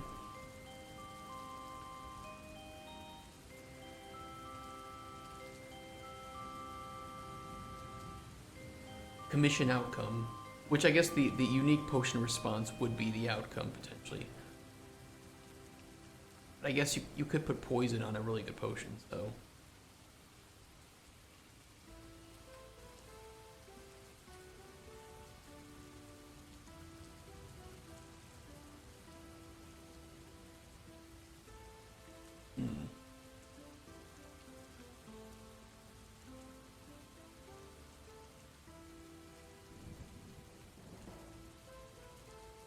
I may have to sit down with some design friends on this one and brainstorm.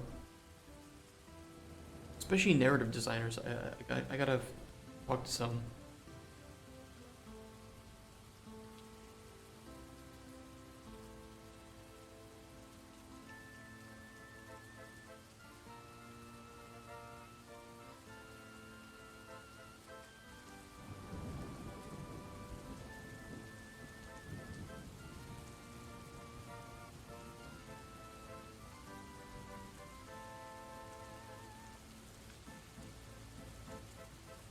We could put this on the back burner. Honestly, we could put this on the back burner and just think about it. And work on other parts of the dialogue system. We could also work on stages of this.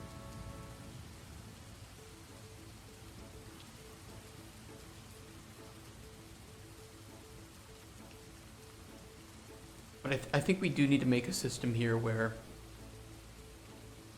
we just go for a solution that is efficient and easy for the designers, but it has, we need to find a balance, right, between easiest for designers and best for player experience.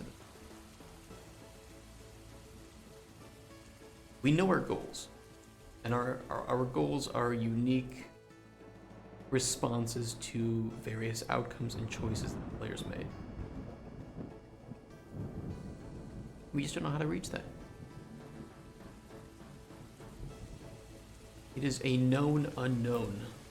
We know we need to do it, we don't know how to do it.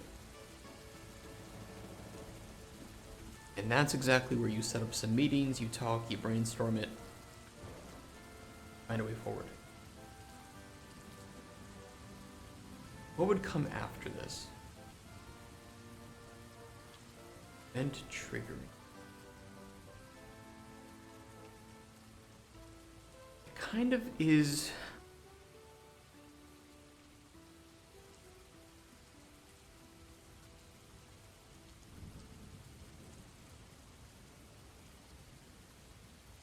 You can't really do anything with that until we have the dialogue system.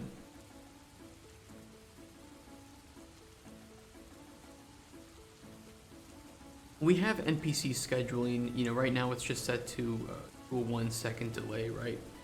But we can just control that in some way.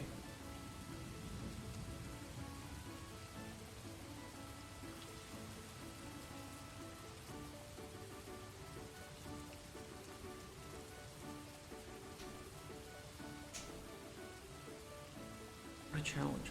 What a challenge.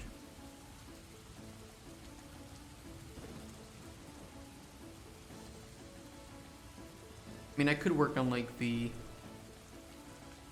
tracking of things that you've said to the NPC, but again, a lot of this depends on how we want to record that. Do we go with more like a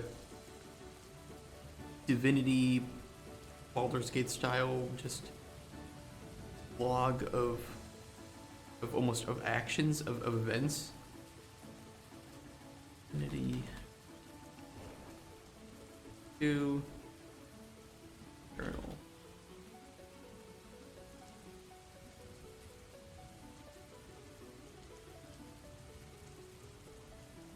You guys don't know. See, you kind of have a log of events that have occurred based on, like, for the instance, different companions or regions that you've been to. It's more like if you just were writing in a journal. We came across an elf beset by magisters. We joined the fight. So, I was visited by a mage who said he was in this dungeon. I provided him a potion, and we could then record exactly what information you know about this dungeon. These can go into your codex or something, and exactly what potion you gave him, so you can remember what it was and what was it. Favorite IRL streamer? Hey Phoebo.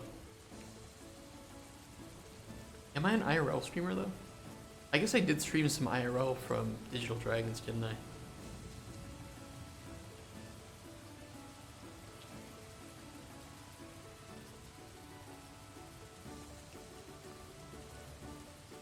I love this Reddit thread though. It says, "Noob, please can someone explain me how to read the quest log? I'm so confused. There is flags, green text, gray text, and it says nowhere really what are the clear objectives." This kind of reminds me, I think Asmongold had a video of the gamers, there was some report of gamers are getting dumber. honestly, I think that's the fault of game design.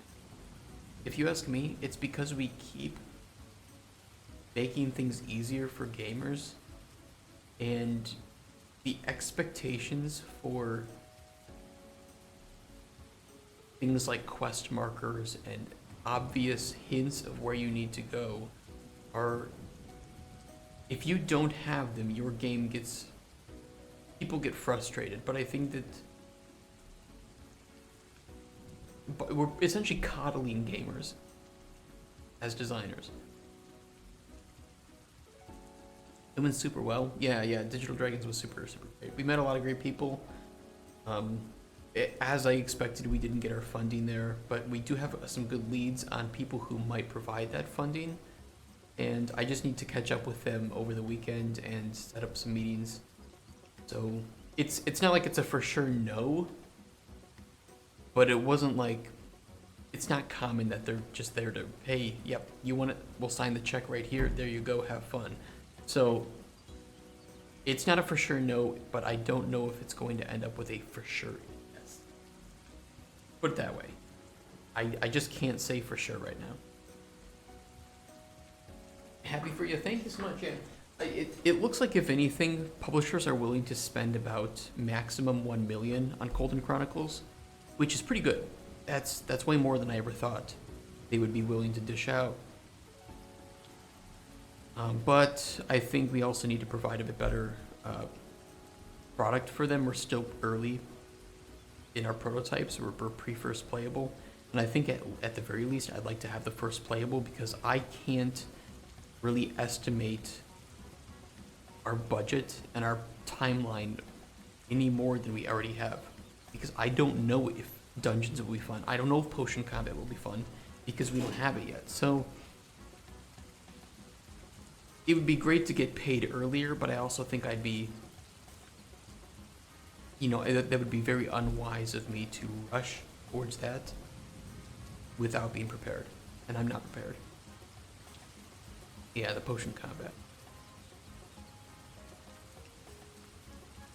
Maybe I should watch that Asmon video, though, about gamers getting dumber.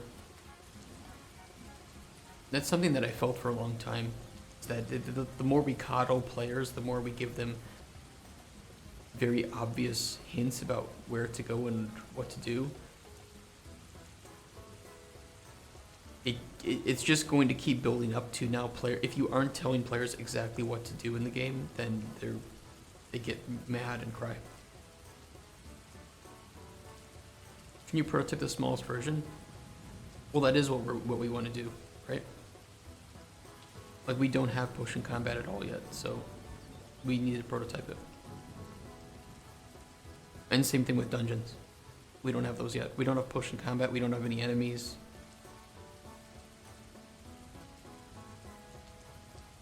Maybe I worded it wrong, but that is the intention, is just to prototype it.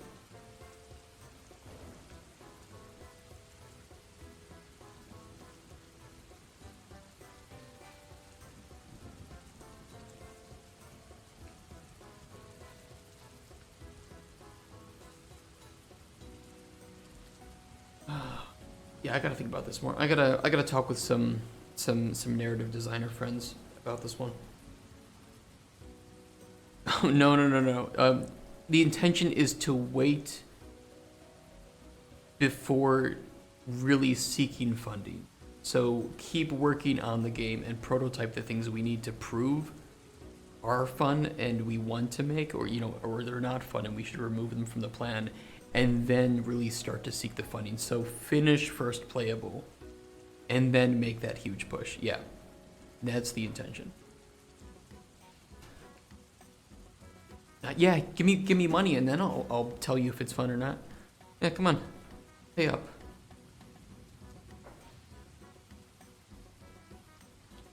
Which, we make fun of it, but sadly, a lot of developers do that. An awful lot of them. I had one, let's just say I had somebody that I know that would go to pitches with just an idea, a pitch deck, with entirely AI generated art,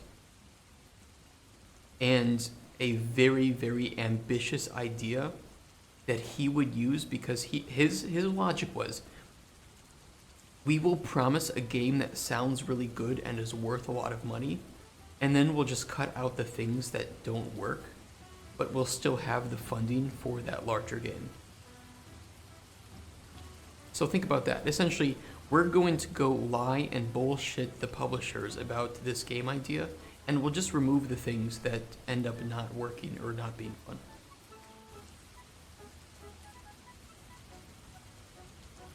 What's the roadmap for how long you think this game will take? Right now, and I think that I can't say for much certainty,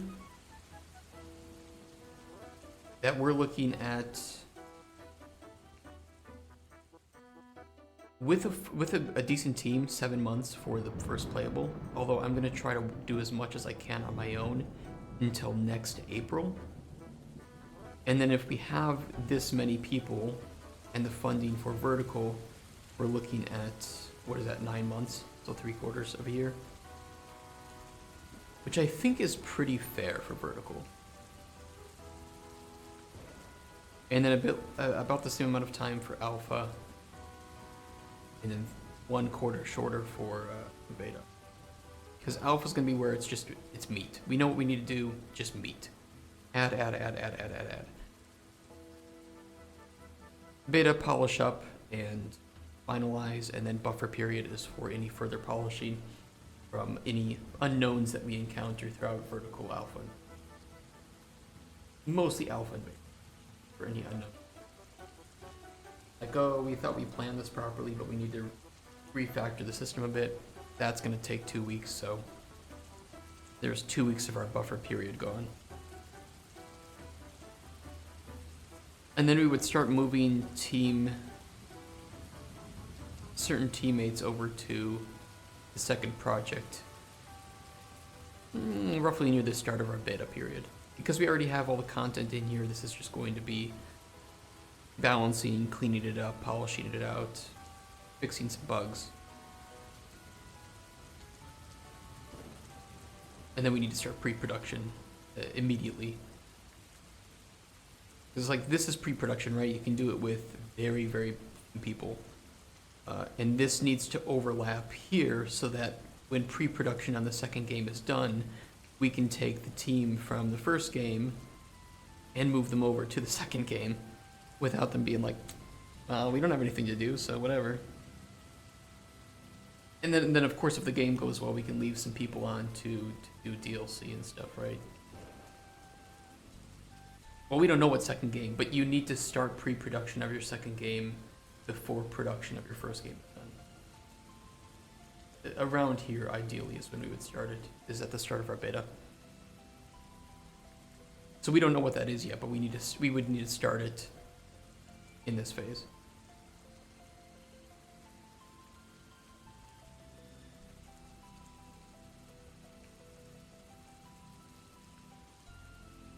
We don't want to do it later. I've worked at a place where we had to start development of our second game at the end, at release, and it was absolutely horrendous. I don't know why they didn't listen when many people mentioned, like, hey, we need to have started our game already. We need to have been in pre-production 6 months ago. I'm 29 and a half. But I've been in game dev for like 11 years, professionally.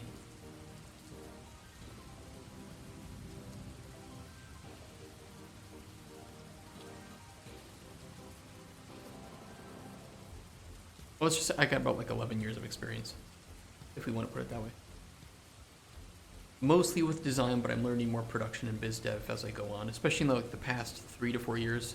It's been a lot more production biz dev while I continue with my systems design and coding and all that other nonsense.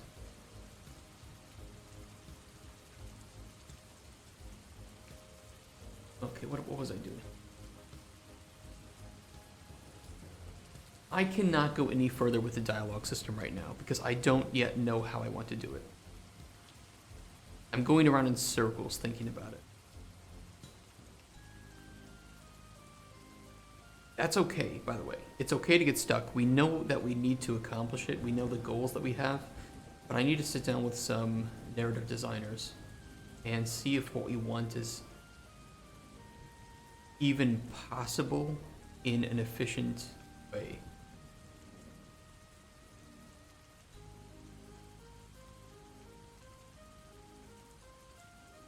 Because I can design the system, but I can't... In a lot of the ways that I can design it, it's going to be terrible for voice acting. Terrible. Terrible. Very expensive. And also very difficult to organize. But if we go with a cheaper option, I don't know if we can achieve the goals that we want to achieve. So things like a queue-based system for responses, and I guess something more akin to what Baldur's Gate and like Mass Effect have, right?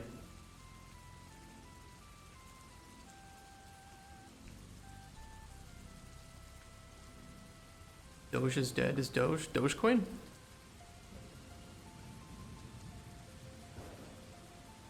What are you talking about? Doge?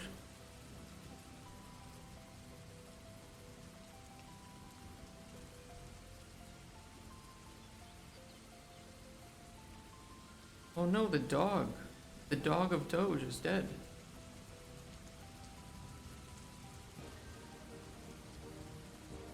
Bosu, the dog behind the Doge meme, has died at the age of 18.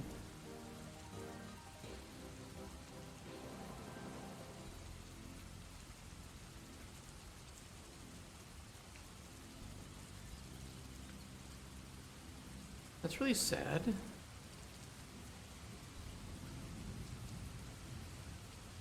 Yeah, play Despacito, please. Uh-huh. Kabosu.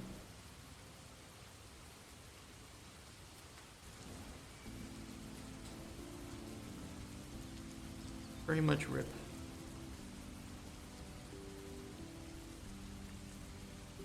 Well, now I don't feel like streaming today. Damn it. It is really sad, though.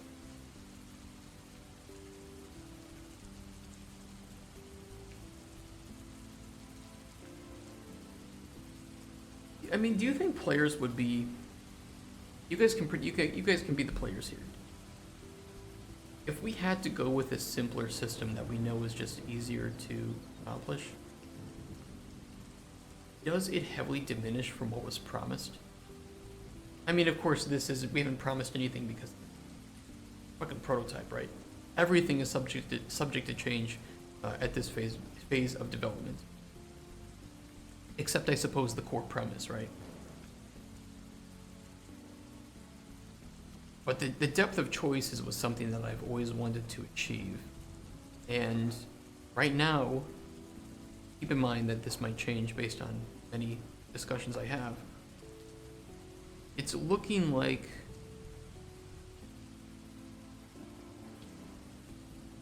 the system isn't impossible to make.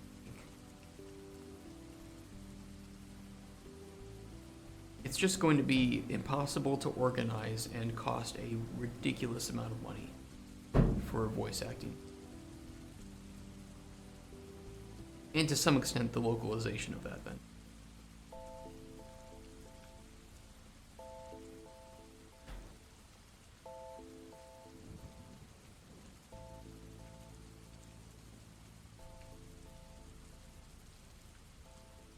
Like, okay, you give mage, you give NPC poison, they wanted a health potion, right? I think that this is also something that can be... This is a part of it that could be axed if we needed to, right? This unique response to the situation. But I think that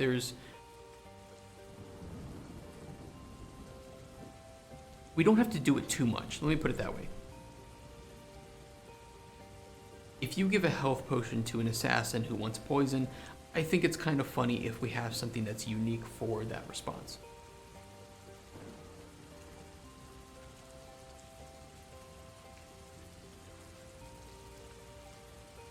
Second option, this is also an option, is that we limit the amount of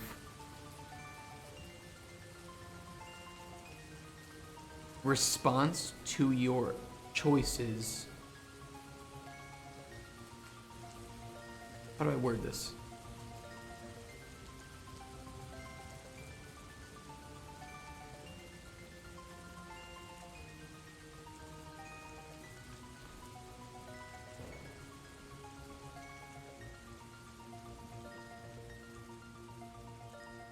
How do I word this? Let's chat.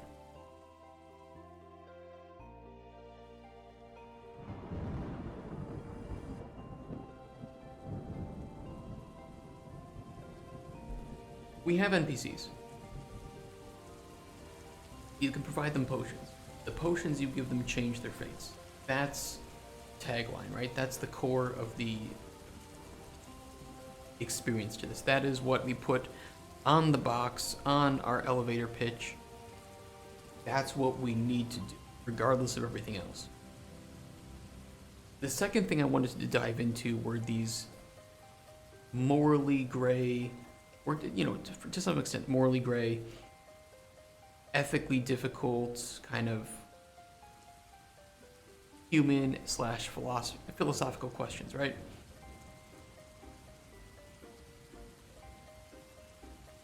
And I think it would be cool if the things that you said to people sometimes were remembered and could change responses of them. So, you know, humans have the ability to convince and to change the minds of other humans. Sometimes. I think that this adds a pretty interesting layer of depth to characters, where you have a role beyond being an alchemist. You are also a human connection.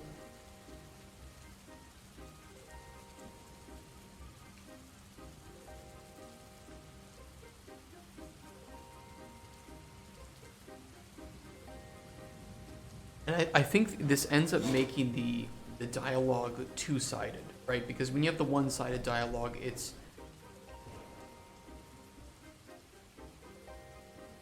you say things that don't mean anything to the other person. It changes their responses, but it doesn't really change their actions. It doesn't have any meaning. It's a one-sided thing of they say things to you, you're supposed to accept that, and your actions have consequences, but your words don't have consequences.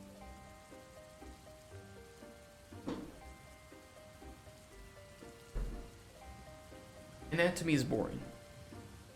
It works, but every single story-based game does that. And one of the things that I appreciated to quite an extent with Starfield, if you can believe it,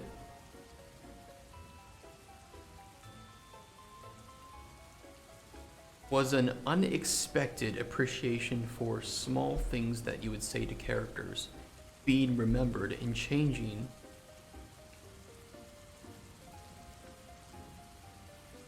the responses of your companions. I was thinking about the Fortnite launch trailer.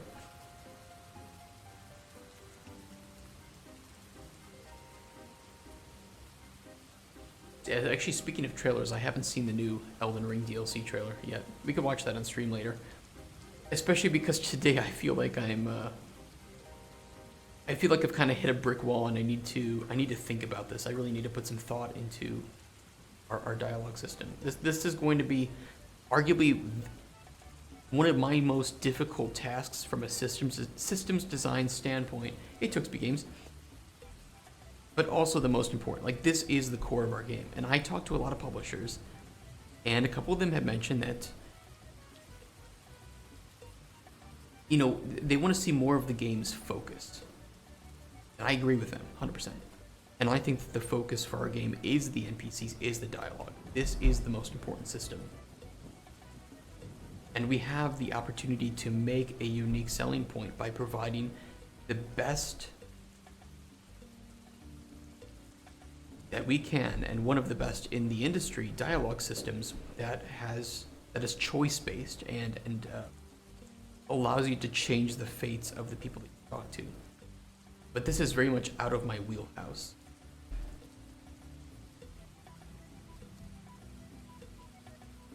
Well, it's a bit, right? Because a narrative designer would still be thinking in terms of systems design when they're trying to develop this. But I need to talk to a narrative designer, or a few of them, to learn, just like to listen to their experiences of, oh, hey, I've tried this before, this didn't work, or this could work, but I've never tried it. And just figure out where we can actually move forward with a system that is efficient and that I can then implement. If that makes sense. Hey Matthew, how you doing? You just reminded me, I have to get back to your message. I'm sorry, I'm just so backed up.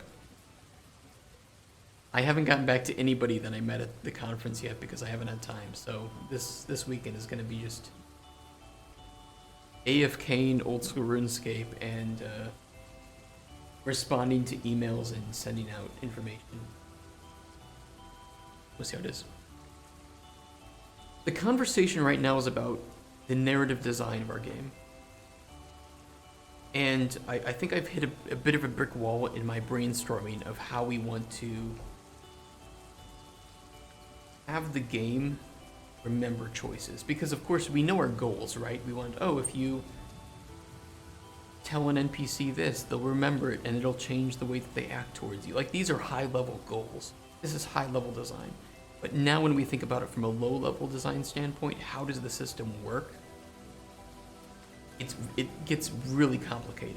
And it's ending up being either a nearly impossible system to organize or a ridiculously expensive system to handle from like a writing and voice acting standpoint. Karma could work, and we could do karma for individual like characters, like their I think we wrote this somewhere. We wrote like a relationship meter with that person.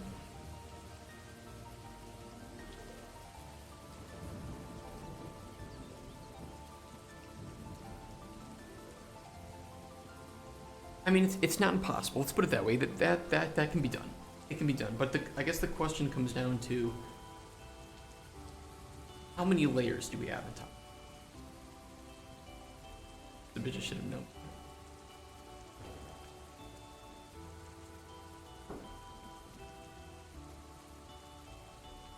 Strictly for individuals, do you want it for groups?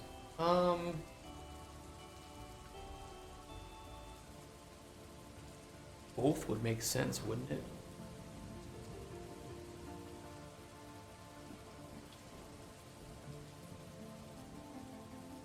That's the ideal. But the ideal, what we're finding is that the ideal is going to be ridiculous. It's certainly not a system that I can design on my own. I think I'd be very foolish to try.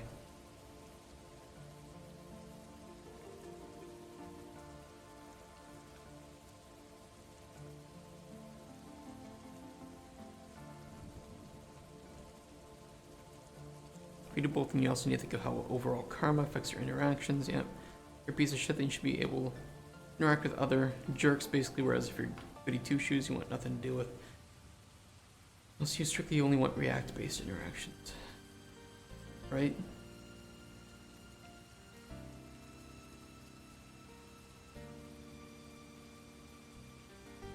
And then there's always the what's the best for players to understand, and what's the best for us from an efficiency point of view.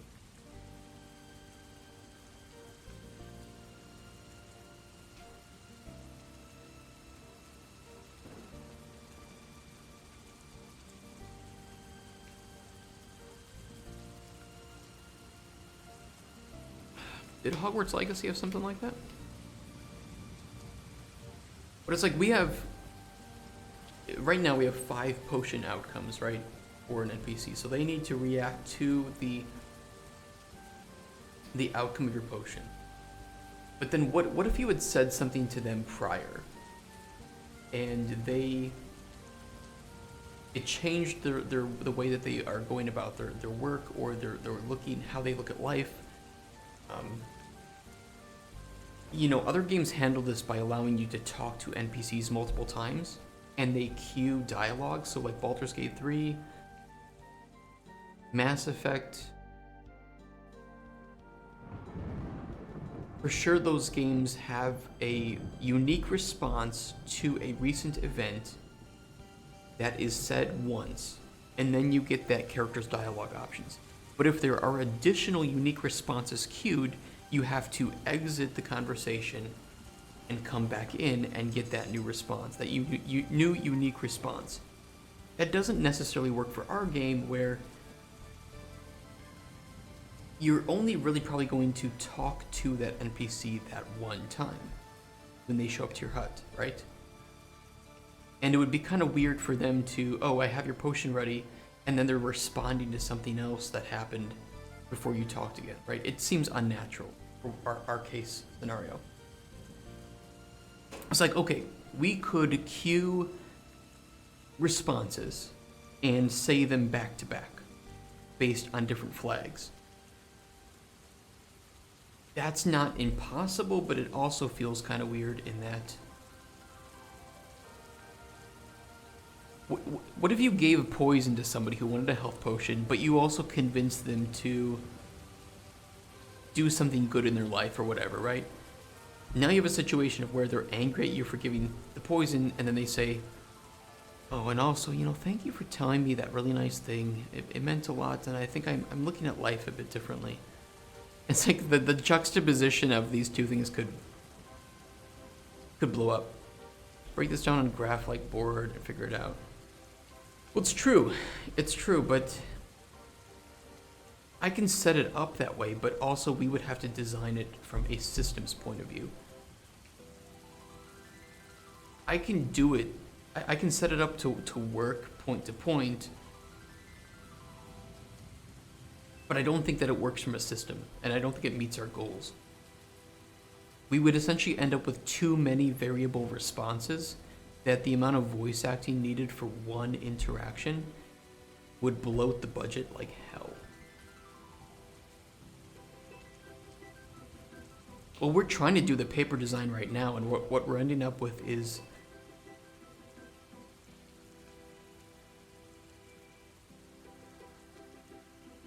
response 1 plus response 2.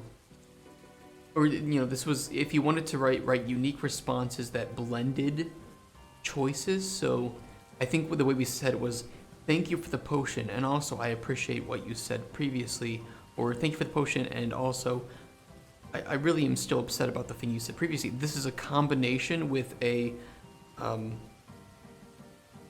segue between things. So these are unique responses to multiple choices in one line. You need AI, yeah, pretty much, right? Okay, let's check it out. 445.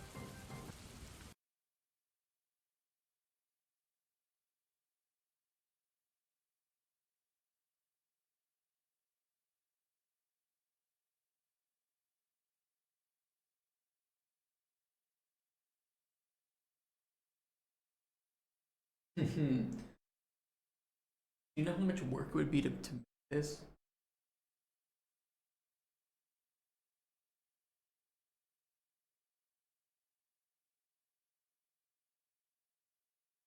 This is triple A budget.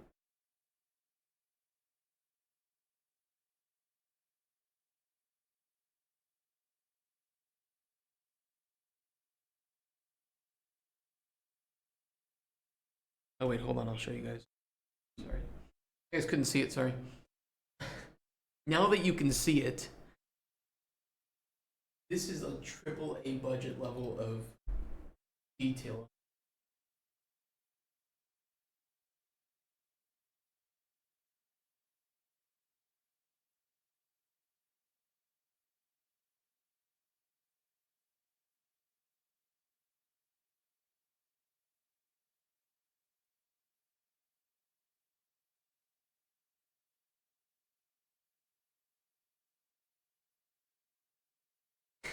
Yes, sextuple A, right?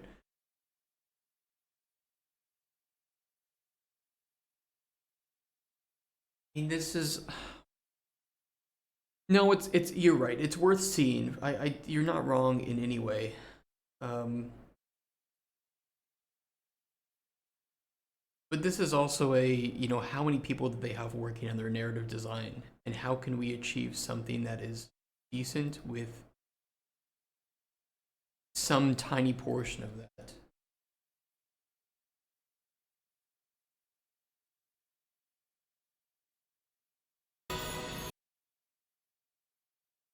Where is it? Where's their art?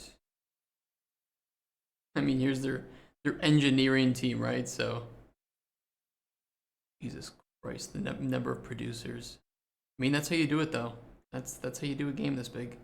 Yeah, design team.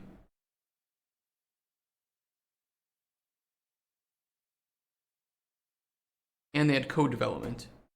Yep, can't neglect the code development.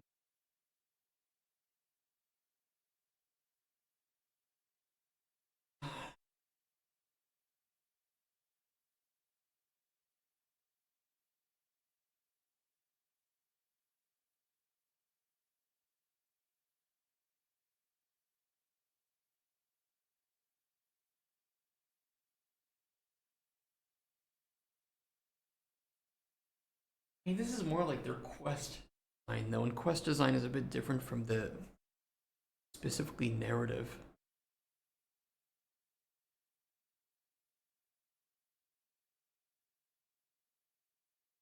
Because it's still just conversation to conversation. They have conversation IDs that they call. So they would write unique conversation IDs, which would essentially be this option for us. Which is we have different flags. We have unique lines for unique sets of flags, but that means we need to have we need to write all this other shit for these unique flags. We would have a lot of flags in our game. It'd be more akin to a like a CRPG, right? And then in that case, we would need to have voice acting specifically for these if we want the segue to be there, or we do the addition method of, well, we queue lines, right? So this would be if character A has 3 unique things to say to you based on certain flags that are triggered. They say the first thing, they say the second thing, and then the third thing, and there's no segue between them. Which is arguably the easiest, but it's also a little bit immersion breaking.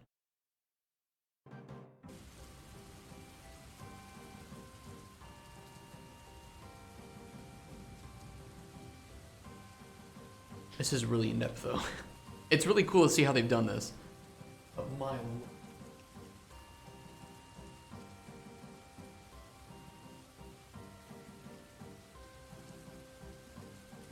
It's wild.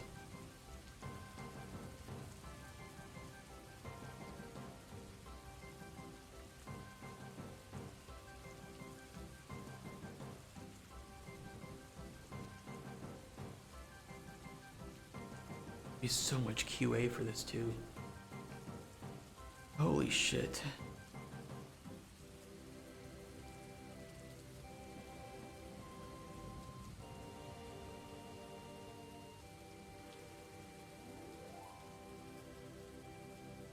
Yeah, I mean this is really good. This is very well designed.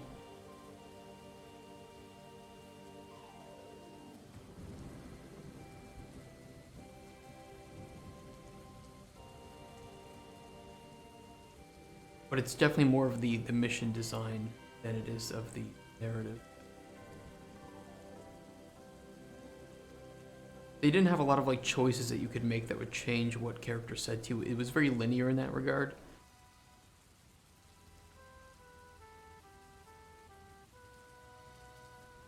And when there were choices, it still is presented in kind of a binary fashion with the choices. Again, the easier way to do it compared to what we want to do.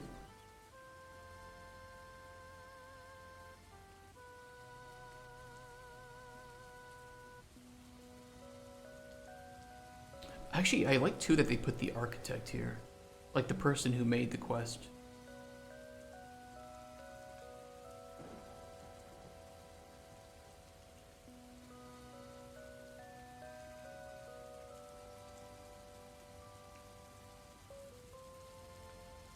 Yeah, it's well made. While you're writing, I'm about to get a book.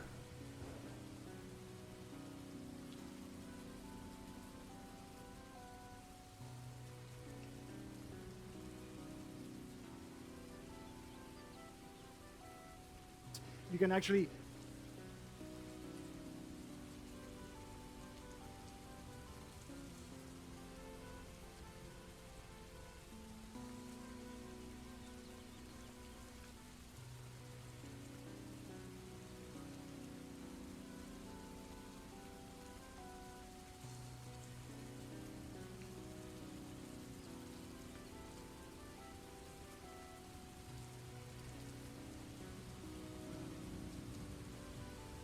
Yeah, I think it's really nice that they made a in-engine editor utility widget for this. I assume, I mean, it's a plugin, right? So it's not really a editor utility widget, but it kind of is.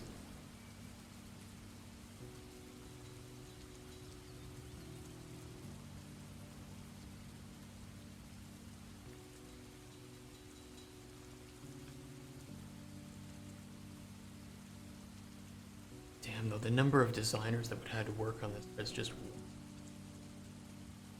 Yeah. I mean, we knew it would be difficult, right? I think we estimated before that... Well, there's the reason why we have the dialogue system in our game like it is now, because I was like, oh my god, no, this is a months-long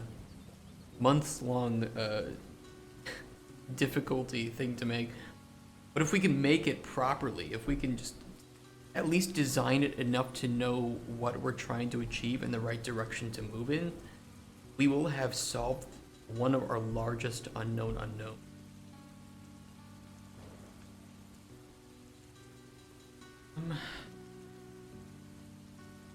Potion. Okay, let me see. Have preset moods. Find random preset moods. Okay, so they have mood.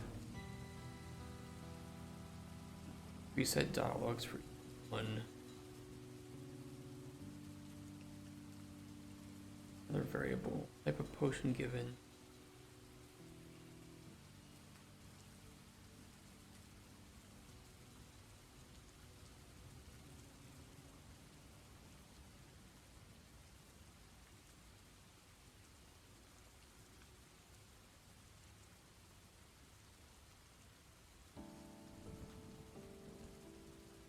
I mean, but that's the kind of how we have it now, right? Is where you have these five responses that can be given based on your potion. Right? And these are different. But then you have, you know, this saving your cat, right? I get it, but it's like, this all adds up to essentially what we found out before, is that you would have a ridiculous number of unique responses that would all have to be voice acted and written. So this is the multiplication method essentially, which is this method. You're multiplying outcomes by different flags.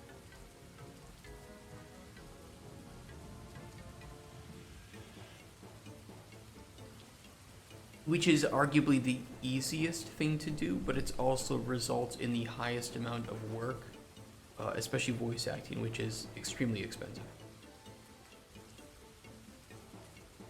And there are easier ways to do this by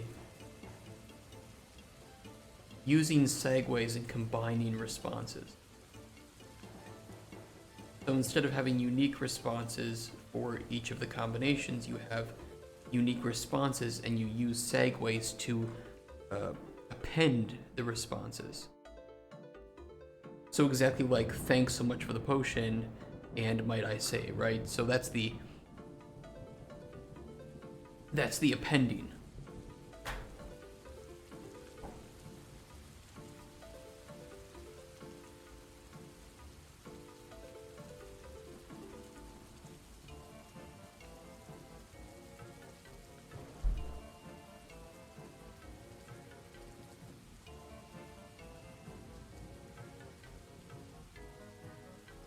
I won't be doing AI acting. Yeah, we're not doing that.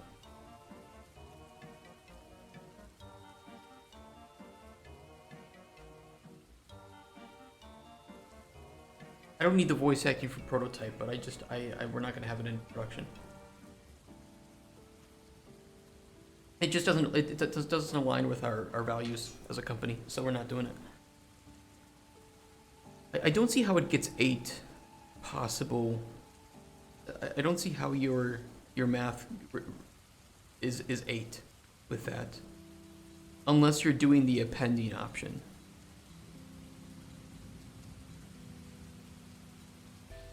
Which is my preferred option with segues.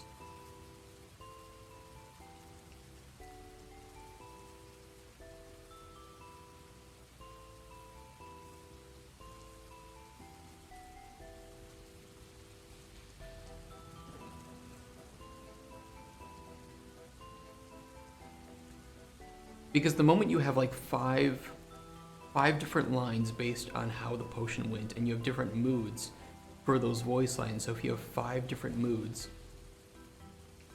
and then the voice, that's 5 times 5, right?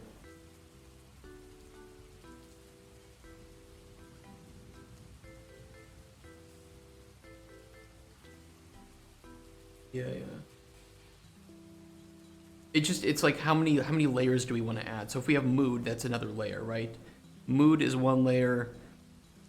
Potion, let's just say quality, is one layer, and then you have these choices, right? Of maybe you convinced him, like I think, what did we say? It was, you could convince him that bananas taste good, or that he's unconvinced. You could anger him about his fear of clowns, or you could not anger him. And so then these additional choices are layers, and when do we insert them, and how do we insert them? And if we do the segue method, that's great, but the segue method could also mean that line is not set at all. So now with voice acting, you would need to either have different lines, or with the segue or without, or you do the old school method of you cue the lines, right? So it's like, let's say we have the potion given. It's like, oh, thank you for the potion, it worked great. That's done. On the thing we talked about earlier, insert response. So there's no segue here, it's just separate lines that go back to back. But it sounds kind of stiff, you know what I mean? Like it sounds, it's very obvious to the player that these are separate, unconnected things. Or maybe it's just obvious to me because I'm a dev, right? Maybe players aren't as keen on picking it up. That's very possible. But for me as a dev, I can see, okay, these are being queued back to back. And is the player okay with that, or could we find an interesting way with conversational segues? So, thank you for the potion, it was great. And also, on that thing we talked about, or if you didn't provide a potion at all, now it's, oh, then, the thing we talked about earlier, right? So now the line is different because you didn't provide a potion at all. Do we say that? Do we not say that? How do we want to handle this from the system perspective?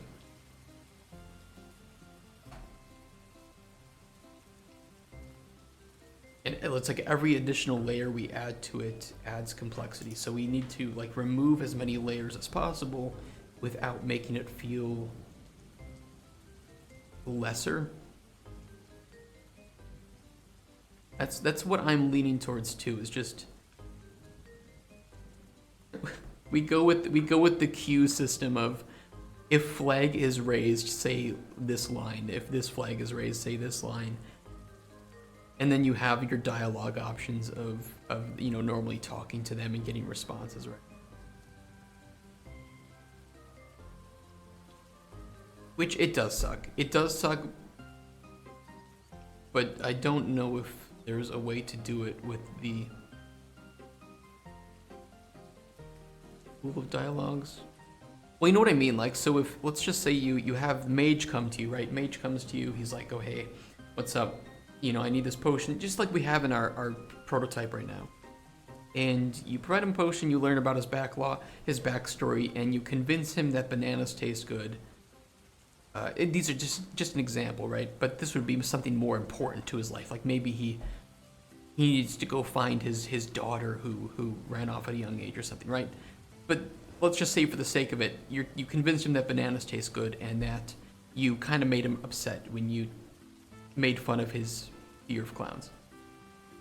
When he comes back the second time and you talk to him, you press the interaction, what does he say to you?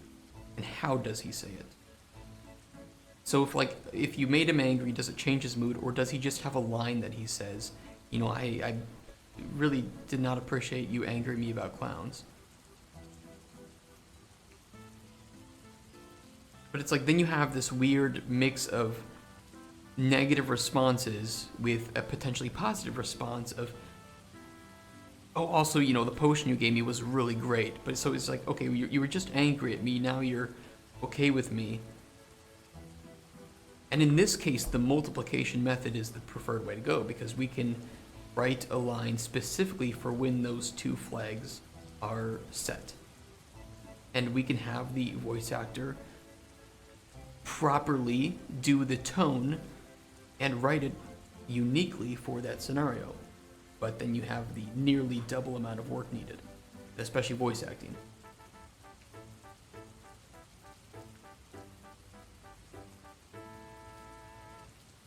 But the append method, like you said, it's the simplest, it's much cheaper for the budget, but it sounds weird. It sounds really weird.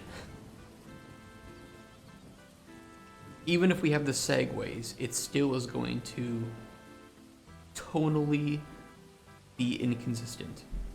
Which you do get with our you know, my two examples of Mass Effect and Baldur's Gate 3.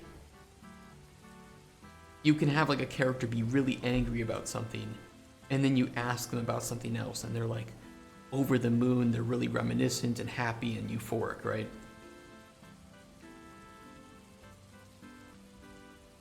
I don't know how to solve that. I don't know how to solve that in a cheap way. It seems impossible without some massive, ridiculously large budget and a team full of designers. Certainly that isn't us.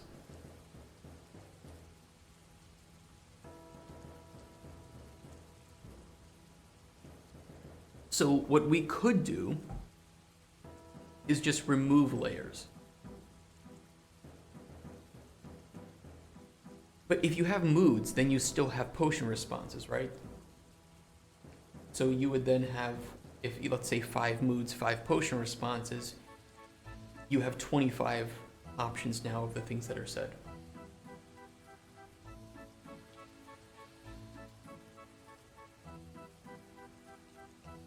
So it's the 5x5 layer.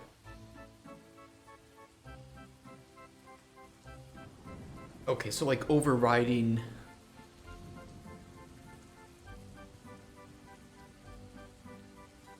he's happy in the person.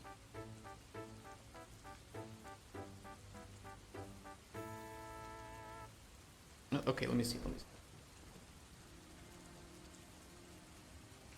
You just tell me yes or no.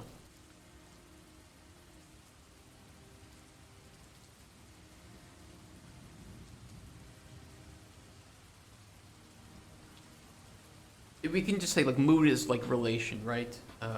How he feels. Let's just say how the character feels about you, right? We'll use your terms here. I mean, that's what I'm doing. You can see my my screen. You're just telling me if this is what you mean. We would need a multiplication sheet here, actually. This is a...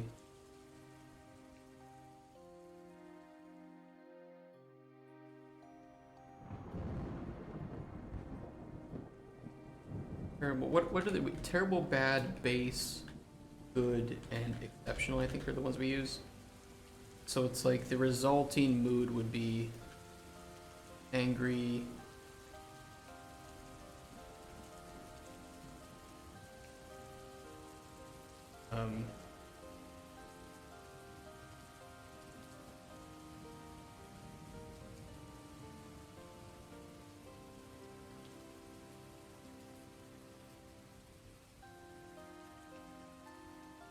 like this, right? I think you can see how it's filling out. It would just be like a, let's just say red to, you know, green.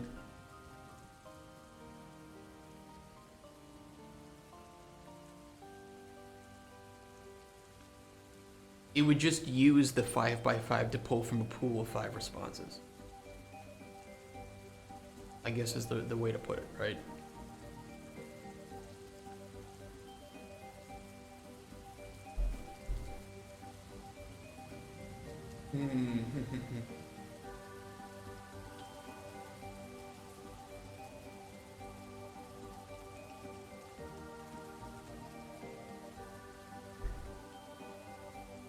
Yeah, yeah.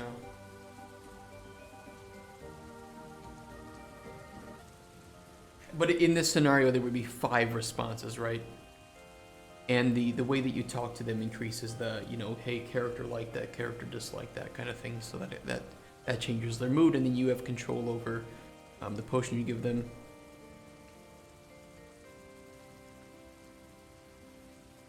Yeah, okay. It's possible. It's I gotta think about it.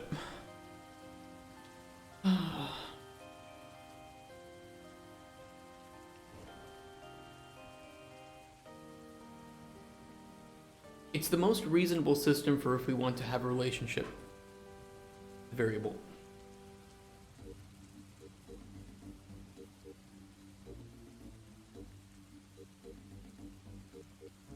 Yeah, yeah.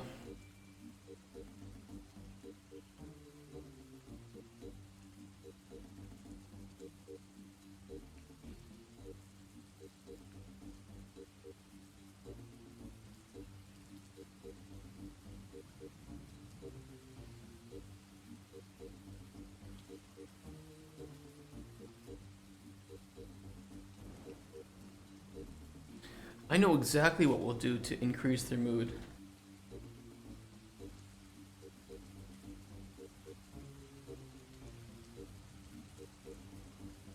This is what we need to increase their mood.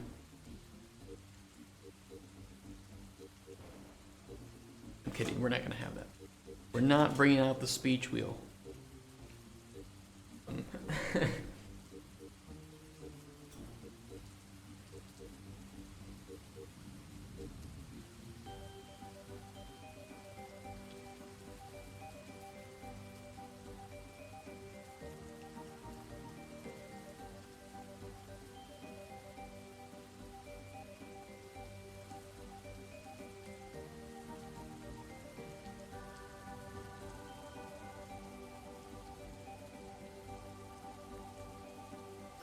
Yeah, what I was thinking was the unique dialogue.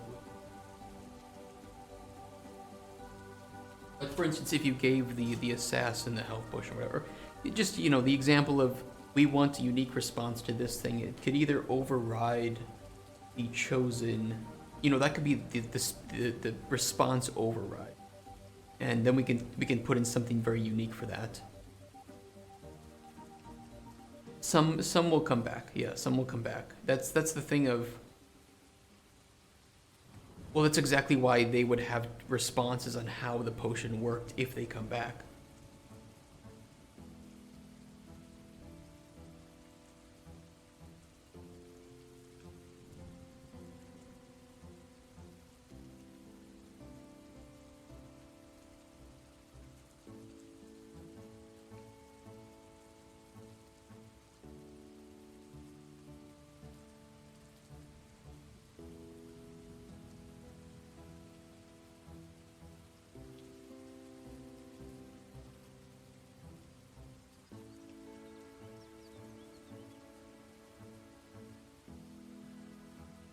Yeah, I mean, that's easy to do. It's just if we want to go down the route of having the relationships stuff, you know, how they feel about you, or the it's not really relationship, it's, well, I guess it is. I think we argued about that on stream at some point. Not you and me, but we were trying to find the right way to call the system. I think it was reputation, honestly. If we want to do the reputation, we can do it so that if you... There are dialogue options that you might piss them off, they'll never come back, right? Like if you make fun of a guy for his fear of clowns, he might just be like, I'm not coming back to you at all. And that's the end of his story for you, right?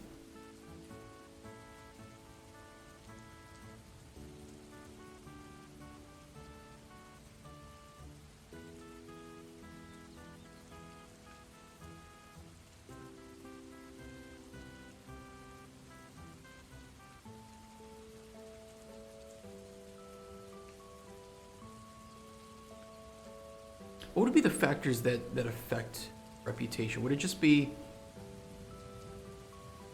potion quality, of course, is going to affect how they feel about you, and the dialogue? I mean, we could also have, if characters cross paths, you know, there could be some other choice you make with character A that once they run into character B, that's part of their story path, and it can affect the reputation that you feel towards B.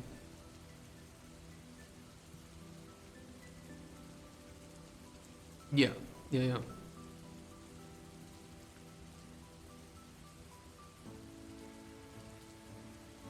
But let's say then if they're really happy with you and you gave them a terrible potion, maybe it just makes them neutral or frustrated about you.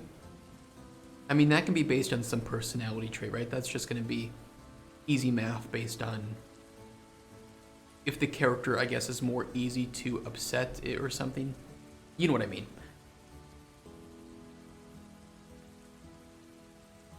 Like we have initial disposition towards you, and then, yeah, we just do a scale for that. Yeah.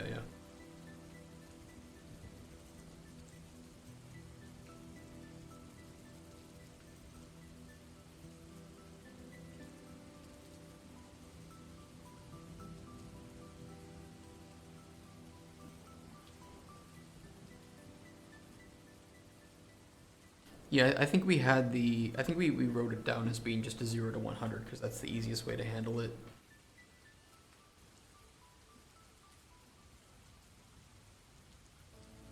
And then we could override thresholds for different NPCs if they are just naturally more of an angry person, or naturally more happy, right?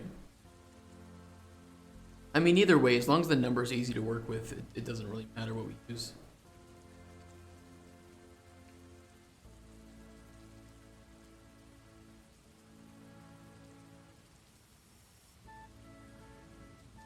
Yeah, the only issue I can see with something like this is just that the responses are based more on mood and less on, or they're based on a calculation of potion quality to mood.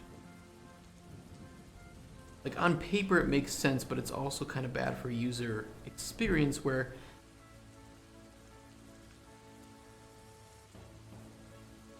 the player can give a really bad potion to a happy individual, and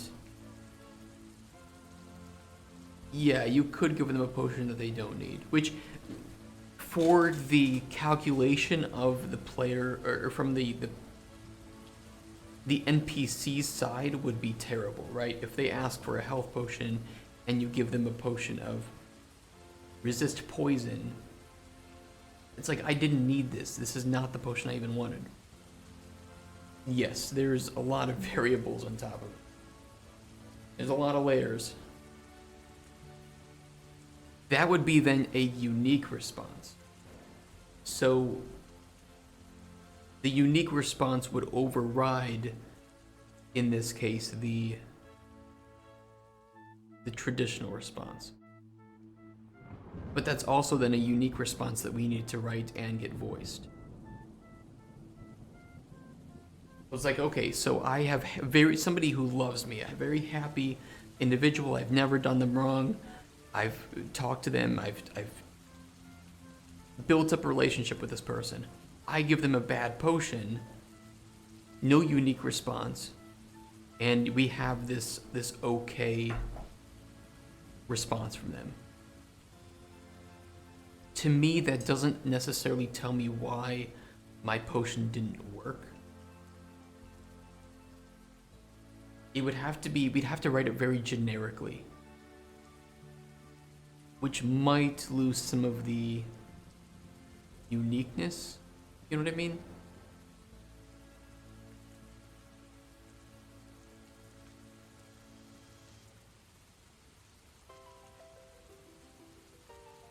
I don't know, I don't think I'm explaining that well. No, we didn't get funding. We didn't get funding. But we have some really good leads for funding.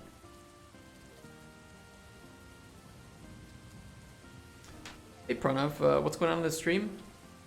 We are trying to design our dialogue system, and there's a lot of variables at play. And we're trying to find a way to balance it all in terms of efficiency and budget, while also making it as deep as we want. And it's proving to be very difficult. We've got a lot of some drawings and thoughts and worries about the number of combinations of responses. There's a lot of choice that the player has in how they want to, in the case of our game, provide potions to NPCs and change the fates of these NPCs. And then of course those NPCs might return and have responses about the potions you gave. So there's like tons of moving parts to it. Gotta get going, but I wish you best of luck. Yeah, right, got a 5K word paper that I don't want to do but need to do. No worries, Matthew. Thank you for giving me something else to think about on this, and we'll find a way through it. Like, this is probably one of the most crucial aspects of our game, so we need to do it right, and I don't mind if it takes a long time to find the right method of solving the problem.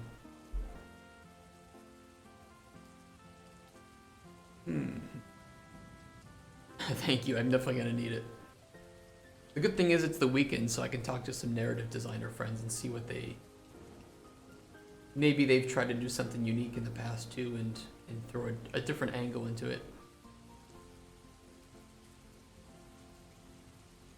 I think we'll need to prepare some different solutions and methods and probably just try multiple and see how it feels.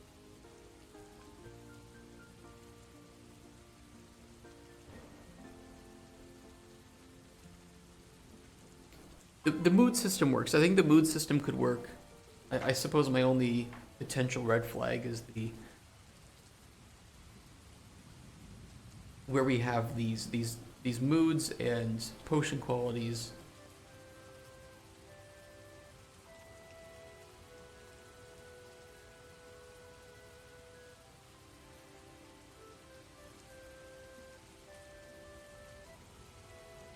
I want some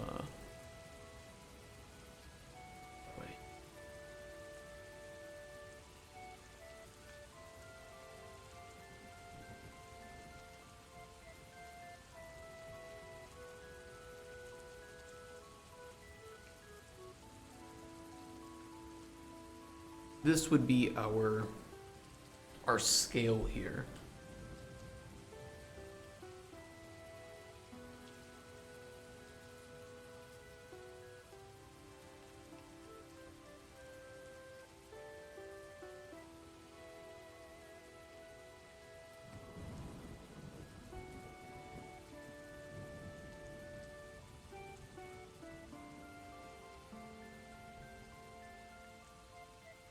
let's see. Okay, if you give him a base potion, I guess he'll just be okay.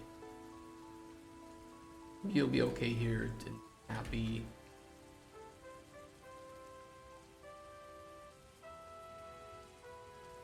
This is what his response will be. So based on his mood, and then based on the potion that you make, the quality of the potion, how well you satisfy his needs, which we already have this system in place, then we would choose a response. And then of course this would affect his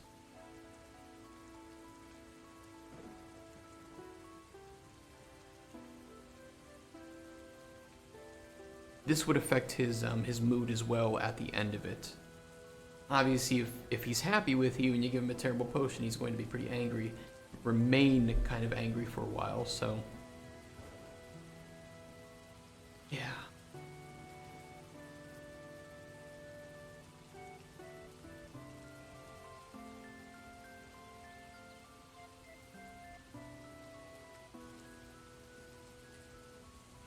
We can try it. We can try doing something like this and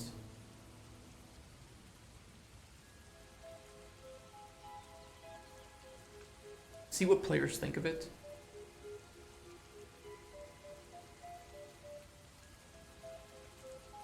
Well, I mean, that's the idea, is that we would write, so you know, NPC would come in, ask for a potion, and they'd have their backstory and things you could talk to them about. And the things, when you talk to them, let's back up even further. When you meet them, they're going to have some predisposition towards you. Maybe it's just a naturally angry individual. Maybe they're pretty neutral. Who knows? As you talk to them, you can have choices that would change how they feel about you. Maybe you agree with them about something that they believe heavily in, or you disagree. And that's going to slowly shift their disposition towards you.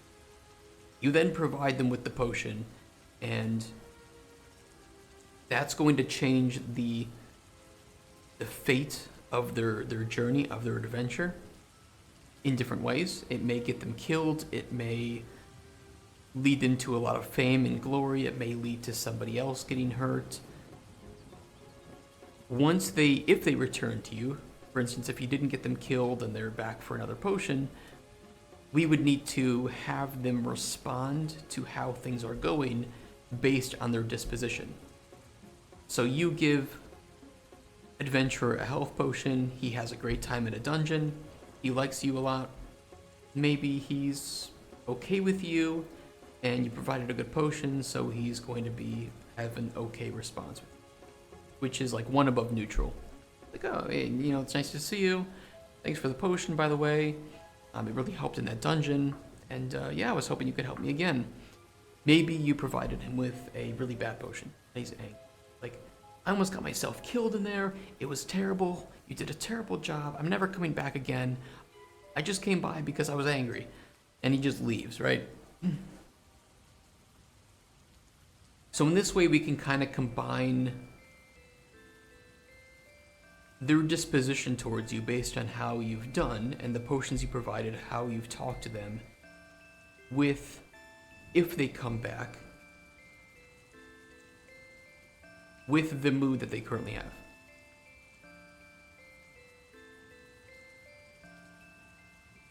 I think that could work. So it's the same kind of system for every NPC, but the responses will be different based on their stories and their disposition. But only their immediate responses to, you know, how you've done, things like that.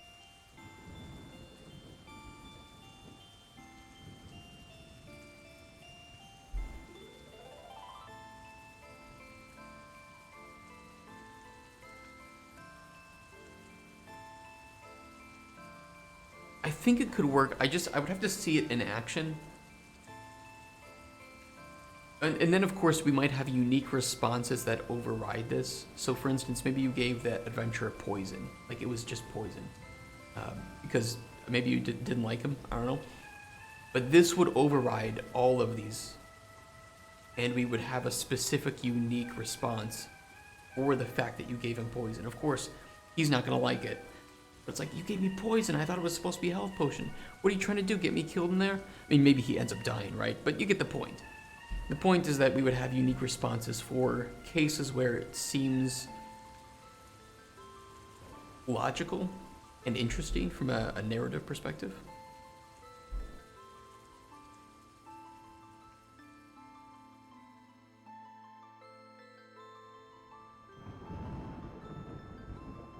This could work. This could work, this could work. It could work, and I think it's also relatively easy to try first, and if it doesn't work, we can find a new way to try to handle it. But doing, you know, plus minus values on certain dialogue choices is very simple. And then changing their disposition towards you based on the potion you give is, again, very easy to do. So this is at least one of the easier methods to implement that I think we can start to test. It definitely works.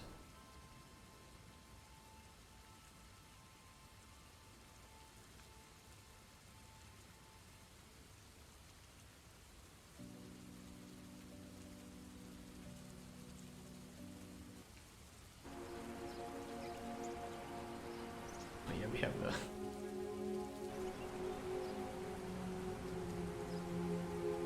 The good thing is we have the spawning working. I'm very proud of the spawning work.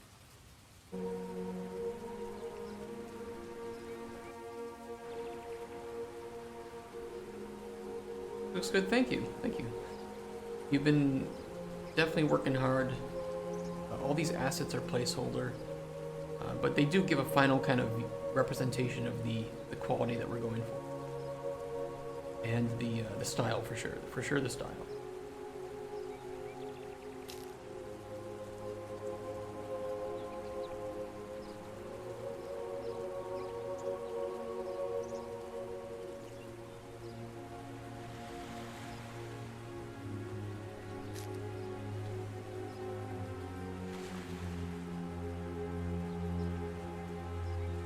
Looks really good at night too. Nighttime with like some fog.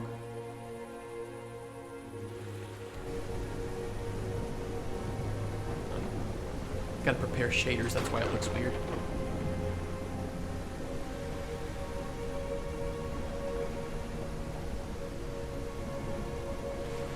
Still preparing those shaders.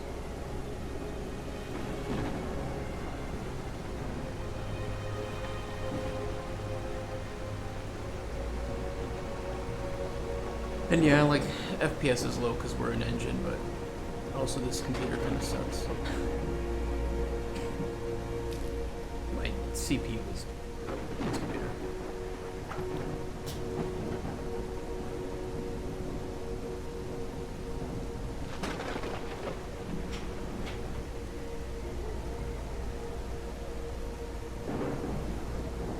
It's very slowly preparing those shaders.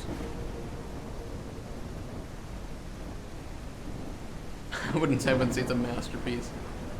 But this is the 85th, 86th day of development? I think 86th day of development. But now the fog is kind of loaded in.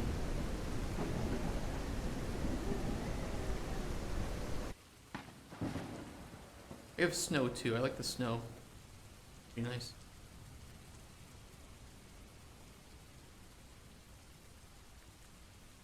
Nice and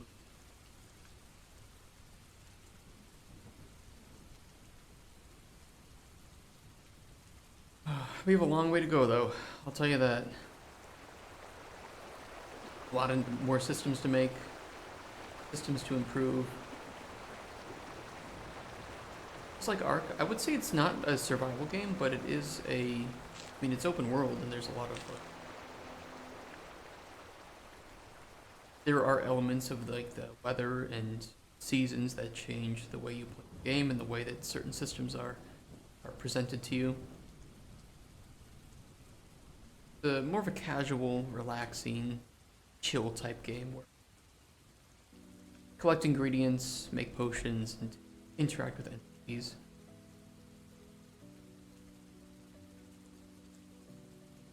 NPCs that will have very interesting dialogue systems once we can design it properly. We have not succeeded at finding the best way to do it, but I think this is a really good lead that we have today to do it based on this.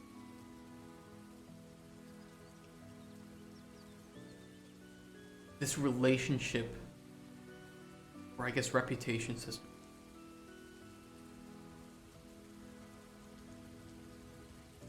Which I think we had in the first playable plan.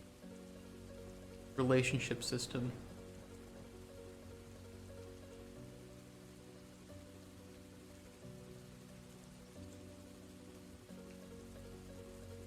But yeah, the biggest one is dialogue loops in memory, special case scenarios.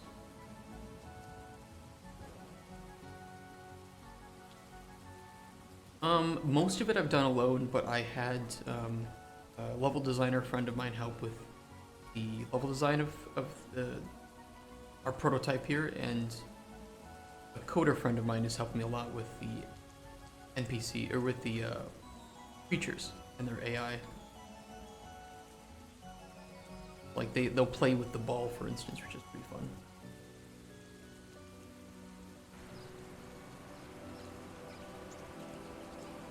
They really like to hit the ball around.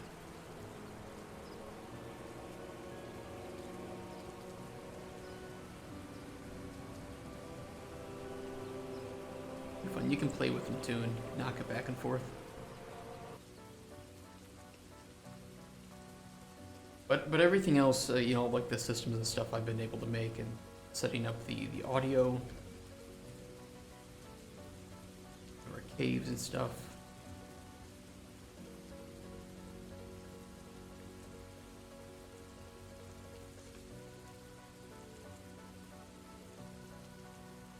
It's making progress, but it's still a prototype, right? So we're very early in development and missing a lot of features.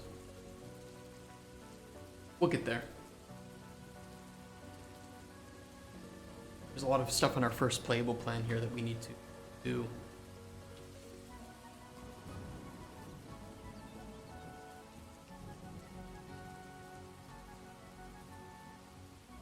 Status. Status is a big one.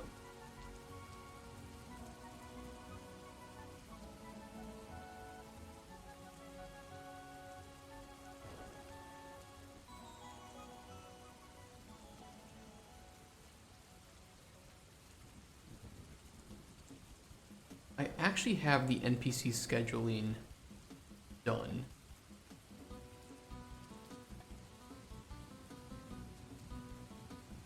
Have it.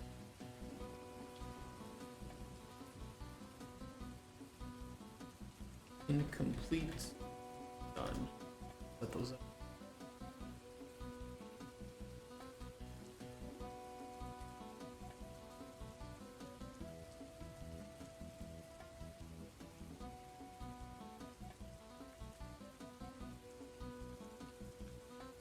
Task status. We will for sure do our best to optimize it. Right now it is not optimized just because it's a prototype.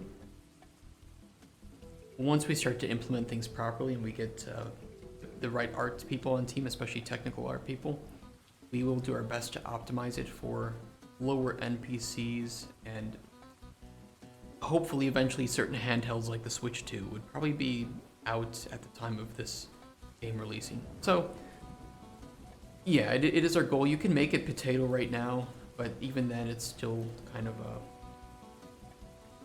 there's still some things that aren't very well optimized even if you make it potato. But I mean, maybe it would play. This isn't a game where you really need a million FPS. You just need it to be just need it to run. It's more of a casual game.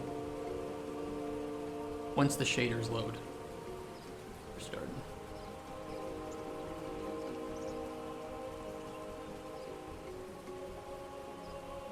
This is where we would have a loading screen. There'd be a loading screen here while it does all these.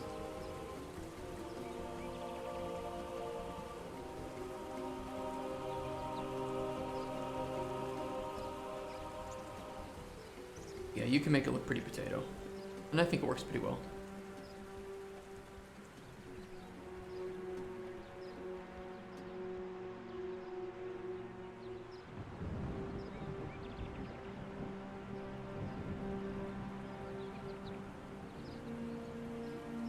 Get about 30 right now. Let's wait for it to finish doing the shaders, and then we'll have a better idea of how many yes we get. And then FPS in editor is about, I don't know, it can range about like 20 to 30 FPS lower than you'll get in the final build. I don't know what CPU you have. I have a very old i7 6700K, which is about equivalent to a modern i5. And then we have, I have a 4070 Ti, so a very good GPU in here. I do think a lot of our performance dips do come from lack of GPU optimization.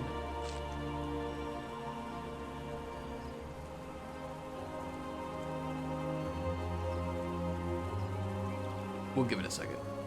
Finish the shaders.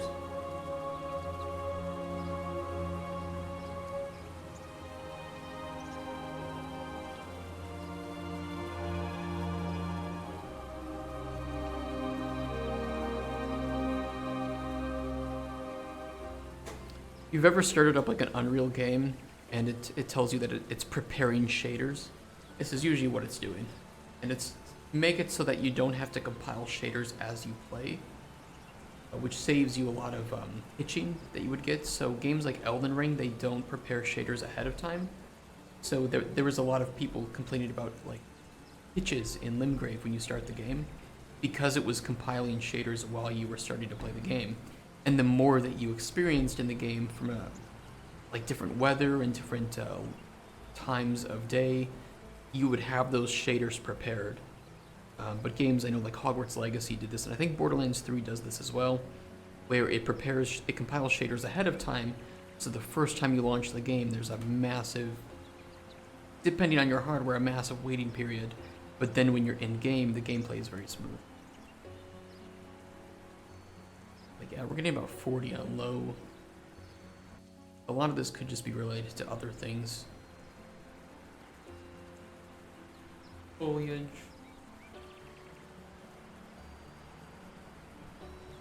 I think it's probably just GPU.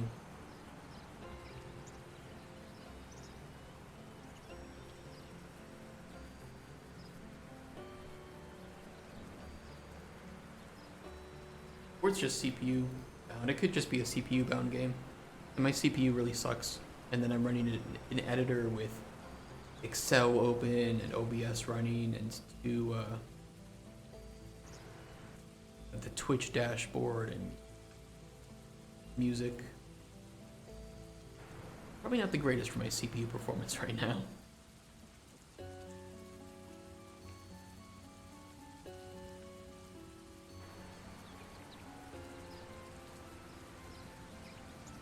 Yeah, there's a bit of CPU usage on this one.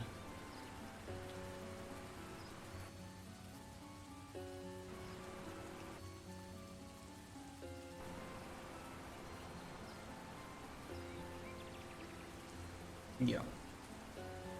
It's pretty light on the GPU right now, but the CPU it's a bit heavier.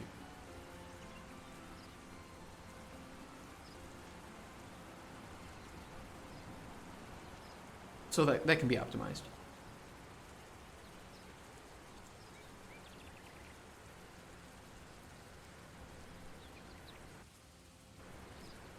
But if you get a new computer, I will say it looks really good. Looks really good, especially with the volumetric fog and during different weather patterns. For instance, nighttime when it's foggy out, it looks really beautiful.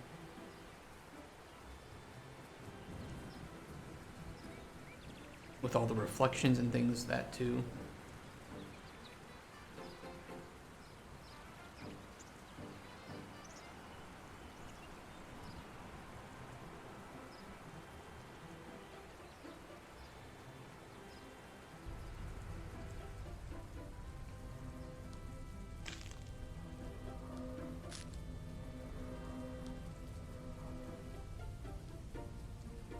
Yeah, it's hard to see the volumetric fog on stream, but you can kind of see like these weird white bits that move when I move back and forth. The volumetric fog can be pretty heavy on performance too, so turning that off can do a lot to help. But it also looks really good.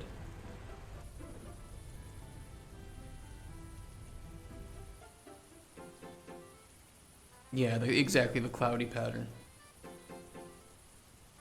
Oh, you can see it here really well.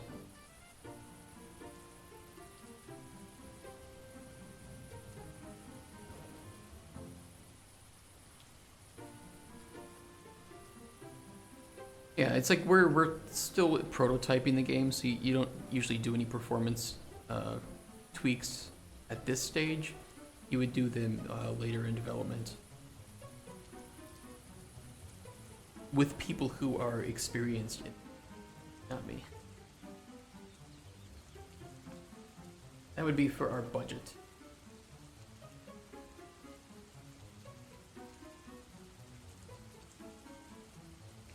Our 3D artists, lead 3D, be working a lot on that. Our level designer would be optimizing our levels are loading.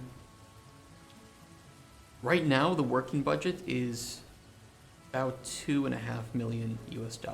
That's what we're looking to get funding for. And we just need to prove that we can work with that and we know what we're doing with it. And that's why we're working on beefing up what we have now and trying to prove that we have the capability to achieve what we set out to do.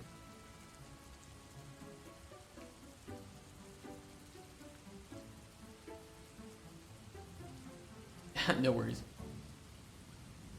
No worries. I suck at my talking when I stream, so we can both be sad.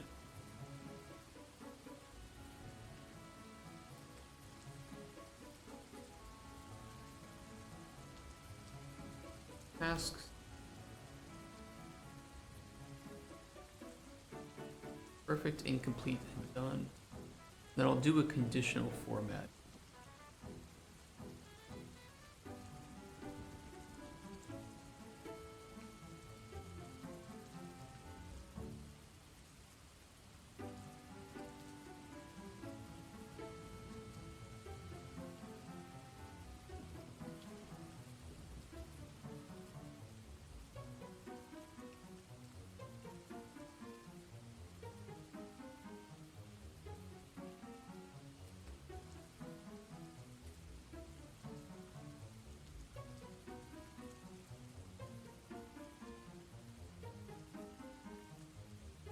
How does that work? When it equal to nothing.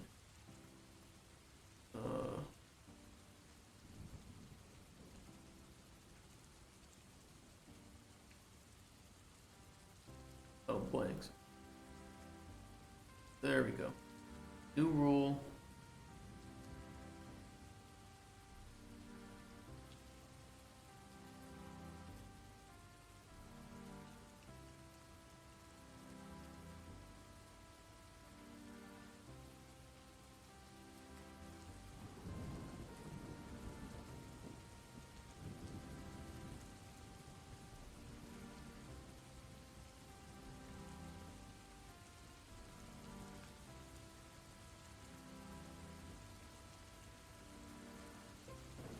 Green fill with dark green text, that'll be.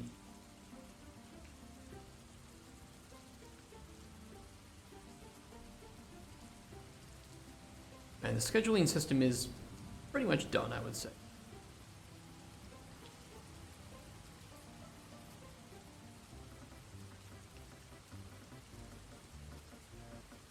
We could also do in progress. We could do that. We do kind of have some fireflies. But I think it'd be nice if we added more of them during the nighttime. Like flying around in the forest.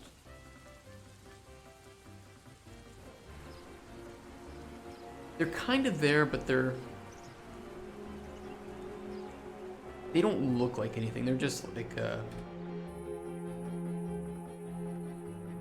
you know, they're colored circles. It really isn't anything special. Having some more lights and things that are alive in the forest would be really nice.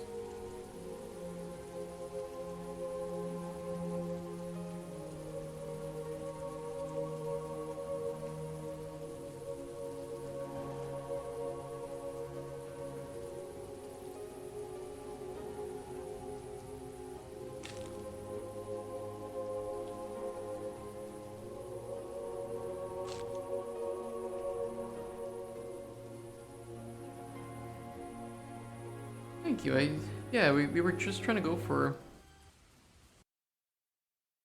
that vibe, you know? Just relax in this world. Unfortunately, we weren't able to get footsteps working just yet. There's some error in my landscape that the material wasn't picking up properly, so wasn't able to get footsteps done for our latest build.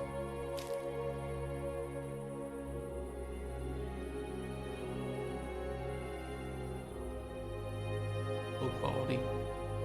I'm running out of RAM, that's why, in editor. Normally that looks better.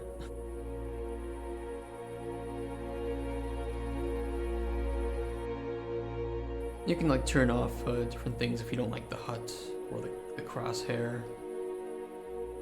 Or if your nighttime is too dark, you can turn it up or make it darker. Oh. Well, that is a bit dark.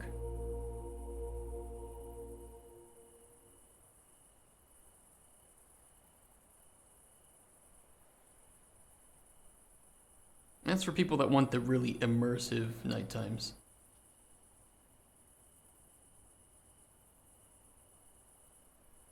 Then you can do debug pink beam of light. Ridiculous.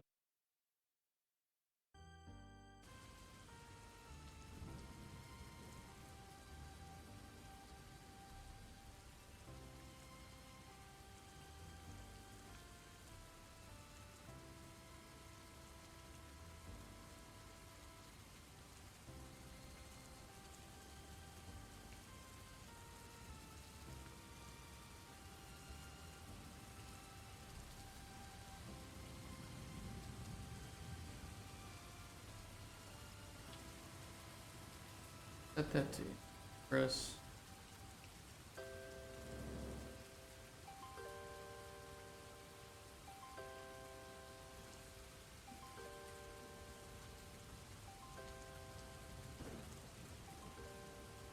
So NPC scheduling is in progress. The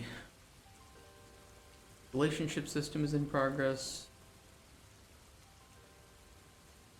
Dialogue loops in memory. All in progress.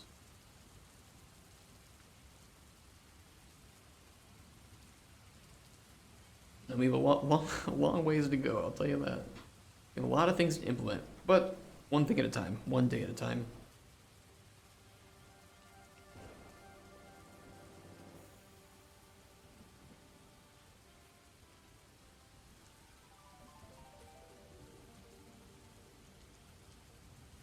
Did I save this? Let's make a screenshot.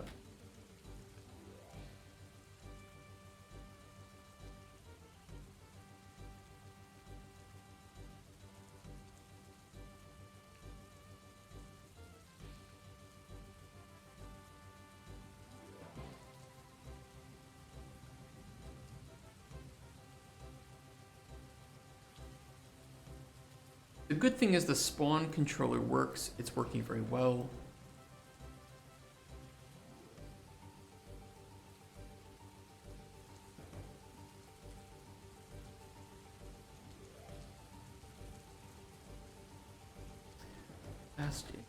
I'm gonna put a little thing here just to prevent it from spamming. Or not last index, valid.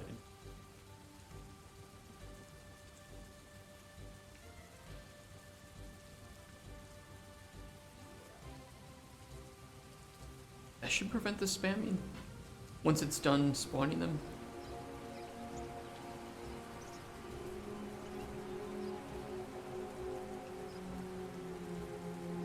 Yeah, we're good. I'm just a person. I'm actually thinking of getting off pretty soon here today, but I recently went to a conference to pitch our game and talk to a lot of people for business. I have a lot of emails to catch up to, and I won't be too much available tomorrow because I'm spending some time with my fiance, and then we're gonna go see Furiosa in theaters. I was hoping I could get some of that work done today. Plus, I'm kind of stuck on this this dialogue thing. I need to think about it, mull it over. So I was thinking of signing off just a little bit earlier than usual.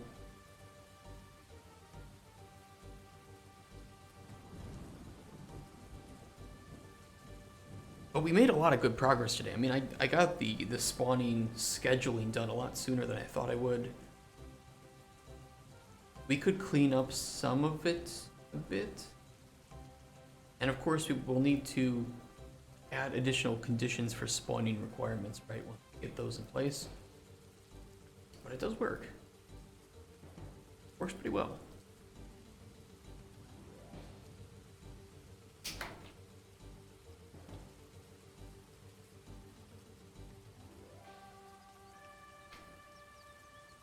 Will there be more buildings? Yeah. Yeah, but there won't be like civilizations in our game. Well, you know, not that the player can visit, right? Because the point is that you're kind of we've kind of talked about this, but I'll reiterate for people who weren't there. You have this like big long road, a really thick road. You have this long road and two like larger kingdoms. And it takes, I don't know, let's say 6 months to travel between these, right? It's Portal, yeah. Exactly it. It takes like 6 months to travel between these two. And you are out here amongst your forest and other biomes and whatever, maybe a desert, whatever we want to do for biomes. Ocean or whatever, or beach, whatever the fuck. And whatever orange represents, that can be something too. You are out here. Your hut.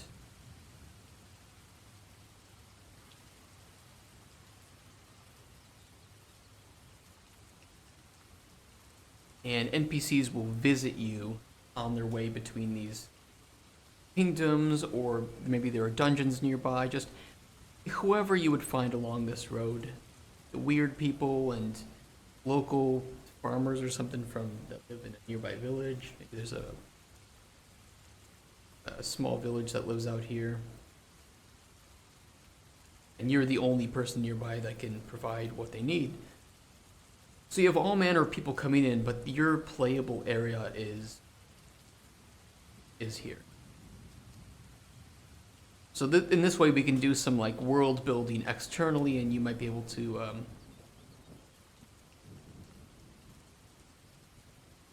you'll hear news about things that are going on, or you might have an effect on this, provided if you provide potions to certain NPCs, but you can't visit them yourself. So there will be like ruined buildings or something within.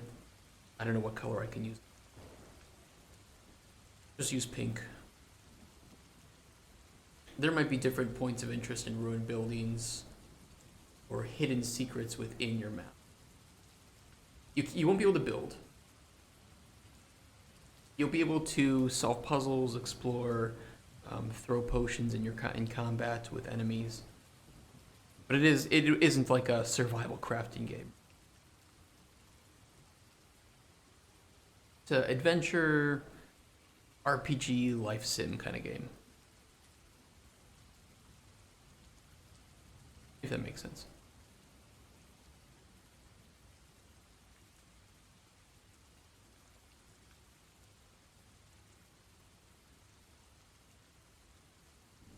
if you'd like to see what you can do and what we have written in our GDD so far, you can go to our website. Look at your, we're gonna sit, hold on. It's us. We're here. But you can check out our games, and within our links and info of our game here, you can read our GDD, so you can get a full breakdown of exactly what you'll be able to do in our game at any point. Once we update this, it'll be up on the website too. So if you have any interest in like reading a big game design document and seeing exactly what you plan to implement and how it's going to work, we have quite a few sections of this written up and explained, and we'll be continuing to update that as we work on the first playable here. And that's kind of how our game is gonna work. And then of course, if you want to play it too, we have a link to the demo on Discord. You don't have to be a subscriber or anything, anybody can download it and play. Yeah, that's how it is. You don't have a Steam page yet though.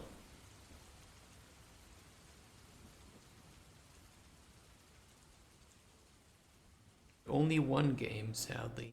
Just one for now. We'll get more.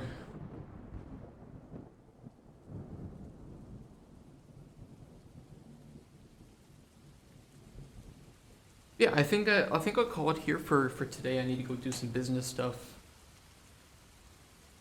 which I don't want to do, but I have to do.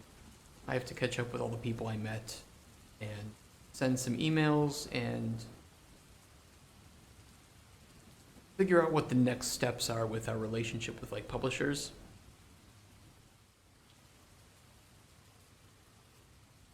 I'm kind of mixed in between these, in between two choices where,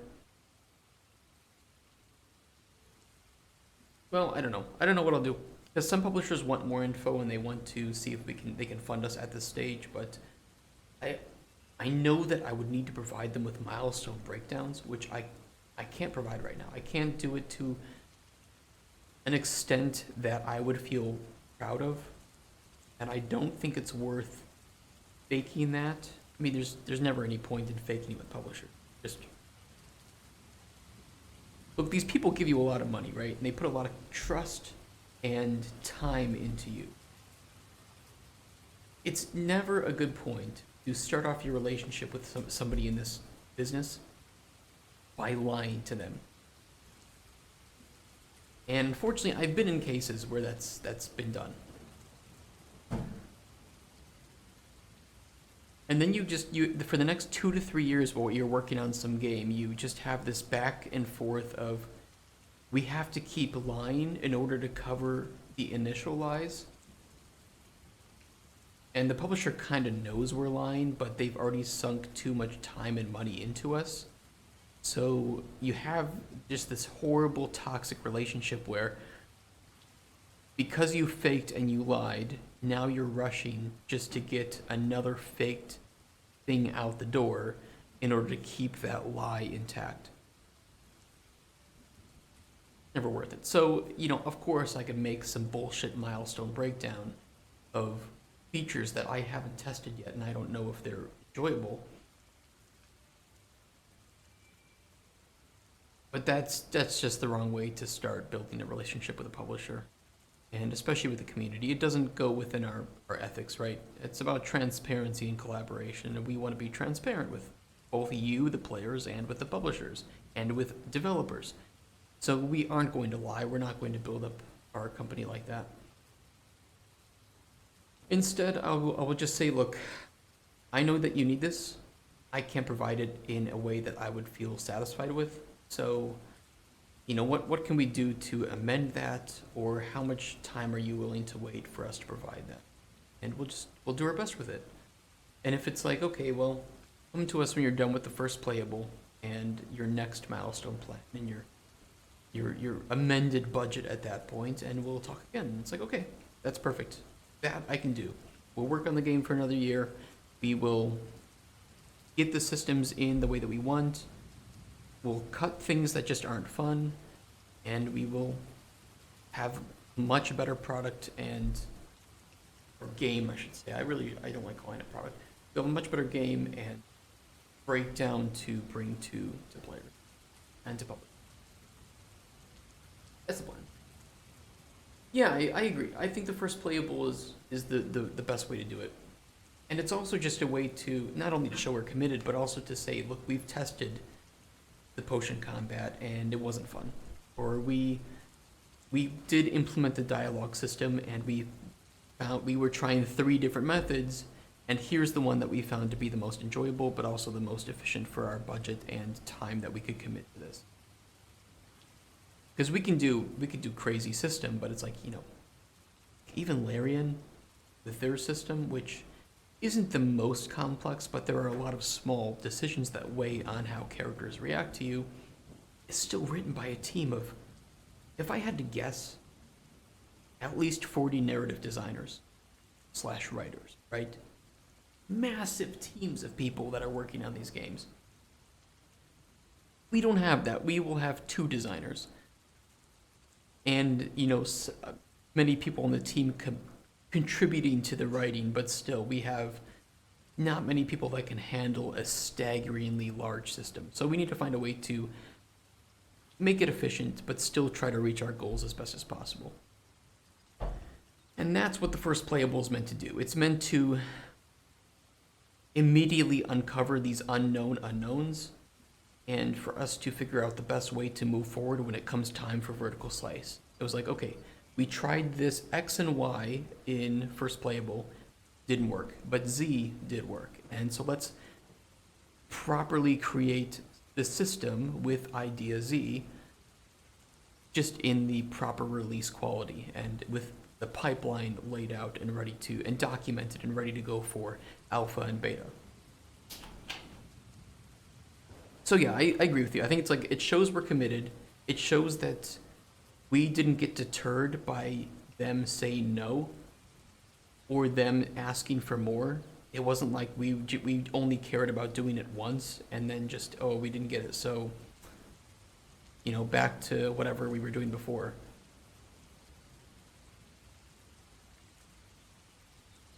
And we'll be able to say, yes, this worked, this didn't work, this is our focus, this is what the plan is, here's our GDD fleshed out with all the systems currently. And then, of course, we'll have another year to build up the player base, to make more builds, expand this level that we have with more features and like fishing and the dungeons, enemies. It'll be good. It'll be good. And if I can afford it, a main theme song that's ours for the game, and a few ambient tracks that are ours as well, rather than the ones we have. And the good thing is, one of the composers that I talked to was very, very open and okay with creating music and ambient soundtracks that streamers would be able to stream on YouTube, on Twitch in the background while they're playing a game or just talking, without it affecting their monetization at all, which is very important. The only thing that she asked was that if we do this, that she be allowed to essentially be the one to upload it on Spotify and like get royalties from people streaming it on Spotify, which totally okay with. Totally okay with. Very supportive of that. So yeah, I mean, I think that would be really cool too, in a way that we can just release like what we have in our soundtrack currently and say, yeah, if you're a streamer, if you're a YouTube content creator, as long as you're not just blatantly re-uploading the song, right, to try and get money from it, if you are changing it in some way that is significant, so you're talking over it, it's in the background like we have when we're playing Elder Scrolls music in the background, you aren't going to get hit with DMCA or copyright on either Twitch or YouTube, and it won't affect your monetization at all. So yeah, I think it'd be great to work with her and do things like that. would generate some buzz and some interest in the game, and then we could start to have parts of the game already out in the open with people enjoying it or providing feedback on it. That's the plan. That's the plan. But I think for now I'm going to head home and do some business, send some emails out, and just relax a bit because I'm still kind of tired from 2 really, really long days of socializing and being charismatic in a business way. But it went well. I'm very happy with how it went. And I'm really looking forward to the next year. And if you're curious, too, what we're doing, what we plan to do, we filled out our schedule for the year. A very early schedule, right? So I'm moving to a new city at the end of June, and I'm going to be off a little bit. But then afterwards, we have tons of Cauldron Chronicles development and even a second game that I would like to make of something very small, just to help provide a little bit of needed creative distraction, because you kind of get really bored of working on the same thing for too long. So this is a good way just to give us something else to do. This would be like pre-production of the idea, so we would just kind of determine what our scope is, what we need, the tools, any packs, how it's going to work, how it's going to feel. And then in September, I want to work on that to release in October for Horror Month, because it would be like a psychological horror game. And then, of course, play some Stalker 2 on the side. Fuck yeah. And then we just continue development throughout it. I should say December. Wait. Huge cookie.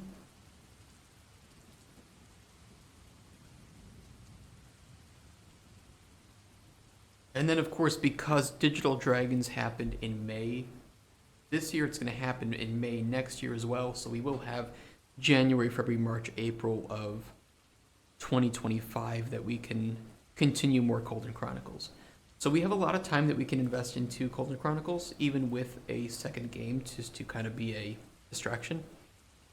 And we might even break it up too. It might not be full days of development here. It might be, I don't know, 2 days Cauldron Chronicles, 3 days Submarine. That way we don't forget what we're doing. It just depends on what we are doing in the game. For instance, if I can get some 3D artists to help out, we can have 3D art and level design being done in the background while I work on this kind of smaller idea. We'll see. We'll see how it is, but this is just the rough overview of it.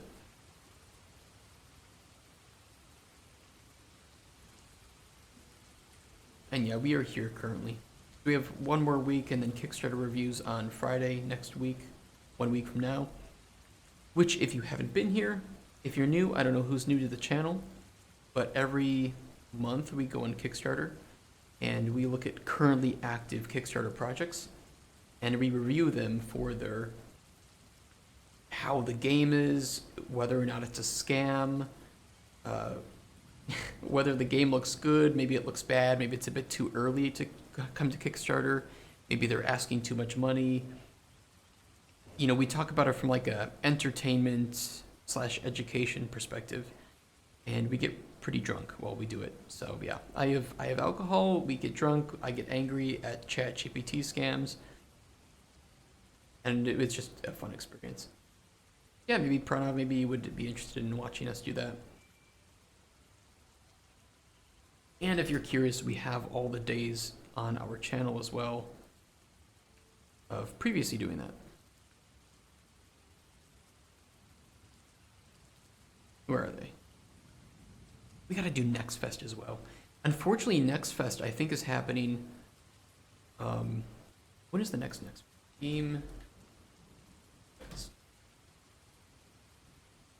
June 2024. June 10th through 17th. Could we do that? Yes.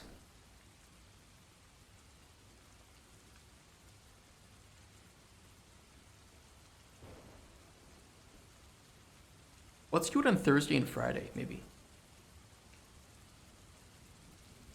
We can do it. Steam Next Fest. There we go. June Next Fest demos will do. Those also go up on YouTube, and then of course we have our. Where's the playlist? Oh, Kickstarter reviews. Here they are. So we have all the Kickstarter reviews up here as well. So yeah, I will see you guys probably Monday. I'm gonna have a really busy weekend. I don't think I can stream it all this weekend. But I will see you Monday with more Cauldron Chronicles, and then on next week, Friday, we'll do Kickstarter reviews. Yeah. Thank you guys so much for showing up. I'm sorry, I know some of you joined pretty late, but we'll try to get back to this dialogue system next week with a new idea in mind of how we want to solve it, and we'll try to implement it. And I think we can do that before the end of the week. And we'll see how it feels. Good stuff. Okay. Take care, guys. Have a wonderful weekend. Be safe. Stay warm. Be healthy. Be relaxed. Be relaxed. Be calm. Enjoy your evening and your weekend. And I will see you on Monday. Ciao. Bye-bye. Love in chat. I'm going to put some love in chat. Love. See you guys.